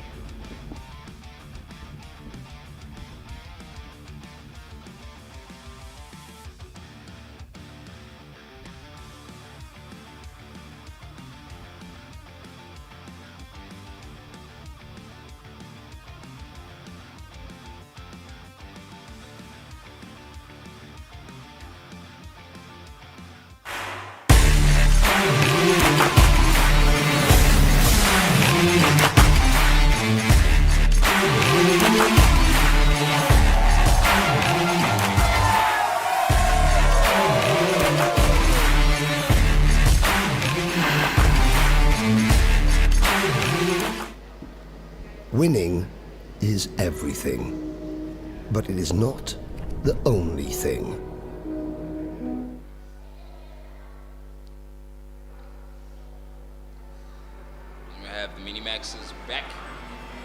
grid. Make sure we have a champion crowned for them by the time the sun sets on what is now a sunny, bright and sunny Zwartkops International Karting Circuit. If you've just joined us, for some strange reason, you are so monumentally late. We have a couple more champions to crown. Dowling has been crowned with pole position at the moment, ahead of this field of karters, ahead of Sisinwana, Boshoff, D'Souza, Nagura, Goodman, ready once more. Kian and Ashana hard to tell apart. Naidu, Ronaldo Kuhn, Moritz, we've got Matthew Naidu as well, Michael Arda, Zach McCauley, Mandu Mekayamo, ahead of Luashuma Tebula, Andre Betancourt, Nande Kayamo, and Nicholas Mostet, wrapping up the field.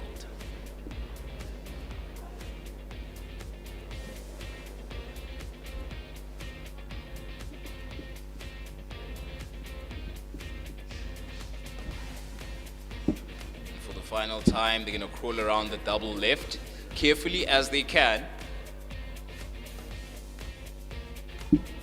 Carefully as they can for the final time. Marshals are happy.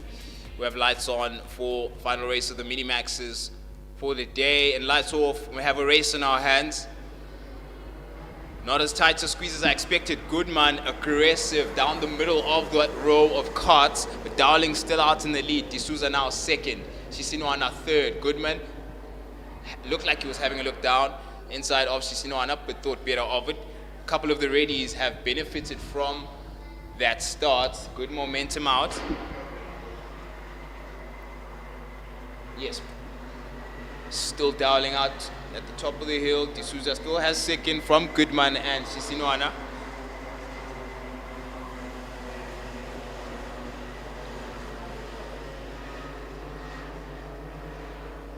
Goodman down the inside of D'Souza at the double left. He's wasting no time. And do forgive me, as Boshoff and Sisinwana have similar helmets at a distance. It has been Boshoff in the mentions more than Sisinwana, but both of them are now in 4th and 5th respectively. Boshoff in 4th, Sisinwana in 5th.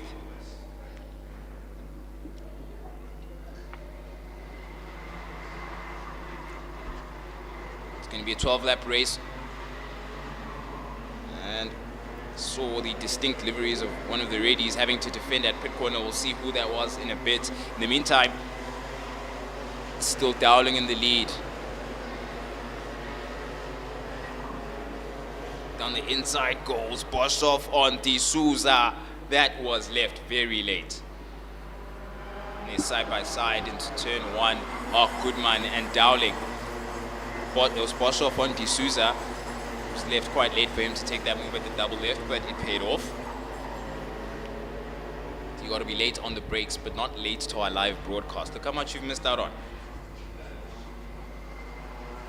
And we've cleared to, side by side is D'Souza, and somebody will know who in just a bit. D'Souza, and that is actually Sisinwana. Sun setting on Pretoria makes it tricky. It is Sisinwana. D'Souza losing another place now. So as it stands, Dowling, Goodman, Boshoff, and Sisinwana. D'Souza in 5th place.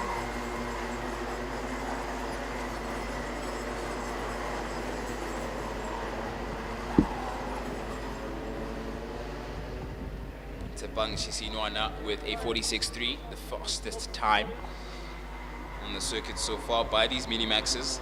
Again, 12 laps, so 3 laps into it, he sets fastest time, setting his intentions clear. He is, of course, in a brilliant tow, benefiting from Goodman and Dowling ahead of him. He's bound to reap the rewards for that.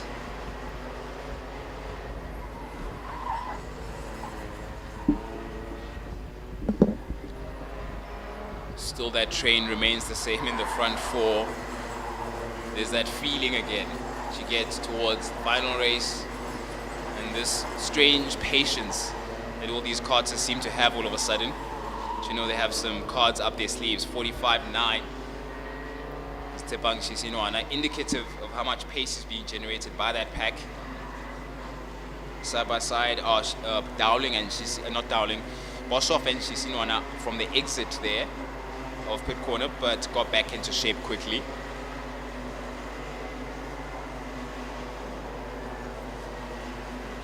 Shisinwana has a peek down the inside before the double F, but he was too far back to commit to that. Would have been carnage.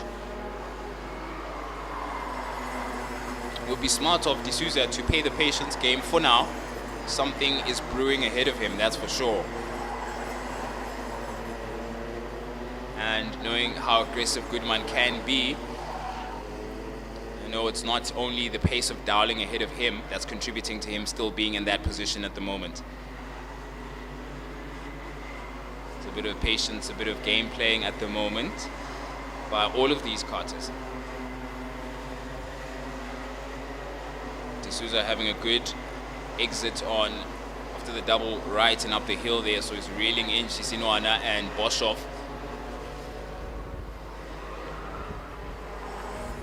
Shisinwana promoted to third, demoting Boshoff to fourth place. And I think that's Macaulay who just made a place. Good on you, Zach. He's had a troublesome couple of races, so he's slowly getting along. He's now in 11th place, passing Betancourt.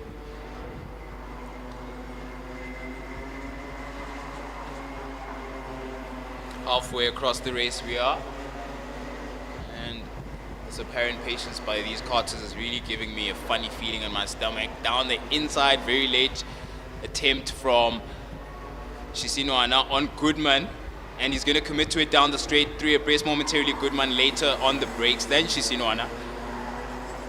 So as it stands, it's Dowling, Goodman. I have to wait, I have to pause, because turn 2 switches things up.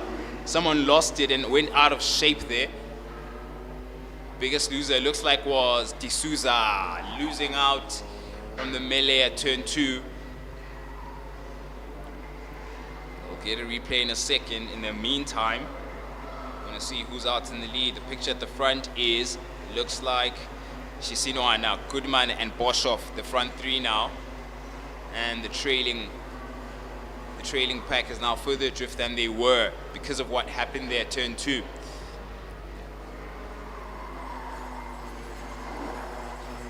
Kian Reddy now has been promoted to 5th place, and he's some way off from challenging for 4th, but it's good, still there.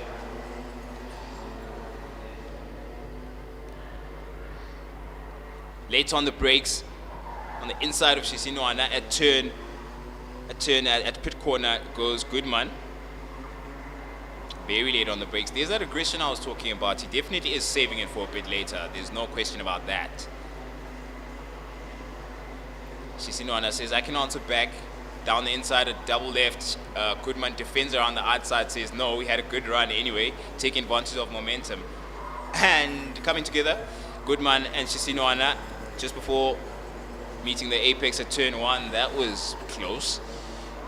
Boshoff watching, probably shaking his head as some more stuff is happening off camera. We'll catch up with that a bit later. End of the race is approaching. Can you tell? Goodman still fighting off Shisinwana. Zindala Zombie, as some would say. Boshoff lost something there. That run up the hill didn't look good. Shisinwana later on the brakes on the outside. Goodman sent off onto the marbles. That was definitely deliberate from Shisinwana. Not generous with the space. That opened it up for Boshoff on Goodman, but Goodman could defend later on the brakes, albeit around the outside. With Shisinwana still out ahead. Dowling cleared the scene. Nowhere to be found. But we'll trust the timing screen to be correct in saying he's in the lead.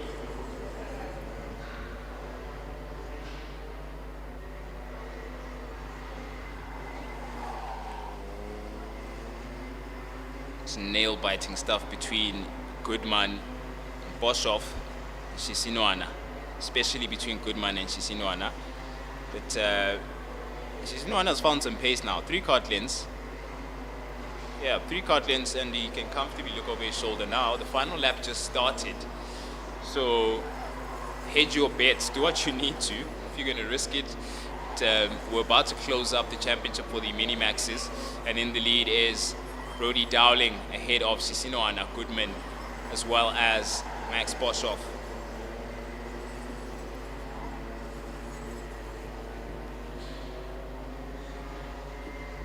And a long race it's been for Dowling. He's done so well to marshal this field, relatively untroubled. Goodman has done so much work to fight off Sisinoana and the likes, but the final honors for the day's racing go to Brody Dowling. In second place is Sisinoana, who fought off Goodman as well as Boshoff. Boshoff will be shaking his head at what could have been. More so will D'Souza, who was in that fight earlier on from the race. But Kian Reddy takes 5th place because it pays to have the pace and be consistent. And Naidu in 6th place.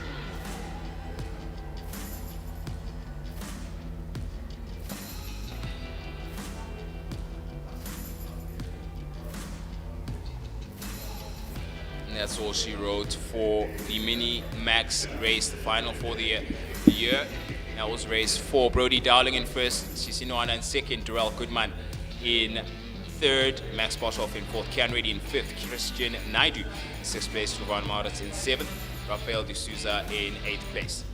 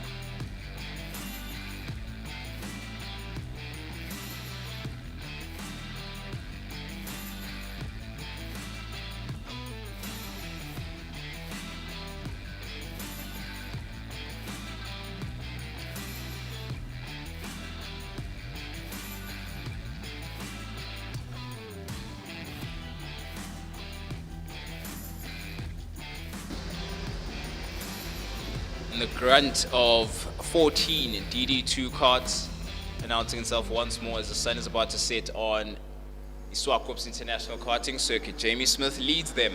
Kutsia right behind him, Verstanis, Boyd, Liebenberg, Sikudu, Grottis, Wadley. I'm hoping all of this is giving you flashbacks, because all of these karters have given us so much to talk about over the entire day's racing.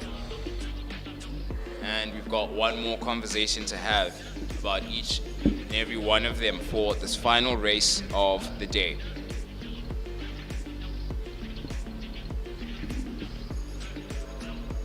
They're going to warm up their tires as much as they can between now and lights off. Jamie Smith will want to keep the whole shot. Kutsia will ask questions of that.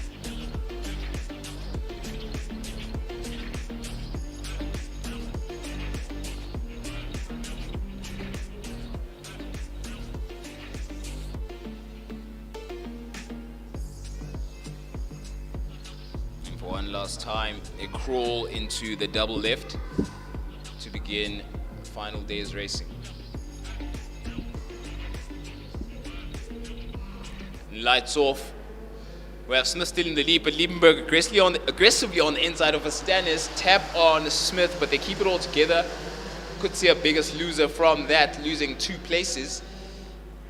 And it's Smith, Liebenberg and Verstanis as we go down into the tunnel for our front 3. Completing lap 1 of a 15-lapper. It's going to be the longest 15 laps of your life, depending on who you are and where you are in the championship.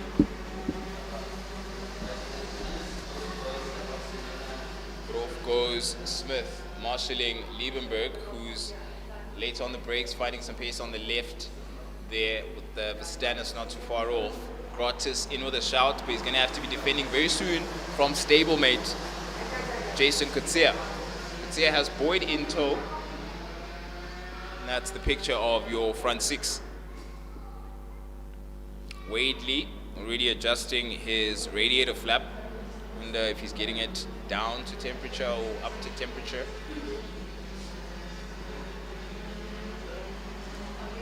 Surely he's trying to heat it up as quick as he can. It's a front three of Smith, Liebenberg, and Verstanis. However, there's so much going on between Coetzee, Boyd, Grottis getting racy behind him, and Sikudu there, keeping it steady.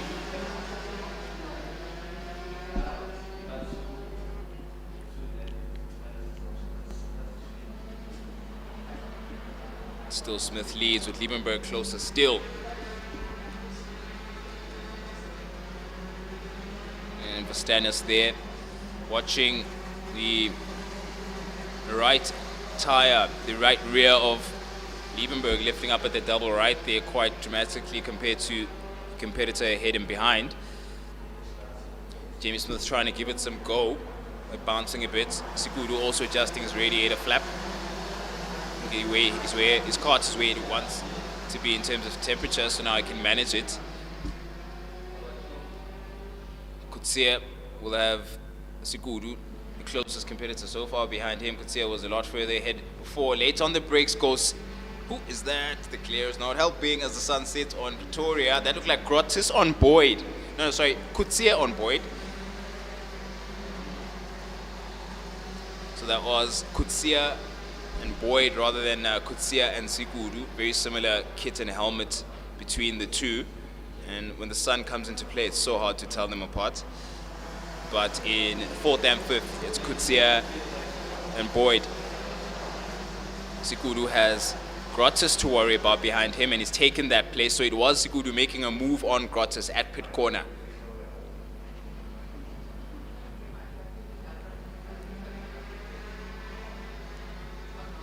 Middle of the pack also has some excitement to offer, but in the meantime it's Verstanis getting closer still to Brad Liebenberg.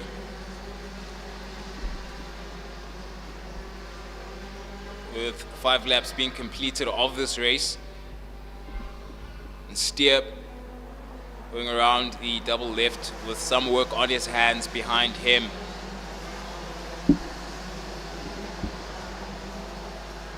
At the moment, Steer sits in 9th place, behind Wadley in 8th. Turn 2, ever the challenge for these karters to navigate. Thought someone went a bit wide there, but kept it on the circuit. All 4 tires on the tarmac. Still inseparable are that front 3, but a good run up the hill for Jamie Smith.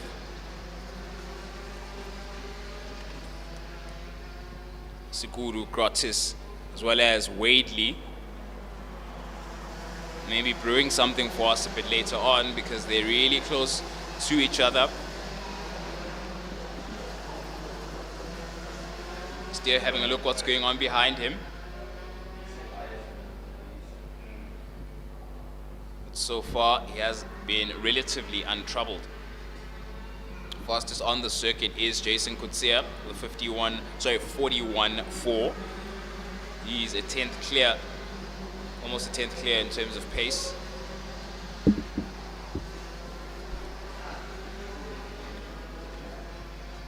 Liebenberg really letting Smith know, I got your number, bro. And he hasn't let him get away with it so far. He's matching his pace turn for turn. Verstanis seems to be doing the same. 2 karters out of the Streeter Racing stable. Maybe on to something here.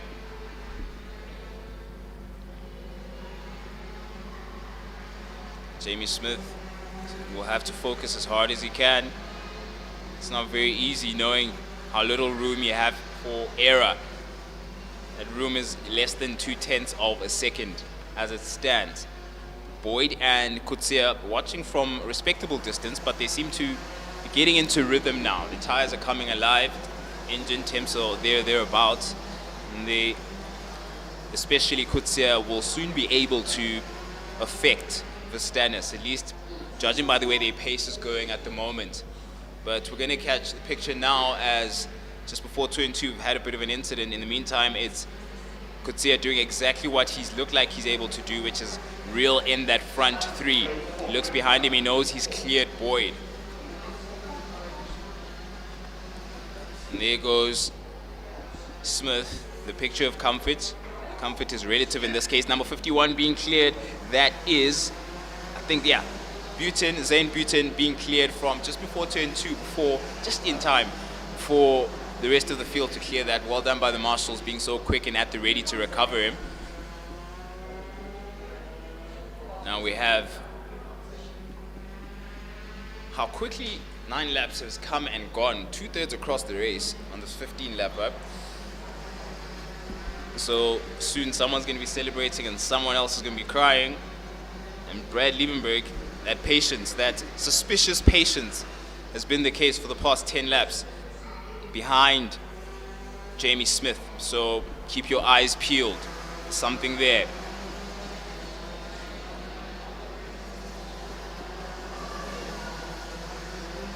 Around turn 2 at the tunnel they go with Coetzee not yet able to get in range there to threaten Verstappen as I thought he would. The past 2 laps he seemed a lot quicker than now. This was a clear, he's still not far off, mind you, but he's not making that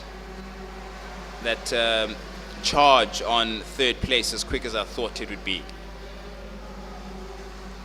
Well, the reason for that, and we've upped the pace in terms of that front 3. 41.3 from Smith, 41.3 from Liebenberg, 41.3 from Nick Verstappen, and Coetzee says, I'll take the fastest with a 41.34.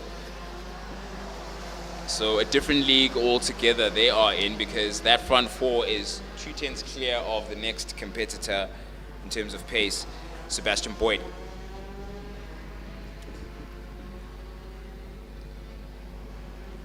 Something's looming. 3.5 laps to go. And that front 3 is ever closer. Verstappen sometimes appears closer than he was a lap before, and then he just trails back a little bit, a KART length or so, and comes back in again. So much going on. It's really an open play right now.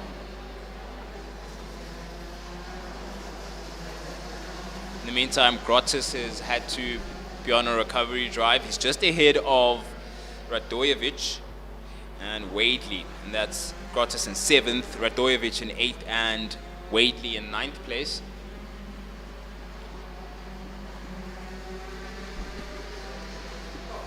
And comfortably in between the abyss of the front pack and that rear pack is Sikudu in 6th place.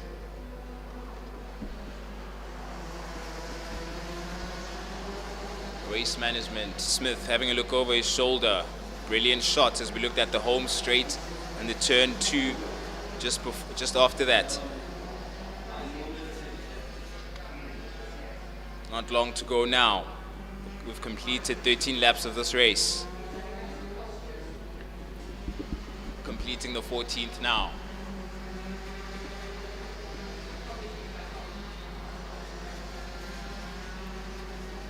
And still Smith is in the lead of Liebenberg. As we now begin the final lap. Officially the 14th has come and gone. And it's been hard to tell apart that front 4.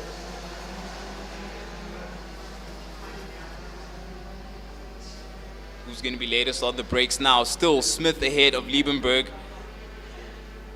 Ahead of Verstappen, and Coetzee eventually came within to the same frame of that front 3. But from the beginning, it looked like it was always going to be Smith. And Smith it was from start to finish pretty much, as he takes the checkered flag for the final race in the DD2 class ahead of Liebenberg, Nick Verstappen, and Jason Coetzee. Behind Coetzee, Sebastian Boyd, a bit of a way off, and even further behind was Ulerato Sikudu. Kian Grottis was in the fight early on in the race, but turn 2 took him out of contention from the mentions of that front 4, front 5. Unfortunately for him, he had to recover and finish the race in 7th place.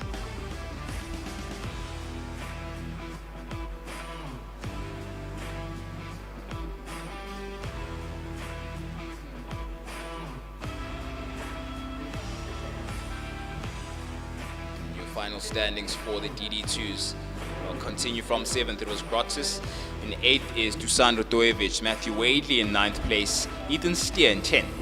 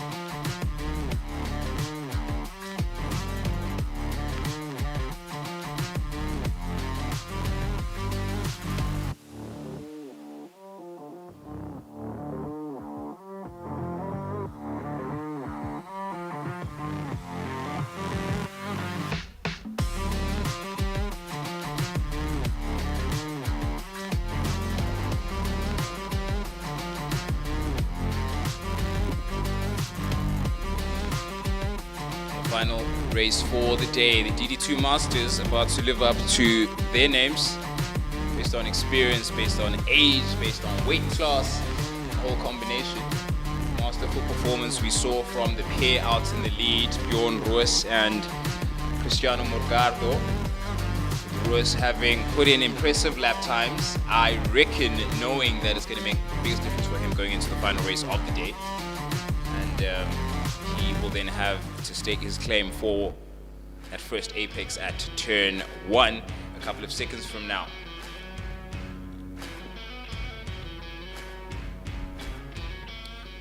And it's lights on for the DD2 Masters, lights off, and we have a race in our hands.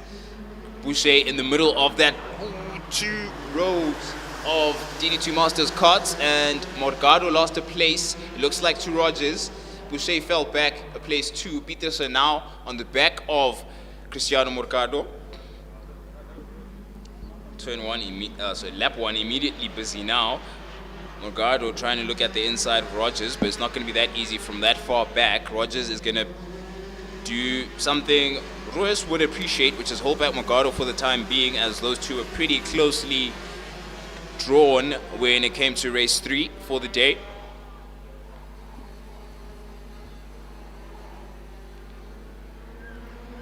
And it's Morgado late on the brakes, very late on the brakes, but that just displays the braking power, this force of friction behind these DD2s as he takes that place from Rogers. Of course, you're looking at 3 sets of calipers as opposed to just 1 as compared to your non-gearbox bearing classes. So late is that much later for DD2s. Morgado and Rogers looking over their shoulders at the same time. Rogers has to, Morgado late on the brakes. That was way too late, considering you first look behind him to see what's going on with Rogers. And to decide you want to overtake Ruiz at the same time, that takes a lot of skill. It would have been impressive to see if he pulled that off, but he couldn't, as there was no space for him to take from Ruiz. He wants to make that move stick early, does Morgado, because he knows Rogers is right behind him. Rogers had a good run coming out of pit corner, going up the hill. He's keeping them in frame. Ruiz just may benefit from having Rogers around, because it's very difficult to navigate attacking and defending at the same time.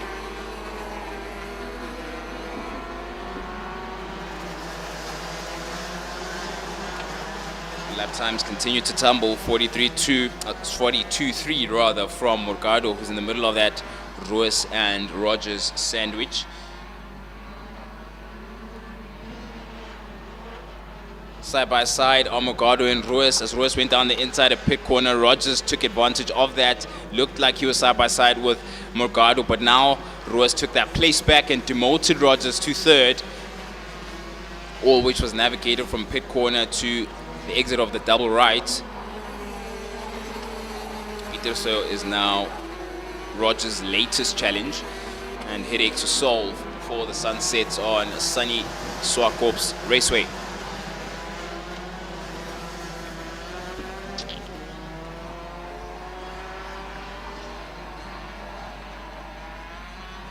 All today's racing has been with Prospect, Naples, Italy, and everybody's crosshairs for the Olympics of karting in October. It's not too long from now, so everyone's really earned their keep.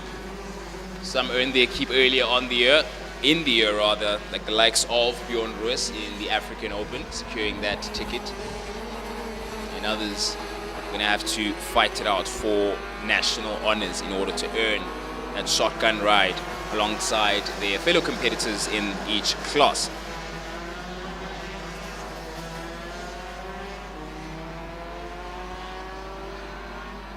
Christian Boucher looked racy at the beginning, having been stuck in between the 2 columns of DD2s going into turn 2, but he's fallen back and looks a little more subdued now in the 5th place. Peterson has not yet been able to challenge and trouble Justin Rogers, at least for now. Halfway across the race we are. It's a 12-lapper.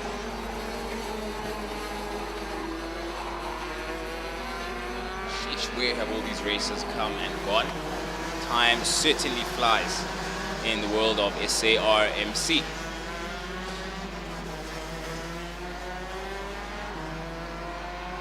Chapman on the trailing end, for the day's racing. Fastest on the circuit, on the leading end, is Bjorn Roos, 42.2.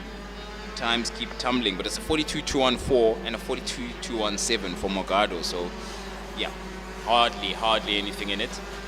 It's difficult to catch a person whose lap times you're matching as opposed to exceeding, considering the gap that Morgado has in front, or rather ahead of Roos.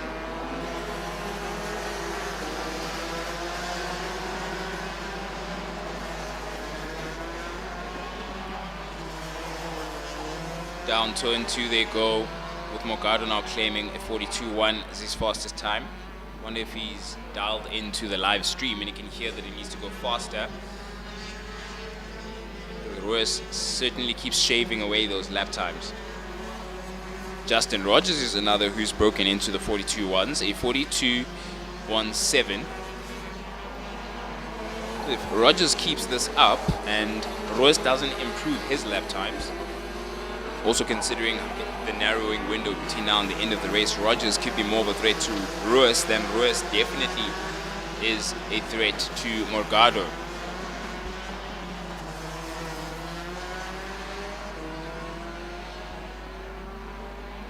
Morgado faster still, 42 dead. We're going to the 41s not too long from now. Tires are cooking.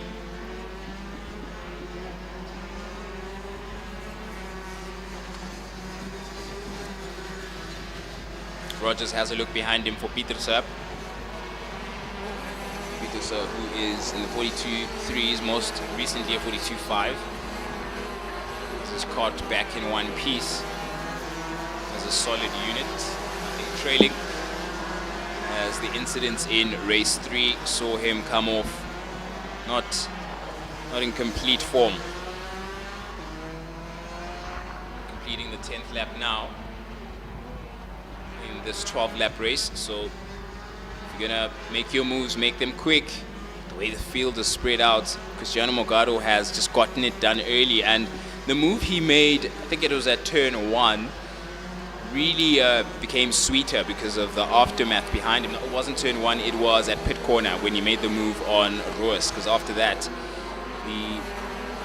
the repercussions and the trailing end of the front 3 became a bit busy. It was Roos and Rogers coming together a bit, and that opened the space and the gap for Morgado to stretch his legs. Otherwise, he and Roos were on matched lap times and matched positions.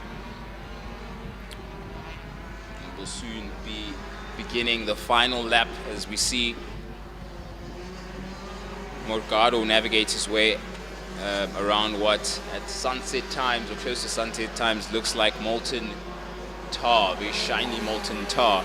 The sun's glare on the circuit is just wonderful to behold. The final lap begins with Morgado in the lead, Roos in second place, and Rogers in third. Roos has put in some really stellar performances over the past couple of races, and overall throughout the year really has been there for a shout in the front running, and there's never a lack of action. Particularly aggressive driving style, calculated moves have all paid off handsomely for him. But ultimately, the man with top honors for the day's racing is Cristiano Morgado. A familiar sight, a familiar name is the checkered flag being swung in front of him. Bjorn Roos ecstatic with his achievements for the year in second place, and Justin Rogers in third. Jonathan Pieterse wraps up DD2 Masters in fourth place. And Christian Boucher in fifth place. Looked, again, racy from the beginning, but it didn't quite materialize for him. Jared Jordan hasn't had the greatest racing day overall, and he finishes in sixth place. And Chapman is in seventh. That is Neville Chapman. Wraps up, and that's pretty much where he's performed all day long, apart from a couple of position changes between him and Jared Jordan. It's been an incredible day's racing. The final day racing, there is your top 7 of the DD2 Masters to wrap it up after 12 laps. It is Cristiano Morgado who comes out with the top honors. It's been great to have everybody on the live stream joining us from all around the world, Europe, North and South America, Asia, wherever you are. Thank you so much for joining us live here. For round 4, the final round of the National at RMC here in South Africa. We start this all again next year, but in the meantime, everyone who's been crowned champion and who's won their honors at the African Open earlier this year gets to go and travel in October to Naples, Italy. Worked very hard, everybody facing the forces of nature, our camera crews, and enjoyed themselves and brought us some brilliant shots and scenery around this world-class circuit. It's been a pleasure. My name is Prince Ndiweni, and I'm looking forward to the next time we all meet again for the sake of racing at the nearest racing circuit near you. See you soon.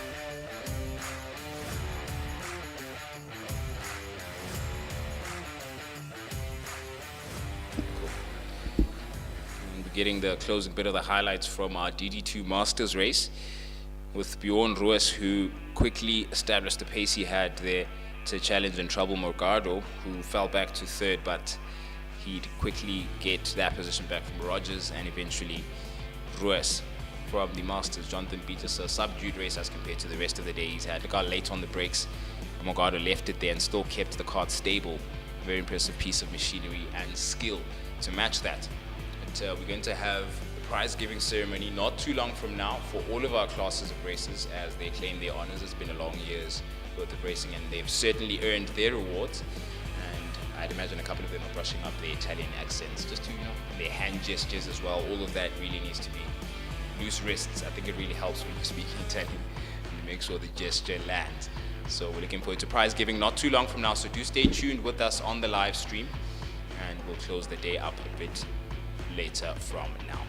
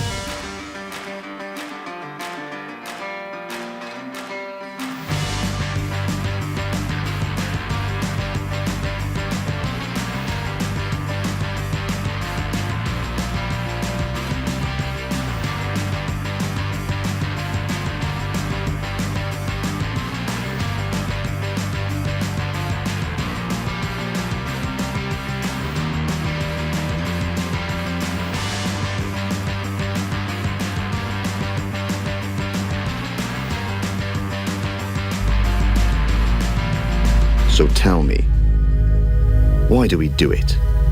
Why do we push so hard? Why do we test our limits? Why do we reach for perfection? When others leave, we stay.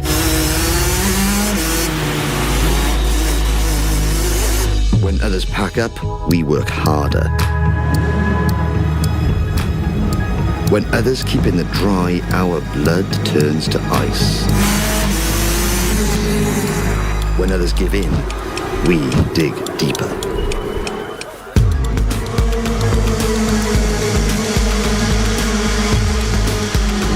Every rev, every corner, every apex, every pass, every risk, every position, every tenth, every hundredth, every thousandth, every goal we set, every challenge we face, every fear we overcome.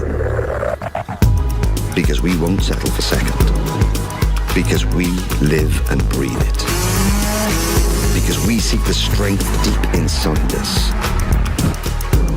Because we give our best. Because this is Rotax.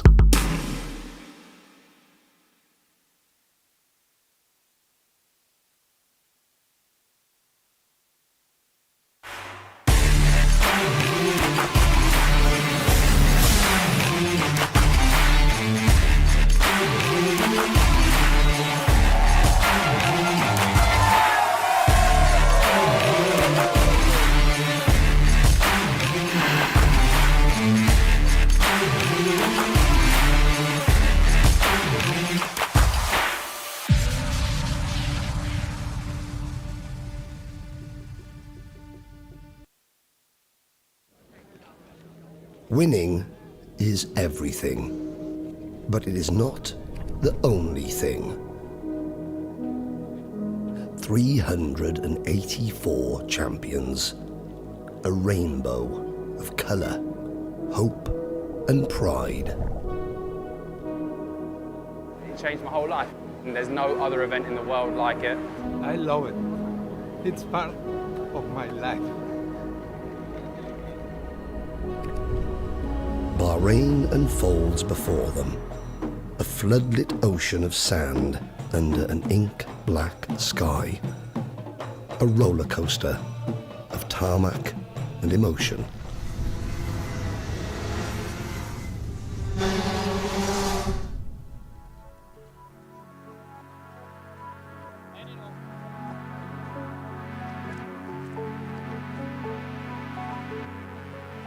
Months after month they have toiled in every country, at every track, in all conditions, to grasp hold of their prize, their ticket, their golden opportunity.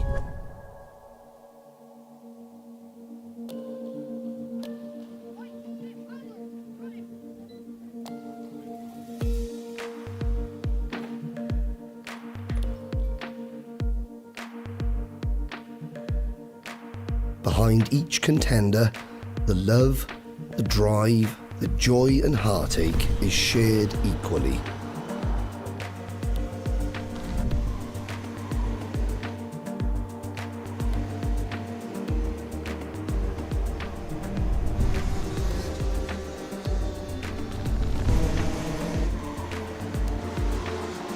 The time and sacrifice is all of ours. Each moment, each race is felt from afar, from the pits, the stands, the grid.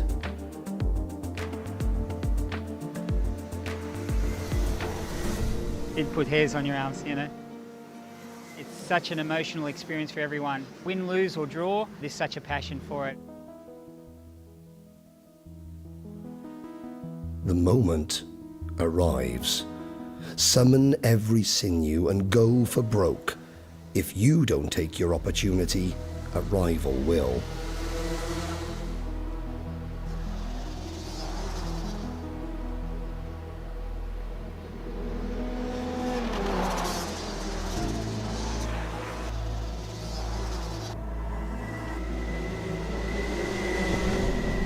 Glory, triumph, victory or defeat all flash by like a feather blowing on the hot breeze.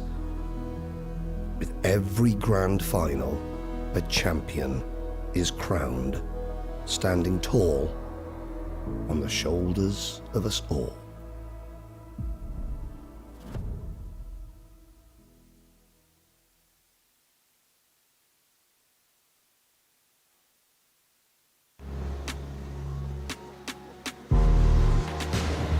When the sun goes down, the lights come on, and it's the driver's chance to shine.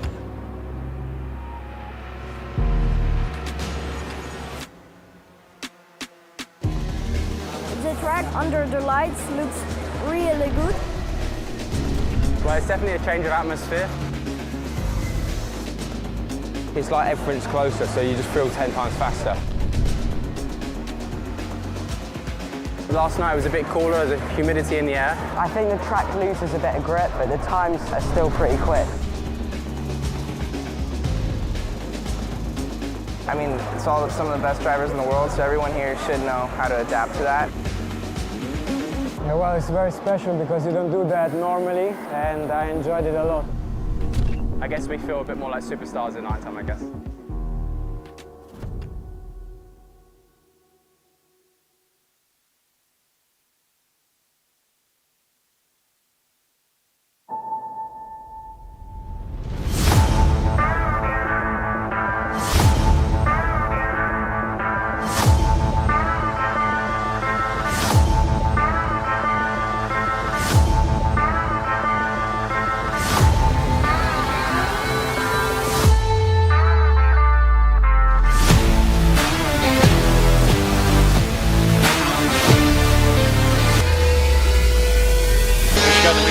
Absolute crackerjack of a race day.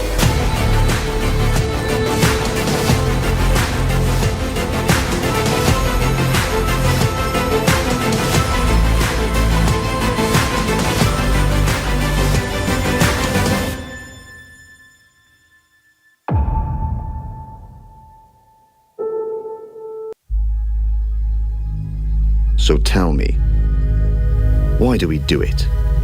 Why do we push so hard? Why do we test our limits? Why do we reach for perfection? When others leave, we stay. When others pack up, we work harder. When others keep in the dry, our blood turns to ice. When others give in, we dig deeper.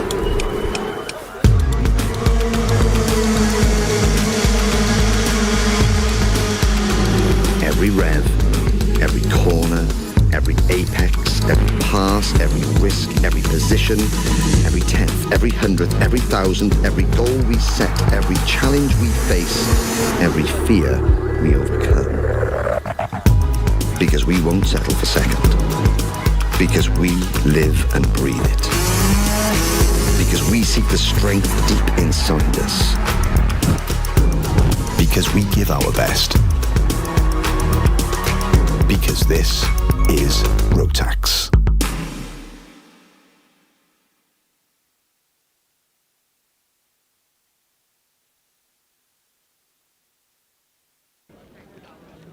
Winning is everything, but it is not the only thing. 384 champions, a rainbow of colour, hope and pride. It changed my whole life, and there's no other event in the world like it. I love it. It's part of my life. Bahrain unfolds before them, a floodlit ocean of sand under an ink-black sky, a roller coaster of tarmac and emotion.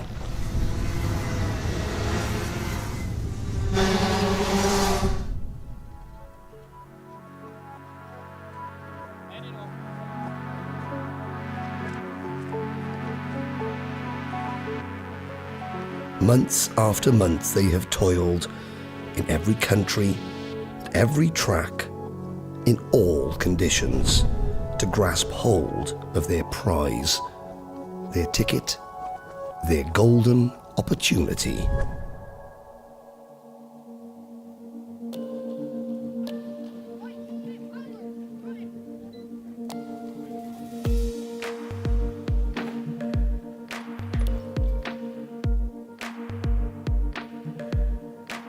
Behind each contender, the love, the drive, the joy and heartache is shared equally.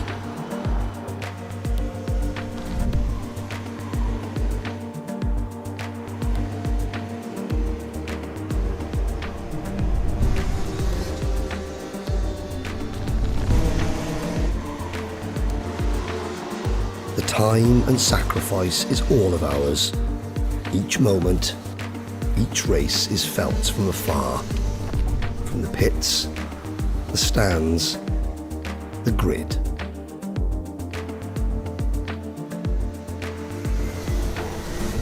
It put hairs on your arms, you know. It's such an emotional experience for everyone. Win, lose or draw, there's such a passion for it. The moment arrives. Summon every sinew and go for broke. If you don't take your opportunity, a rival will.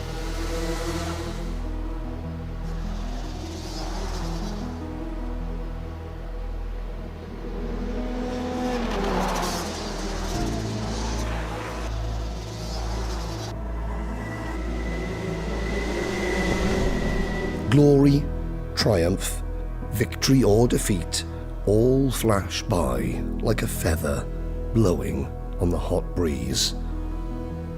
With every grand final, a champion is crowned, standing tall on the shoulders of us all.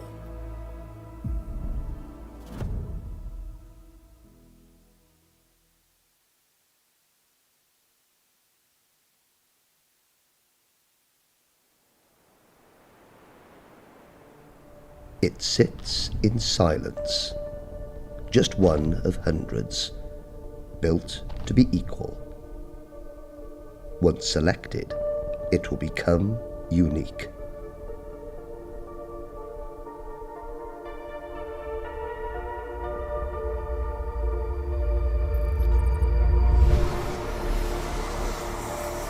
Lap after lap, session after session, every minute change matters, a never-ending quest.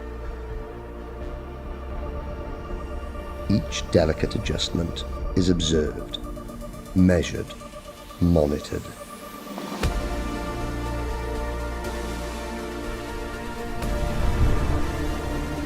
Piece by piece, the puzzle is solved.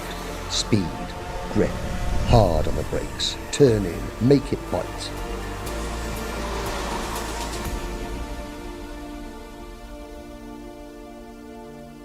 Gradually, it is molded, until finally it is ready, but not complete.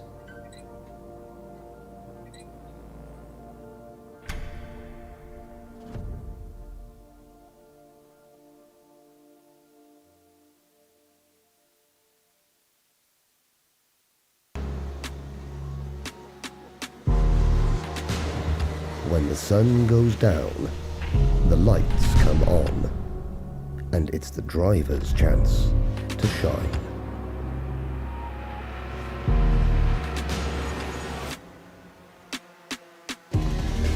The track under the lights looks really good. Well, it's definitely a change of atmosphere. It's like everything's closer, so you just feel 10 times faster. Last night was a bit cooler, there's a humidity in the air. I think the track loses a bit of grip, but the times are still pretty quick. I mean, it's all some of the best drivers in the world, so everyone here should know how to adapt to that. Yeah, well, it's very special because you don't do that normally, and I enjoyed it a lot. I guess we feel a bit more like superstars at night time, I guess.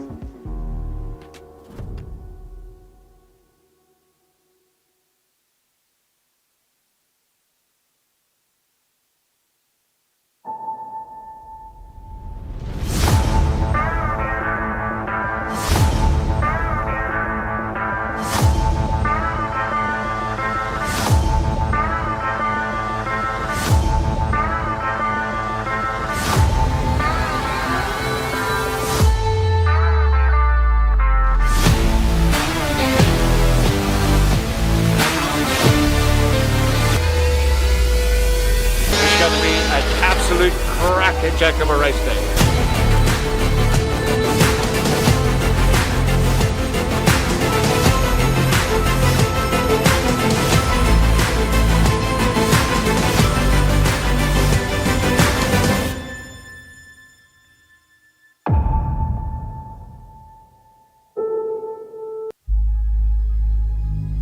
So tell me, why do we do it? Why do we push so hard? Why do we test our limits? Why do we reach for perfection? When others leave, we stay. When others pack up, we work harder. When others keep in the dry, our blood turns to ice. When others give in, we dig deeper.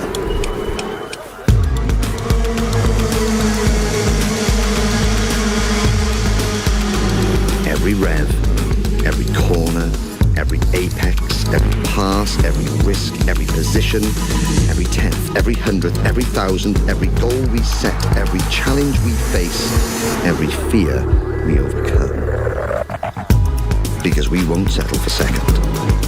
Because we live and breathe it. Because we seek the strength deep inside us. Because we give our best. Because this is Rotax.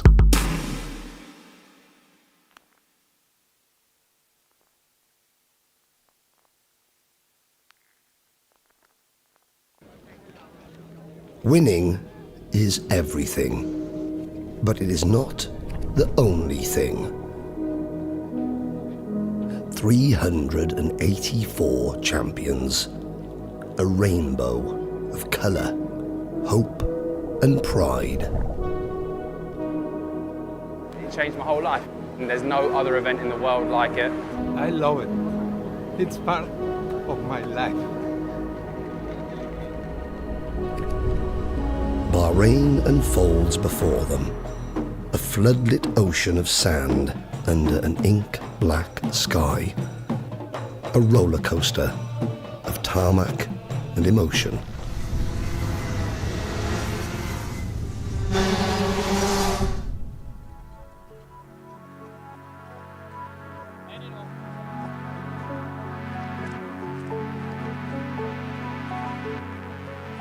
Months after month they have toiled in every country, at every track, in all conditions, to grasp hold of their prize, their ticket, their golden opportunity.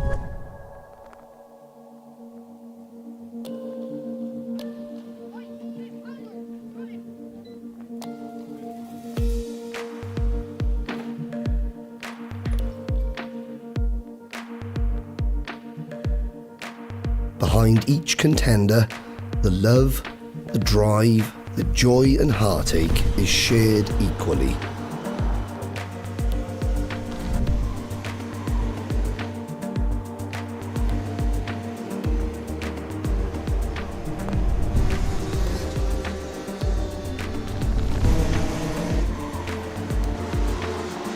The time and sacrifice is all of ours. Each moment, each race is felt from afar, from the pits, the stands, the grid.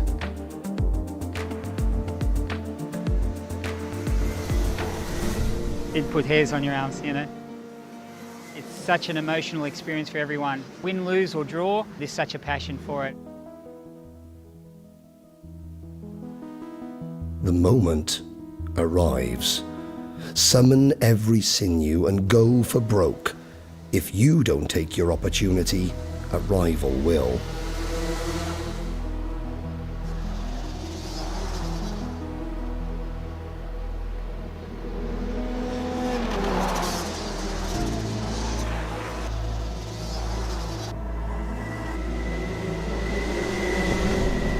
Glory, triumph, victory or defeat, all flash by like a feather blowing on the hot breeze. With every grand final, a champion is crowned, standing tall on the shoulders of us all.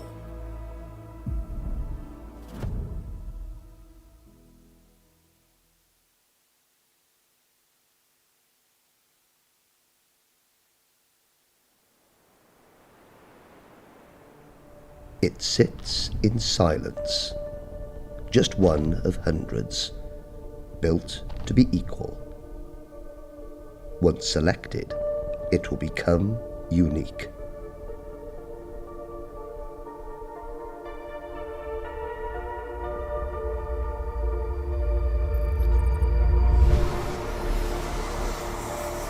Lap after lap, session after session, every minute change matters, a never-ending quest.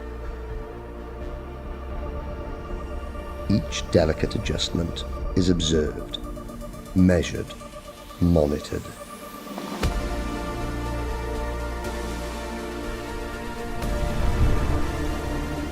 Piece by piece, the puzzle is solved. Speed, grip, hard on the brakes, turn in, make it bite.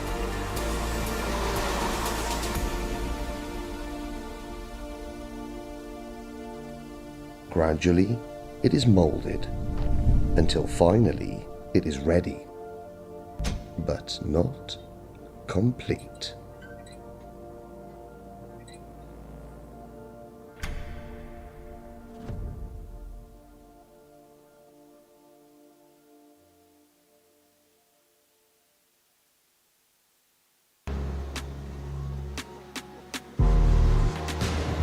When the sun goes down, the lights come on, and it's the driver's chance to shine.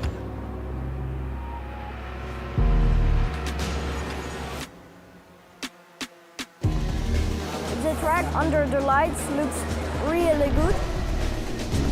Well, it's definitely a change of atmosphere. It's like everything's closer, so you just feel 10 times faster. Last night was a bit cooler, there's a humidity in the air. I think the track loses a bit of grip, but the times are still pretty quick. I mean, it's all some of the best drivers in the world, so everyone here should know how to adapt to that. Yeah, well, it's very special because you don't do that normally, and I enjoyed it a lot. I guess we feel a bit more like superstars at night time, I guess.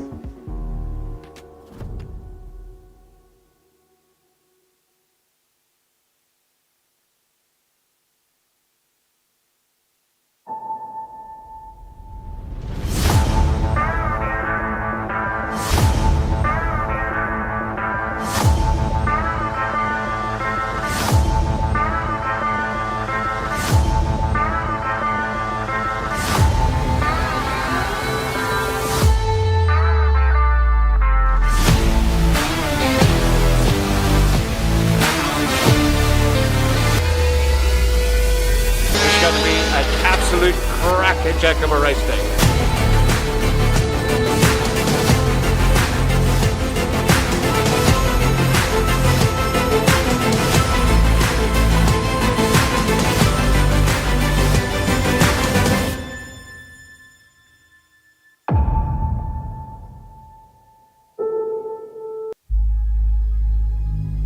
So tell me, why do we do it? Why do we push so hard? Why do we test our limits? Why do we reach for perfection? When others leave, we stay.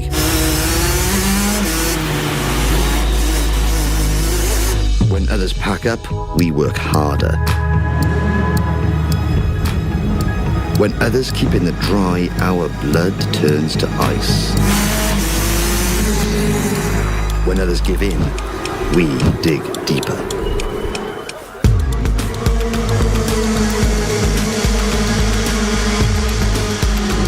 Every rev, every corner, every apex, every pass, every risk, every position, every tenth, every hundredth, every thousandth, every goal we set, every challenge we face, every fear we overcome.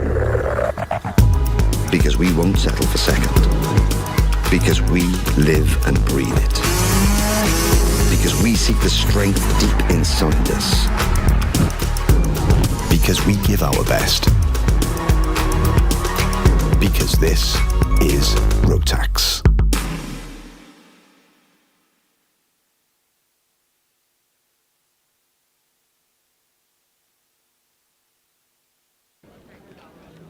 Winning is everything, but it is not the only thing. 384 champions, a rainbow of colour, hope and pride. It changed my whole life, and there's no other event in the world like it. I love it. It's part of my life. Bahrain unfolds before them, a floodlit ocean of sand under an ink-black sky, a roller coaster of tarmac and emotion.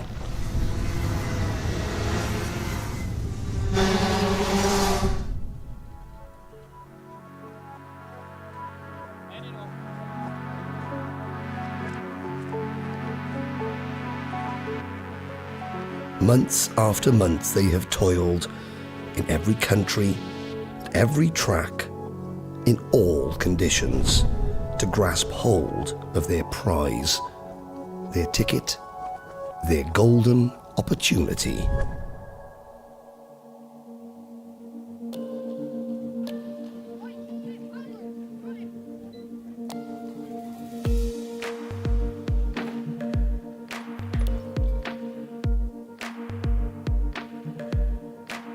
Behind each contender, the love, the drive, the joy and heartache is shared equally.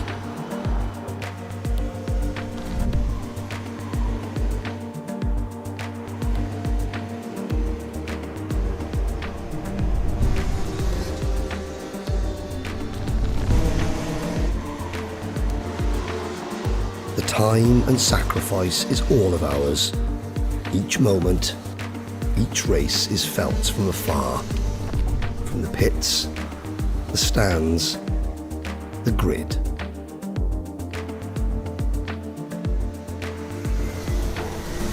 It put hairs on your arms, you know. It's such an emotional experience for everyone. Win, lose or draw, there's such a passion for it. The moment arrives. Summon every sinew and go for broke.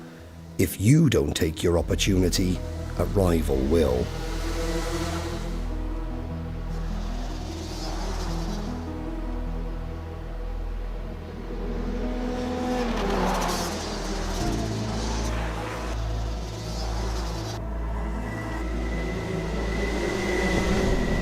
Glory, triumph, victory or defeat, all flash by like a feather blowing on the hot breeze. With every grand final, a champion is crowned, standing tall on the shoulders of us all.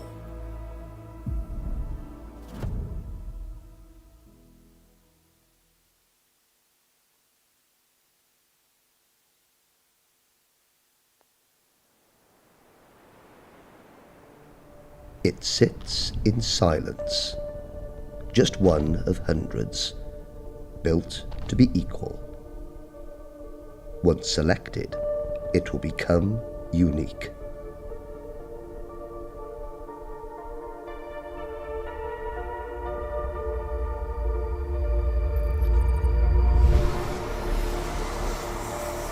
Lap after lap, session after session, every minute change matters, a never-ending quest.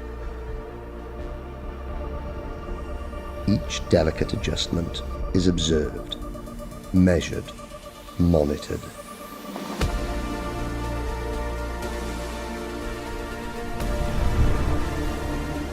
Piece by piece, the puzzle is solved. Speed, grip, hard on the brakes, turn in, make it bite.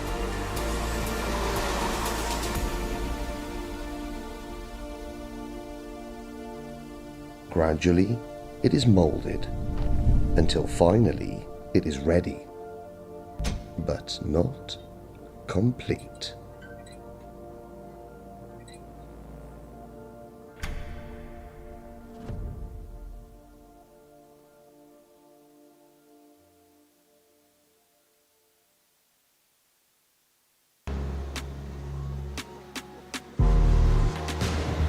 When the sun goes down, the lights come on, and it's the driver's chance to shine.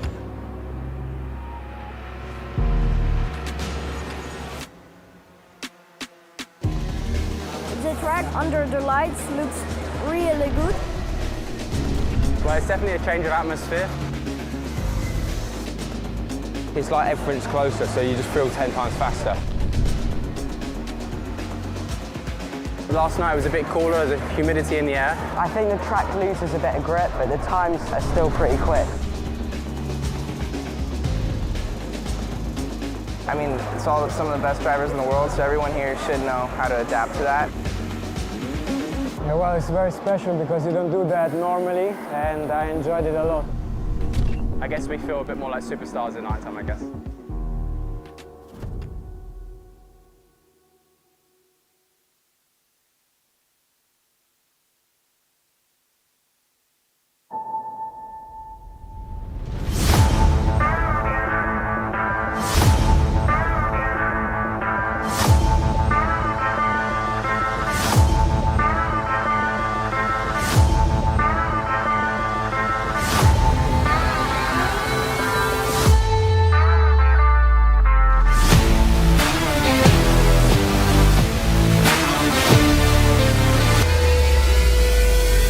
Going to be an absolute cracker-jack of a race day.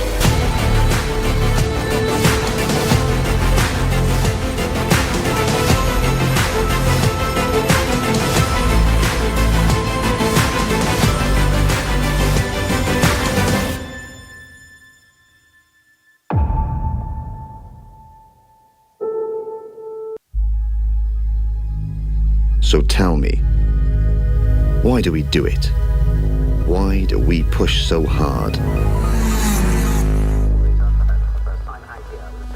Why do we test our limits?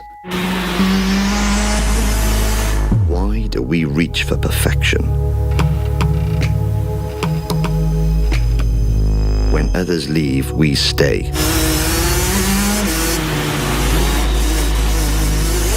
When others pack up, we work harder. When others keep in the dry, our blood turns to ice. When others give in, we dig deeper.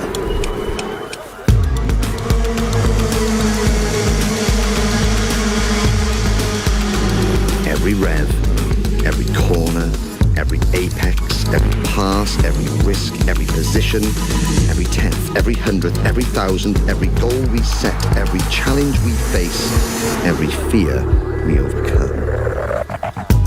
Because we won't settle for second. Because we live and breathe it. Because we seek the strength deep inside us.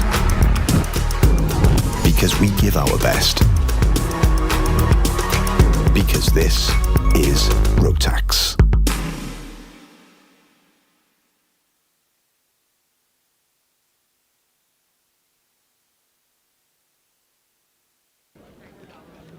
Winning is everything, but it is not the only thing. 384 champions, a rainbow of colour, hope and pride. It changed my whole life. And there's no other event in the world like it. I love it. It's part of my life. Bahrain unfolds before them, a floodlit ocean of sand under an ink-black sky, a roller coaster of tarmac and emotion.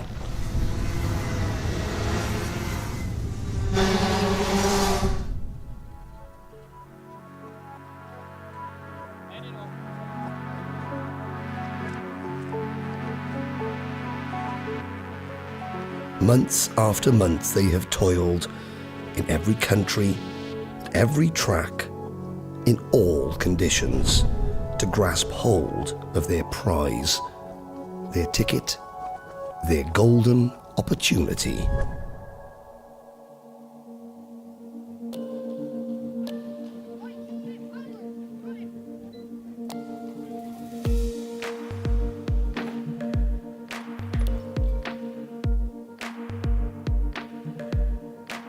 Behind each contender, the love, the drive, the joy and heartache is shared equally.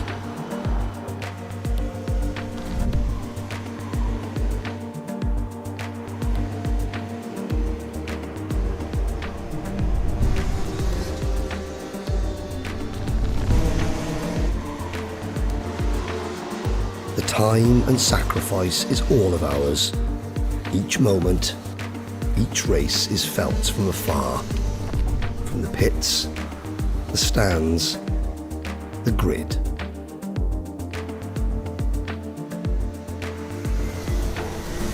It'd put hairs on your arms, you know. It's such an emotional experience for everyone. Win, lose or draw, there's such a passion for it. The moment arrives. Summon every sinew and go for broke. If you don't take your opportunity, a rival will.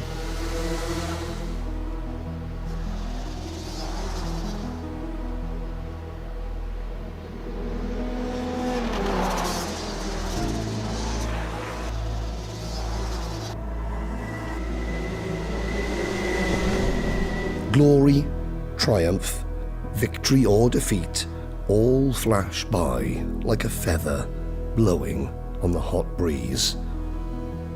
With every grand final, a champion is crowned, standing tall on the shoulders of us all.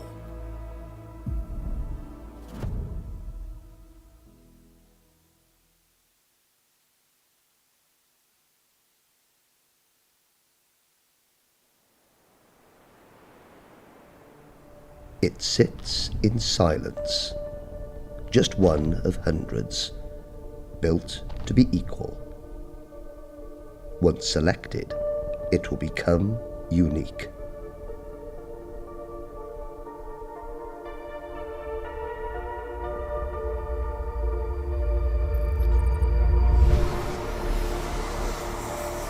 Lap after lap, session after session, every minute change matters, a never-ending quest. Each delicate adjustment is observed, measured, monitored.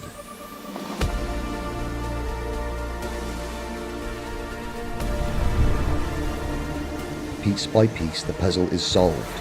Speed, grip, hard on the brakes, turn in, make it bite.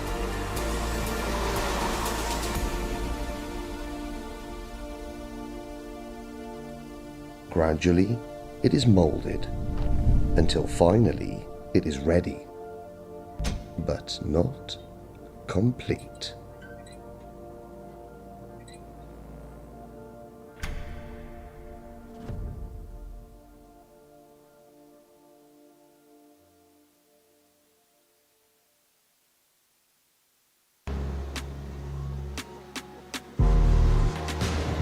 When the sun goes down, the lights come on, and it's the driver's chance to shine.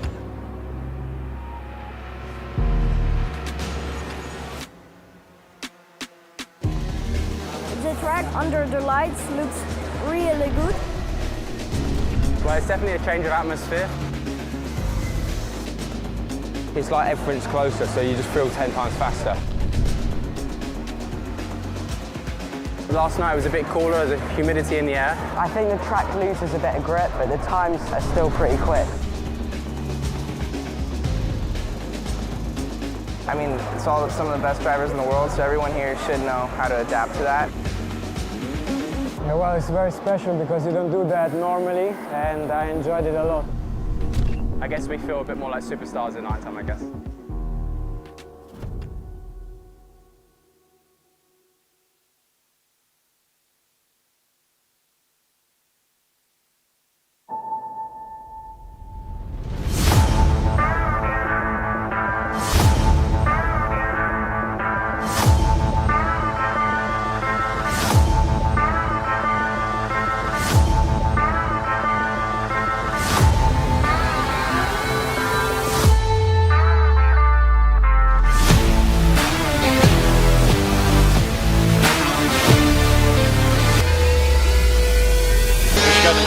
Absolute crackerjack of a race day.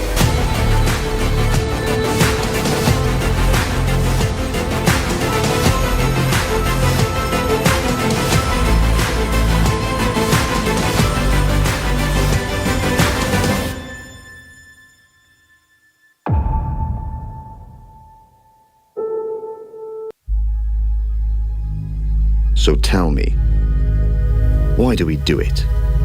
Why do we push so hard? Why do we test our limits? Why do we reach for perfection? When others leave, we stay. When others pack up, we work harder.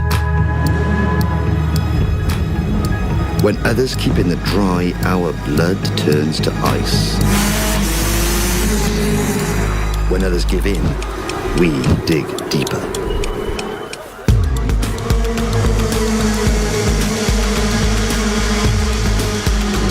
Every rev, every corner, every apex, every pass, every risk, every position, every tenth, every hundredth, every thousandth, every goal we set, every challenge we face, every fear we overcome. Because we won't settle for second. Because we live and breathe it. Because we seek the strength deep inside us. Because we give our best. Because this is Rotax.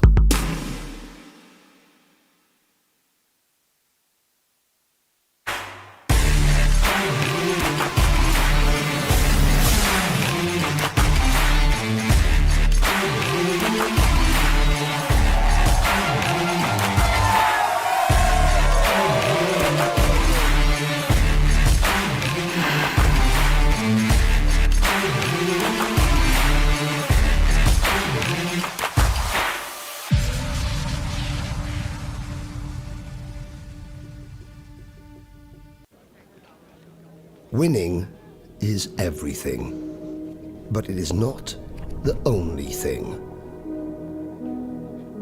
384 champions, a rainbow of colour, hope and pride. It changed my whole life, and there's no other event in the world like it. I love it. It's part of my life. Bahrain unfolds before them, a floodlit ocean of sand under an ink-black sky, a roller coaster of tarmac and emotion.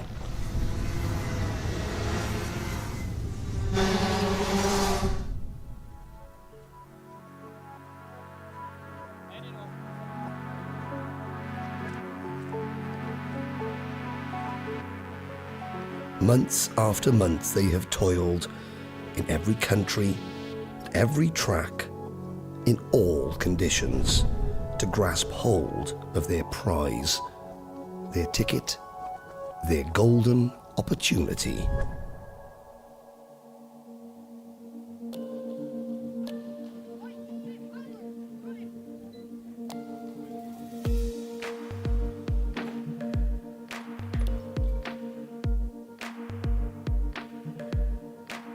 behind each contender, the love, the drive, the joy and heartache is shared equally.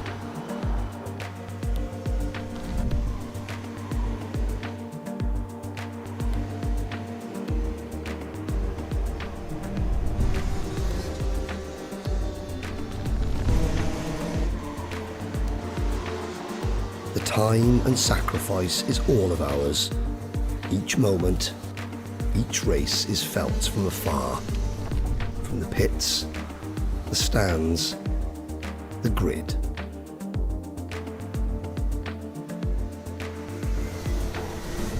It put hairs on your arms, you know. It's such an emotional experience for everyone. Win, lose or draw, there's such a passion for it.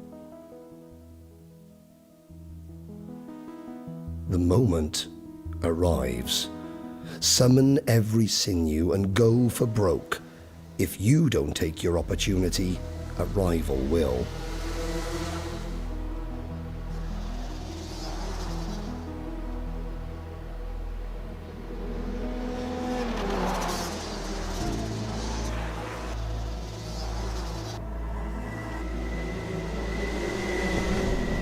Glory, triumph, victory or defeat, all flash by like a feather blowing on the hot breeze. With every grand final, a champion is crowned, standing tall on the shoulders of us all.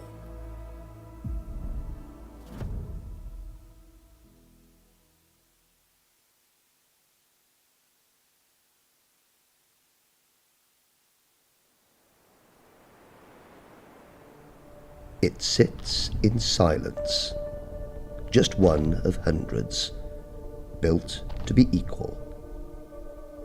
Once selected, it will become unique.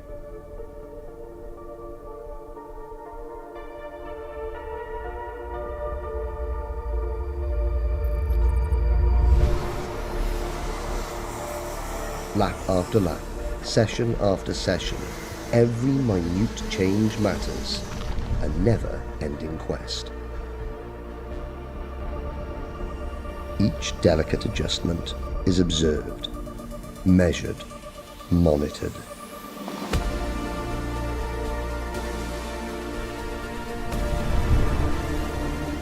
Piece by piece, the puzzle is solved. Speed, grip, hard on the brakes, turn in, make it bite.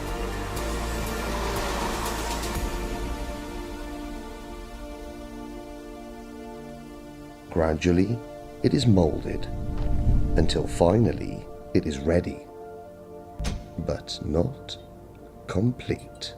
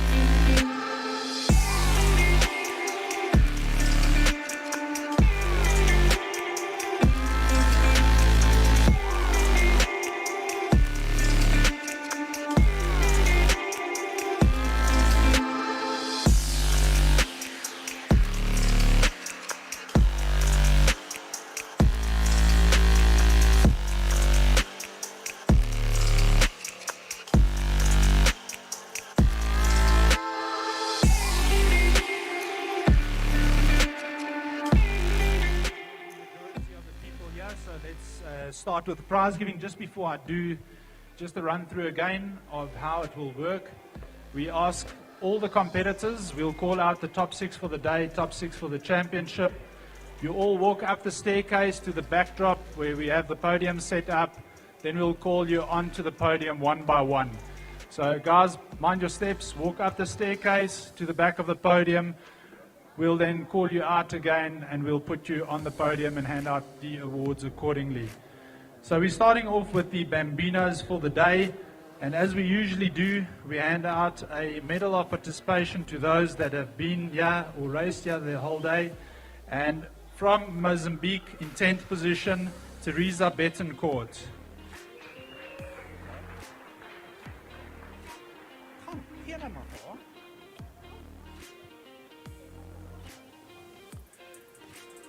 In 9th position, card number 18, Holomisa Zonkizizwe.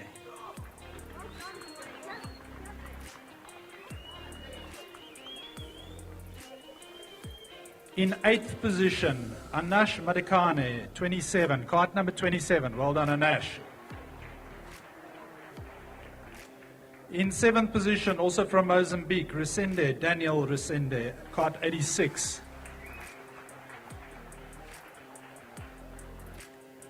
In 6th position, cart number 33 from Cape Town, Caleb Lingveld.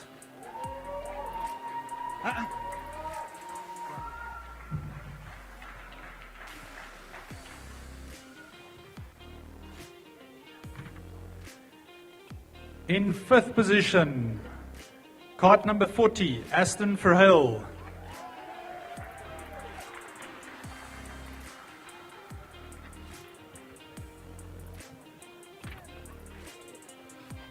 In 4th position, cart number 11, Enzo Nkwane.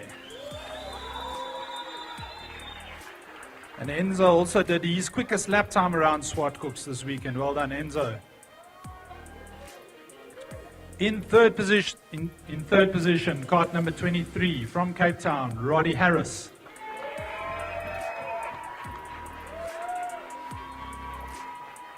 On the podium, please, boy. In 2nd position, cart number 58, Sebastian Shuttleworth.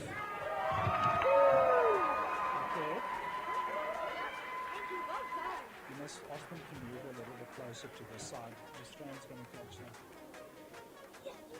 And the winner for the day, cart number 46, Alonso de Oliveira. Alonso had a couple of meals. He's grown. Well done, Opa.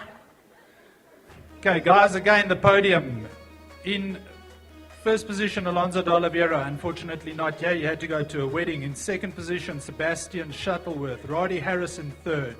Enzo in 4th, and Aston 5th position, with Caleb in 6th. Well done, guys.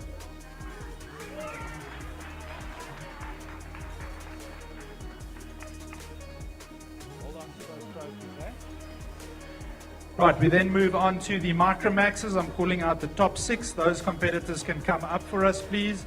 In 6th position was Liam Wharton, Luan de Vet, Michael O'Mahony, Luke de Toy, unfortunately excused himself, Adrian Stein, and Matthew Shuttleworth.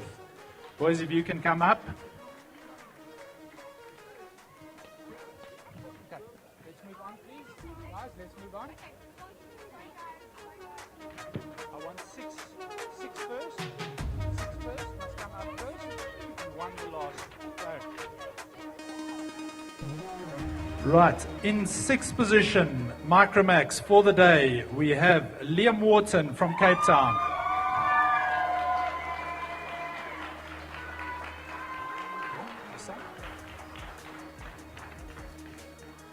In 5th position, card number 627, Luan de Vet.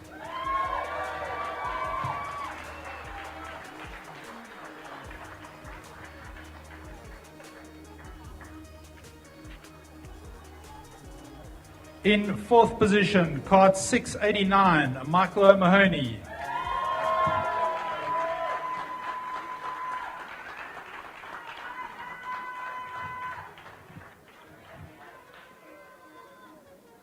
Then onto the podium in third position, unfortunately not here with us, 688, Luc de Toy.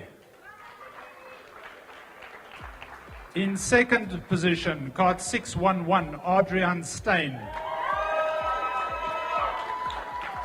Then Adrian, while you are here, Adrian has also set the fastest lap time around Zwartkops KART Raceway at this national event. There we go, boy. Just as a matter of reference, the 5 competitors today went past the previous lap record in the Micromax class, so that is extremely close racing. Well done, guys. The winner for the day, KART number 612, Matthew Shuttleworth.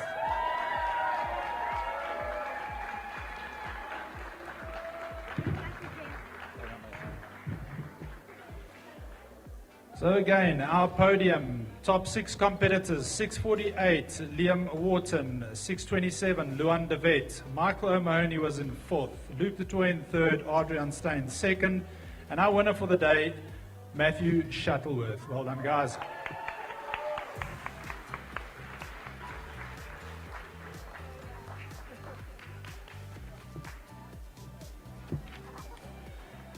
Right, we move on to the Mini-Max class. Mini-Max in 6th position, we had KART 549, Keon Reddy.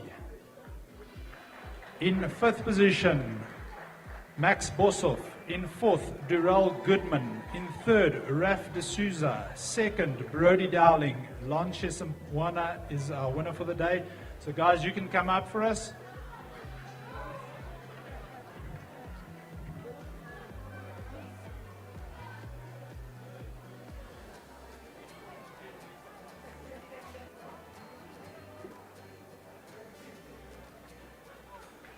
Right, are they organized? Are they organized? Yeah. 6th, 5th, 4th, 3rd.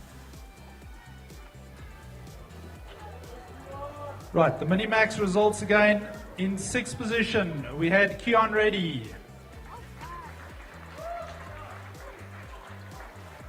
In 5th position, Max Boshoff.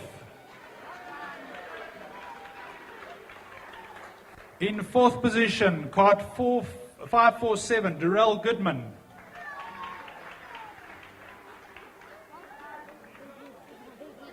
In 3rd position, KART 565, Rafael D'Souza.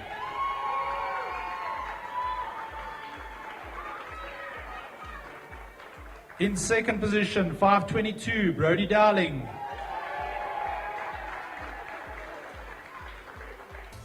And the winner for the day, 530, Tsepang Shisanwana.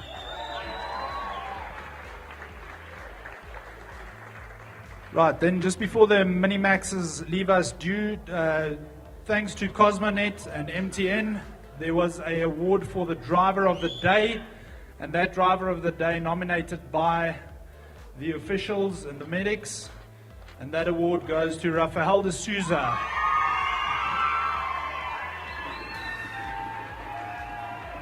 And courtesy of MTN, there's a little gift for Rafi. Well done, Raf. Well done, boys. Again, the podium there, Keon Reddy in 6th, Max Boshoff in 5th, Durrell Goodman in 4th, Raf D'Souza in 3rd, Brody Dowling 2nd, and Tsepang Shisanwana, the winner for the day. Well done, guys. Right, we move on to Junior Max. Junior Max competitors, top 6. I'm going to call you up. In 6th position, 439, Christian Verheul. In 5th was Emma Rose Darling. In 4th, Keegan Beaumont. Gianna Pascal in 3rd. William Marshall in 2nd. And Luke Hill, the winner for the day. Guys, you can come up for us, please.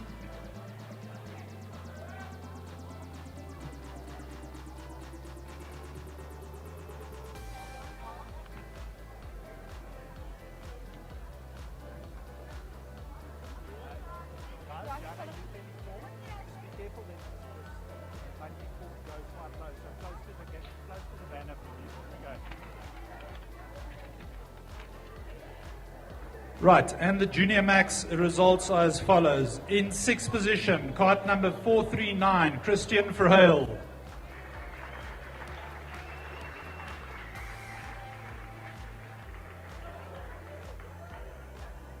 In 5th position, KART 423, Emma Rose Dowling.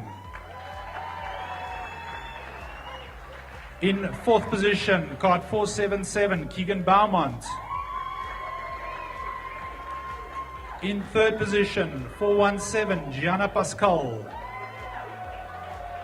2nd position goes to 484, William Marshall. And the winner for the day, KART 457, Luke Hill.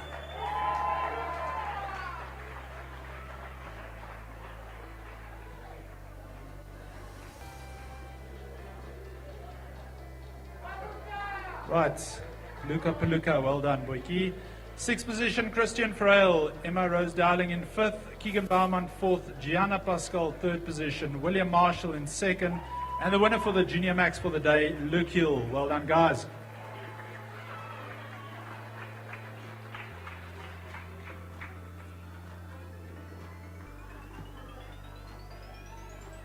Well, they're still standing for photos. Senior Max, top 6 competitors for the day. Keon Spies in 6th, Ken Swartz in 5th, Mauro Deleuze in 4th, Rushan Goodman, in 3rd, Vian Bosov 2nd, Muhammad Wali the winner for the day. Guys, you can come forward.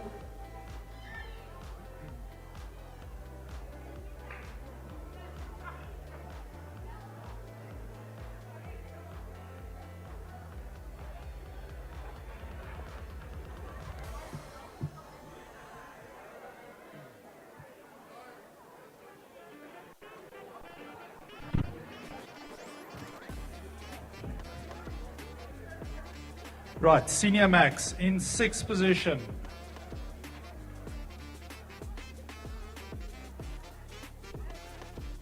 Sixth position goes to Keon Spies, KART 229. Well done, Keon. In 5th position, 258, Kent Swartz. Well done, Kent. 4th went to KART 233, Mauro Deleuze. Onto the podium, Rushan Goodman in 3rd position.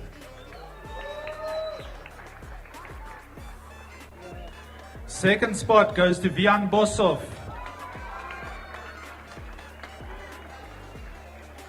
And the winner for the day, Muhammad Wali.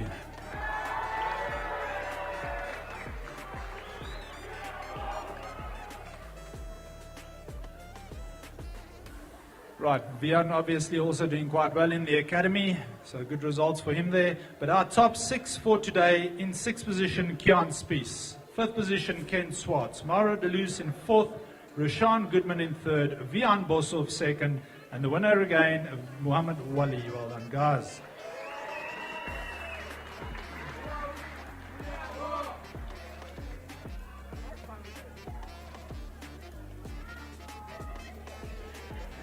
Right, we move on to our gearbox classes and the DD2s first. And the top 6 competitors, Matthew Wadley, Olorata Sakuda, Jason Kutsia, Jamie Smith, Brad Liebenberg, Nicholas Vastanis. You can move up, please.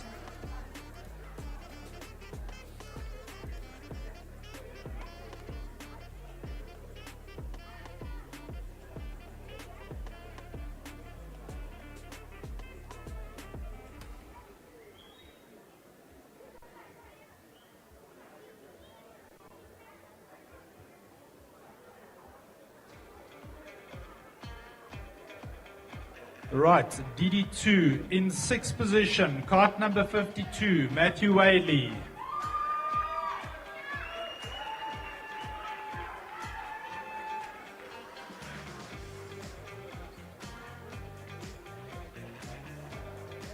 In 5th position, KART number 22, Olorata Sakudu.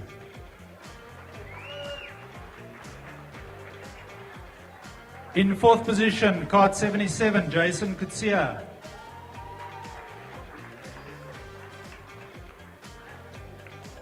In 3rd position, KART number 33, Jamie Smith.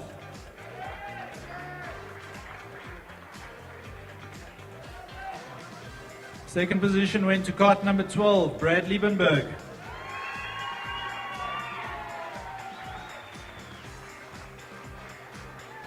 And our winner for the day, kart number 24, Nicholas Vostanis.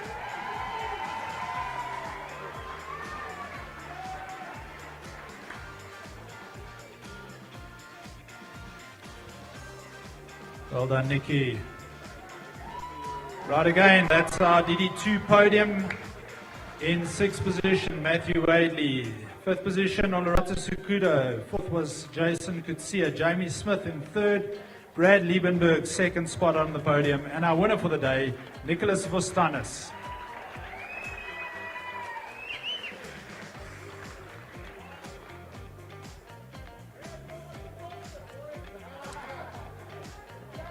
Well done, guys. DD2 Masters, I'm going to call you up. In 6th position, Jared Jordan. In 5th, Christian Boucher. 4th was Justin Rogers. Jonathan Peterson 3rd, Bjorn Ruhr 2nd, and Chris Morgado, the winner for the day. You guys can come up.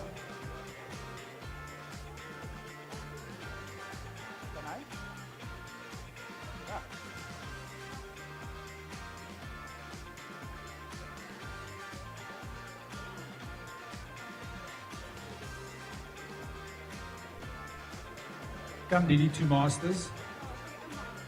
Toppies. Right, in 6th position, we've got Jared Jordan. Jared from Cape Town, well done. In 5th position, Christian Boucher, all the way from Mozambique, racing in the National Championship. Well done, Chris. In 4th position, 135, Justin Rogers. Justin's not with us. 3rd position onto the podium, kart 169, Jonathan Peterson. In 2nd position, kart 161, Bjorn Ruhr.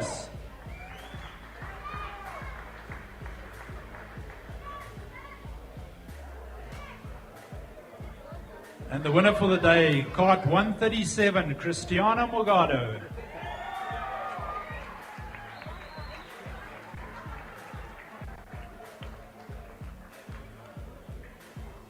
You'll see the fist bumps. All these oaks have blisters on their hands. Right, our DD2 Masters podium again. Jared Jordan in 6th position. Christian Boucher in 5th. Justin Rogers is not with us in 4th. Jonathan Peterson in 3rd. Bjorn Ruhr 2nd. And Chris Morgado, the winner for the day. Well done, guys. Good stuff, guys.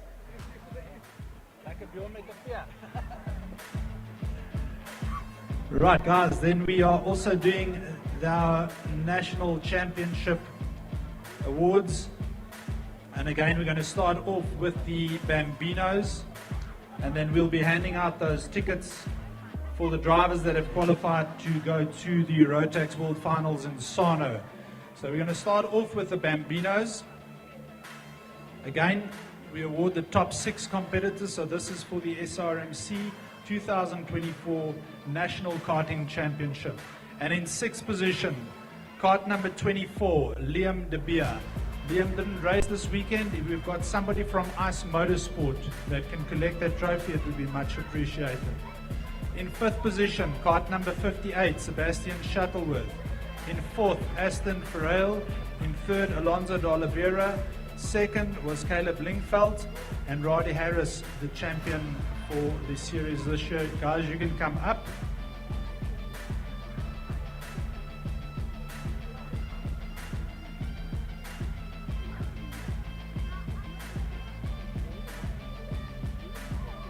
All right, they're all up here, eager beavers. Kart number 24, Liam De Beer. Liam's not here, so Ice Motorsport, please collect that trophy. In 5th position, kart 58, Sebastian Shuttleworth.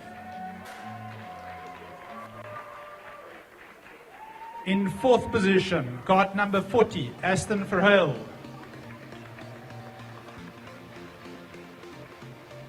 In 3rd position, kart number 46, Alonso de Oliveira. In 2nd position, kart number 33, Caleb Lingfeld.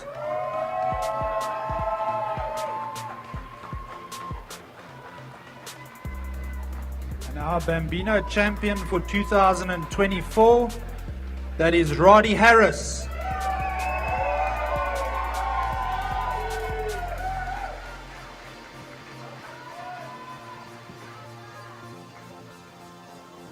Oh, there's a first broken trophy. Okay, there they are on the podium.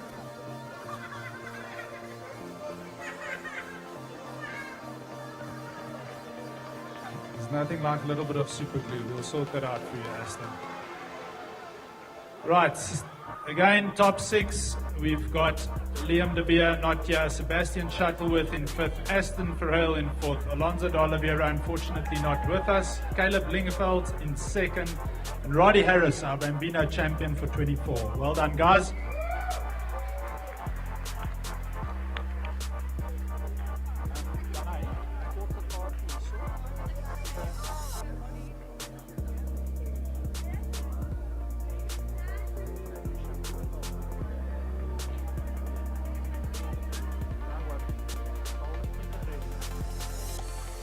But then we move on to Micromax. Guys, I'm going to call out the top 6. You move up for us, please. 6th position, not with us, Luc de Toy. 5th, Luan de Vet. Liam Wharton in 4th, Adrian Stein 3rd, Michael O'Mahony 2nd, Matthew Shuttleworth. You can come up, Wes.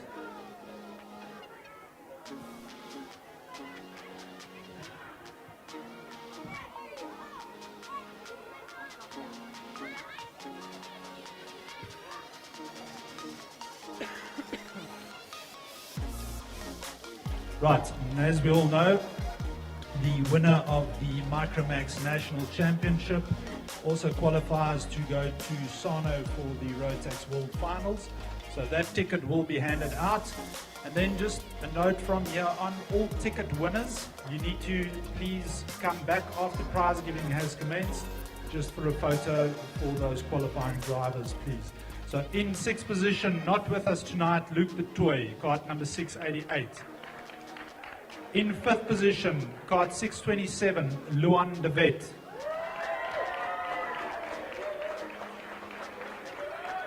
In 4th position, kart 646, Liam Wharton.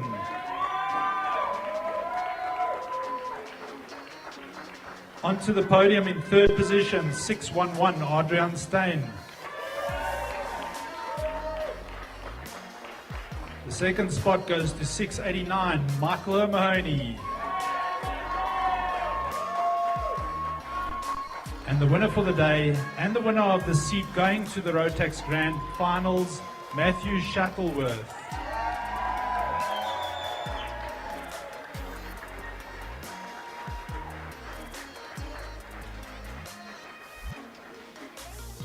Well done, boy.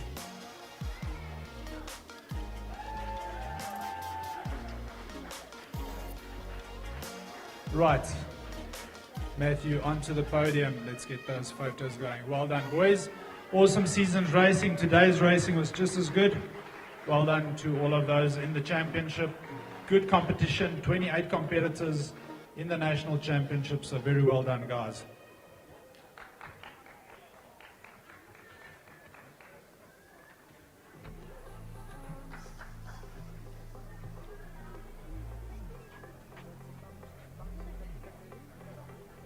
Right, we move on to Minimax. In 6th position, we've got Ronaldo Kuhn.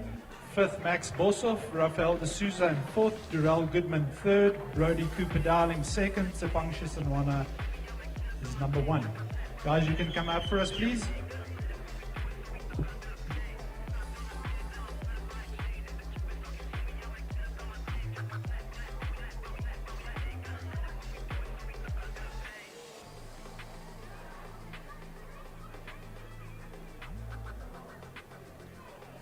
Right, Minimax in 6th position, kart 577, Ronaldo Kuhn.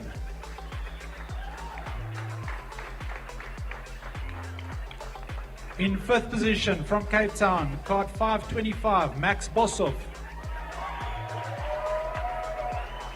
In 4th position, 565, Rafael de Souza.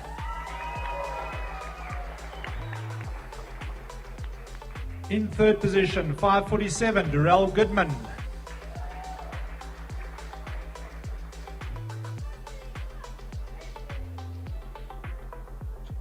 In 2nd position, 522, Brody Cooper Darling.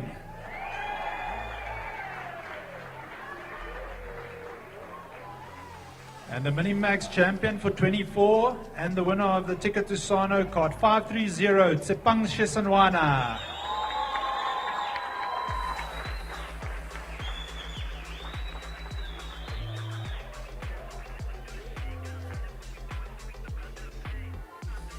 Right, as Tsepang gets onto the podium again in 6th position, Ronaldo Kuhn, Max Bosso 5th, Rafael de Souza in 4th, Durrell Goodman 3rd, Brody Cooper Darling 2nd, and our champ for this year, 530, Tsepang Shesanwana. Well done, guys. Awesome racing throughout the year. 24 competitors in this national championship, plus it has been a big class. Well done, guys.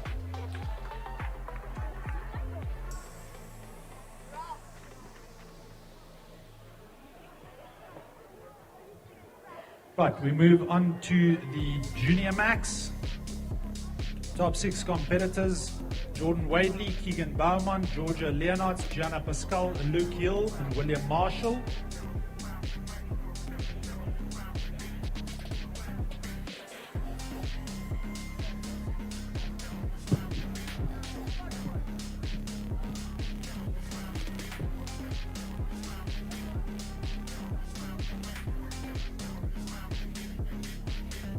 Right.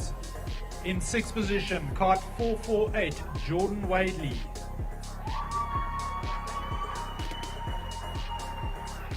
In 5th position, KART 477, Keegan Beaumont. In 4th position, 486, Georgia Leonards. In 3rd position, 417, Gianna Pascal.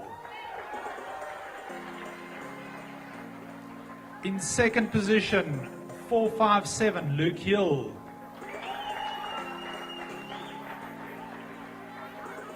Luke Hill also taking the ticket to Sano as the winner for the championship. William Marshall has qualified to go there by winning the African Open. And our champion for 24, KART 484, William Marshall.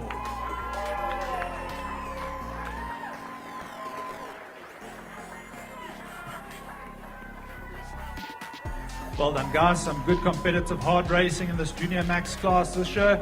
In 6th position, Jordan Wadley. 5th was Keegan Beaumont, Georgia Leonards in 4th, Gianna Pascal 3rd, Luke Hill 2nd.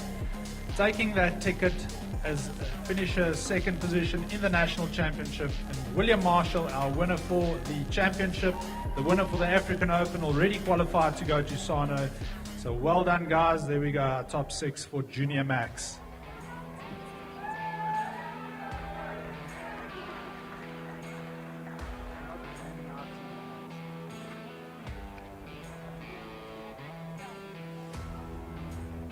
Right, then we will be going for the DD2s.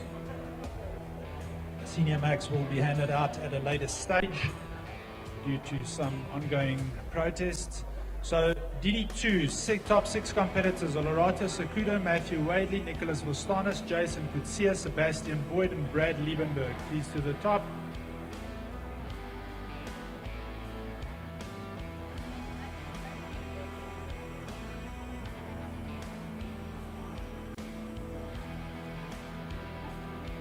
Right, in 6th position, KART number 22, Olorata Sekudo.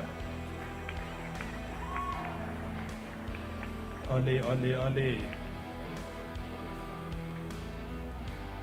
In 5th position, KART number 52, Matthew Wadley.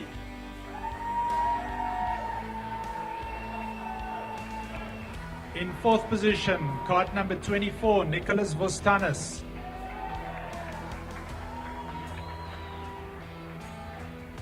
Third in the championship, KART 77, Jason Kutsia.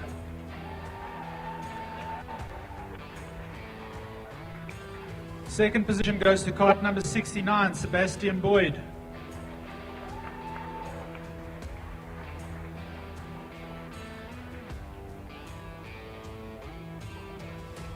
Sebastian not here anymore. The winner for the day and the winner, the winner for the national championship again, 2024, KART number 12, Bradley Liebenberg. Okay, wait, we've got Mr. Boyd. Well done, Brad. Brad then also taking that ticket to go and race at Sano in the World Championships. Well done, Brad. Top 6 again. In 6th position, Olerata Sekudo. 5th, Matthew Wadley. 4th, Nicholas Vostanis. 3rd was Jason Kutsia, Sebastian Boyd 2nd, and Bradley Liebenberg, our champion for 2024.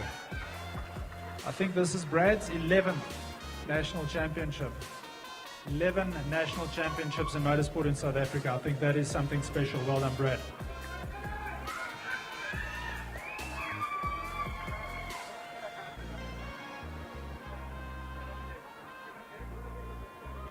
Right, we move on to our veterans. And there we have for the top 6 competitors as well. In 6th position, we've got Michael Jordan from Cape Town, KART 123. Not here. In 5th position, KART 126, Chris Boucher.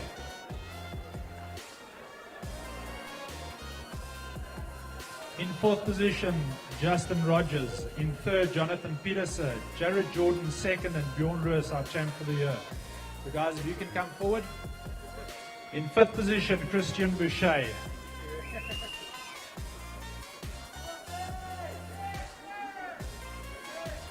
Fourth position goes to Justin Rogers, unfortunately not here.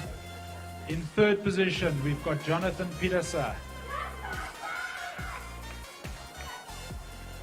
In 2nd position, KART 177, Jared Jordan.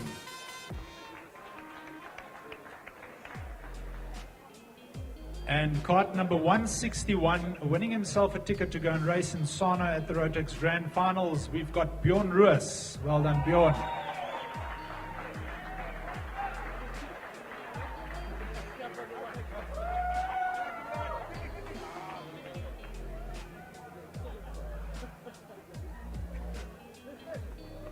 Right, there we have Bjorn with his ticket to go and race in Sano. In 6th position again, Michael Jordan not here, Chris Boucher in 5th, Justin Rogers 4th, Jonathan Peterson 3rd, Jared Jordan 2nd, Bjorn Roos our champion for this year. Well done, guys.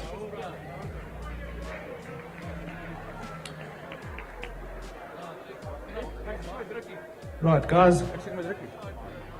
That brings us to the end of the prize giving for the day and the championship.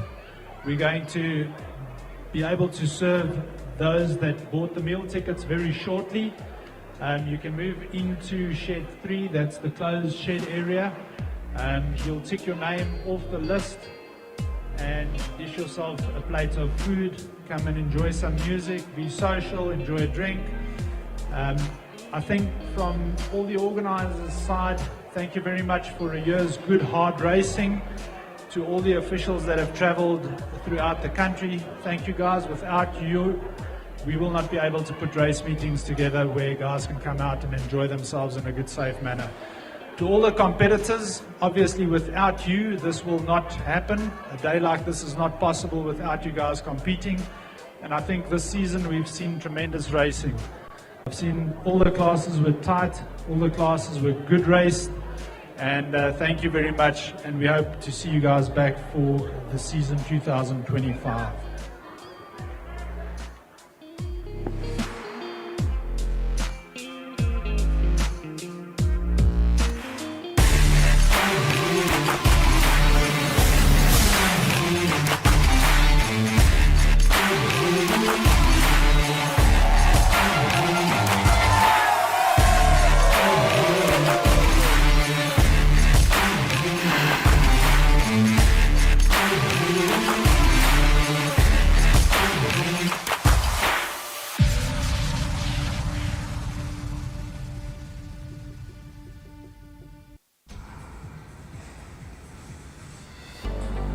Each driver unique.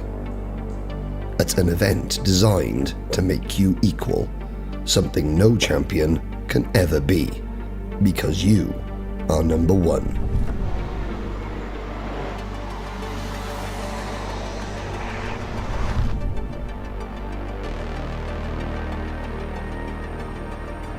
Your every move, every line is followed. You must listen, watch, learn, each sense heightened, each emotion harnessed. Corner after corner, apex after apex, don't miss an inch, maximize every tenth. Focus, react, trust your gut and make your move. Cold metal becomes memory. You are synchronized, connected.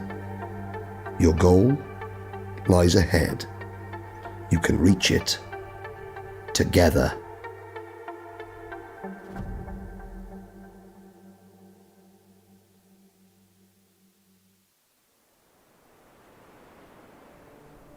It sits in silence, just one of hundreds, built to be equal.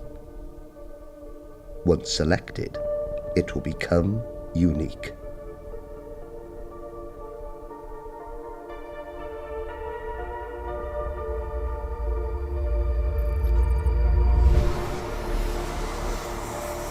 Lap after lap, session after session, every minute change matters, a never-ending quest.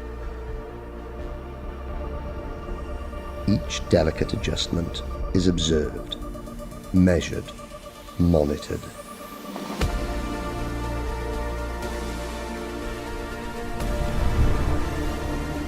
Piece by piece, the puzzle is solved. Speed, grip, hard on the brakes, turn in, make it bite.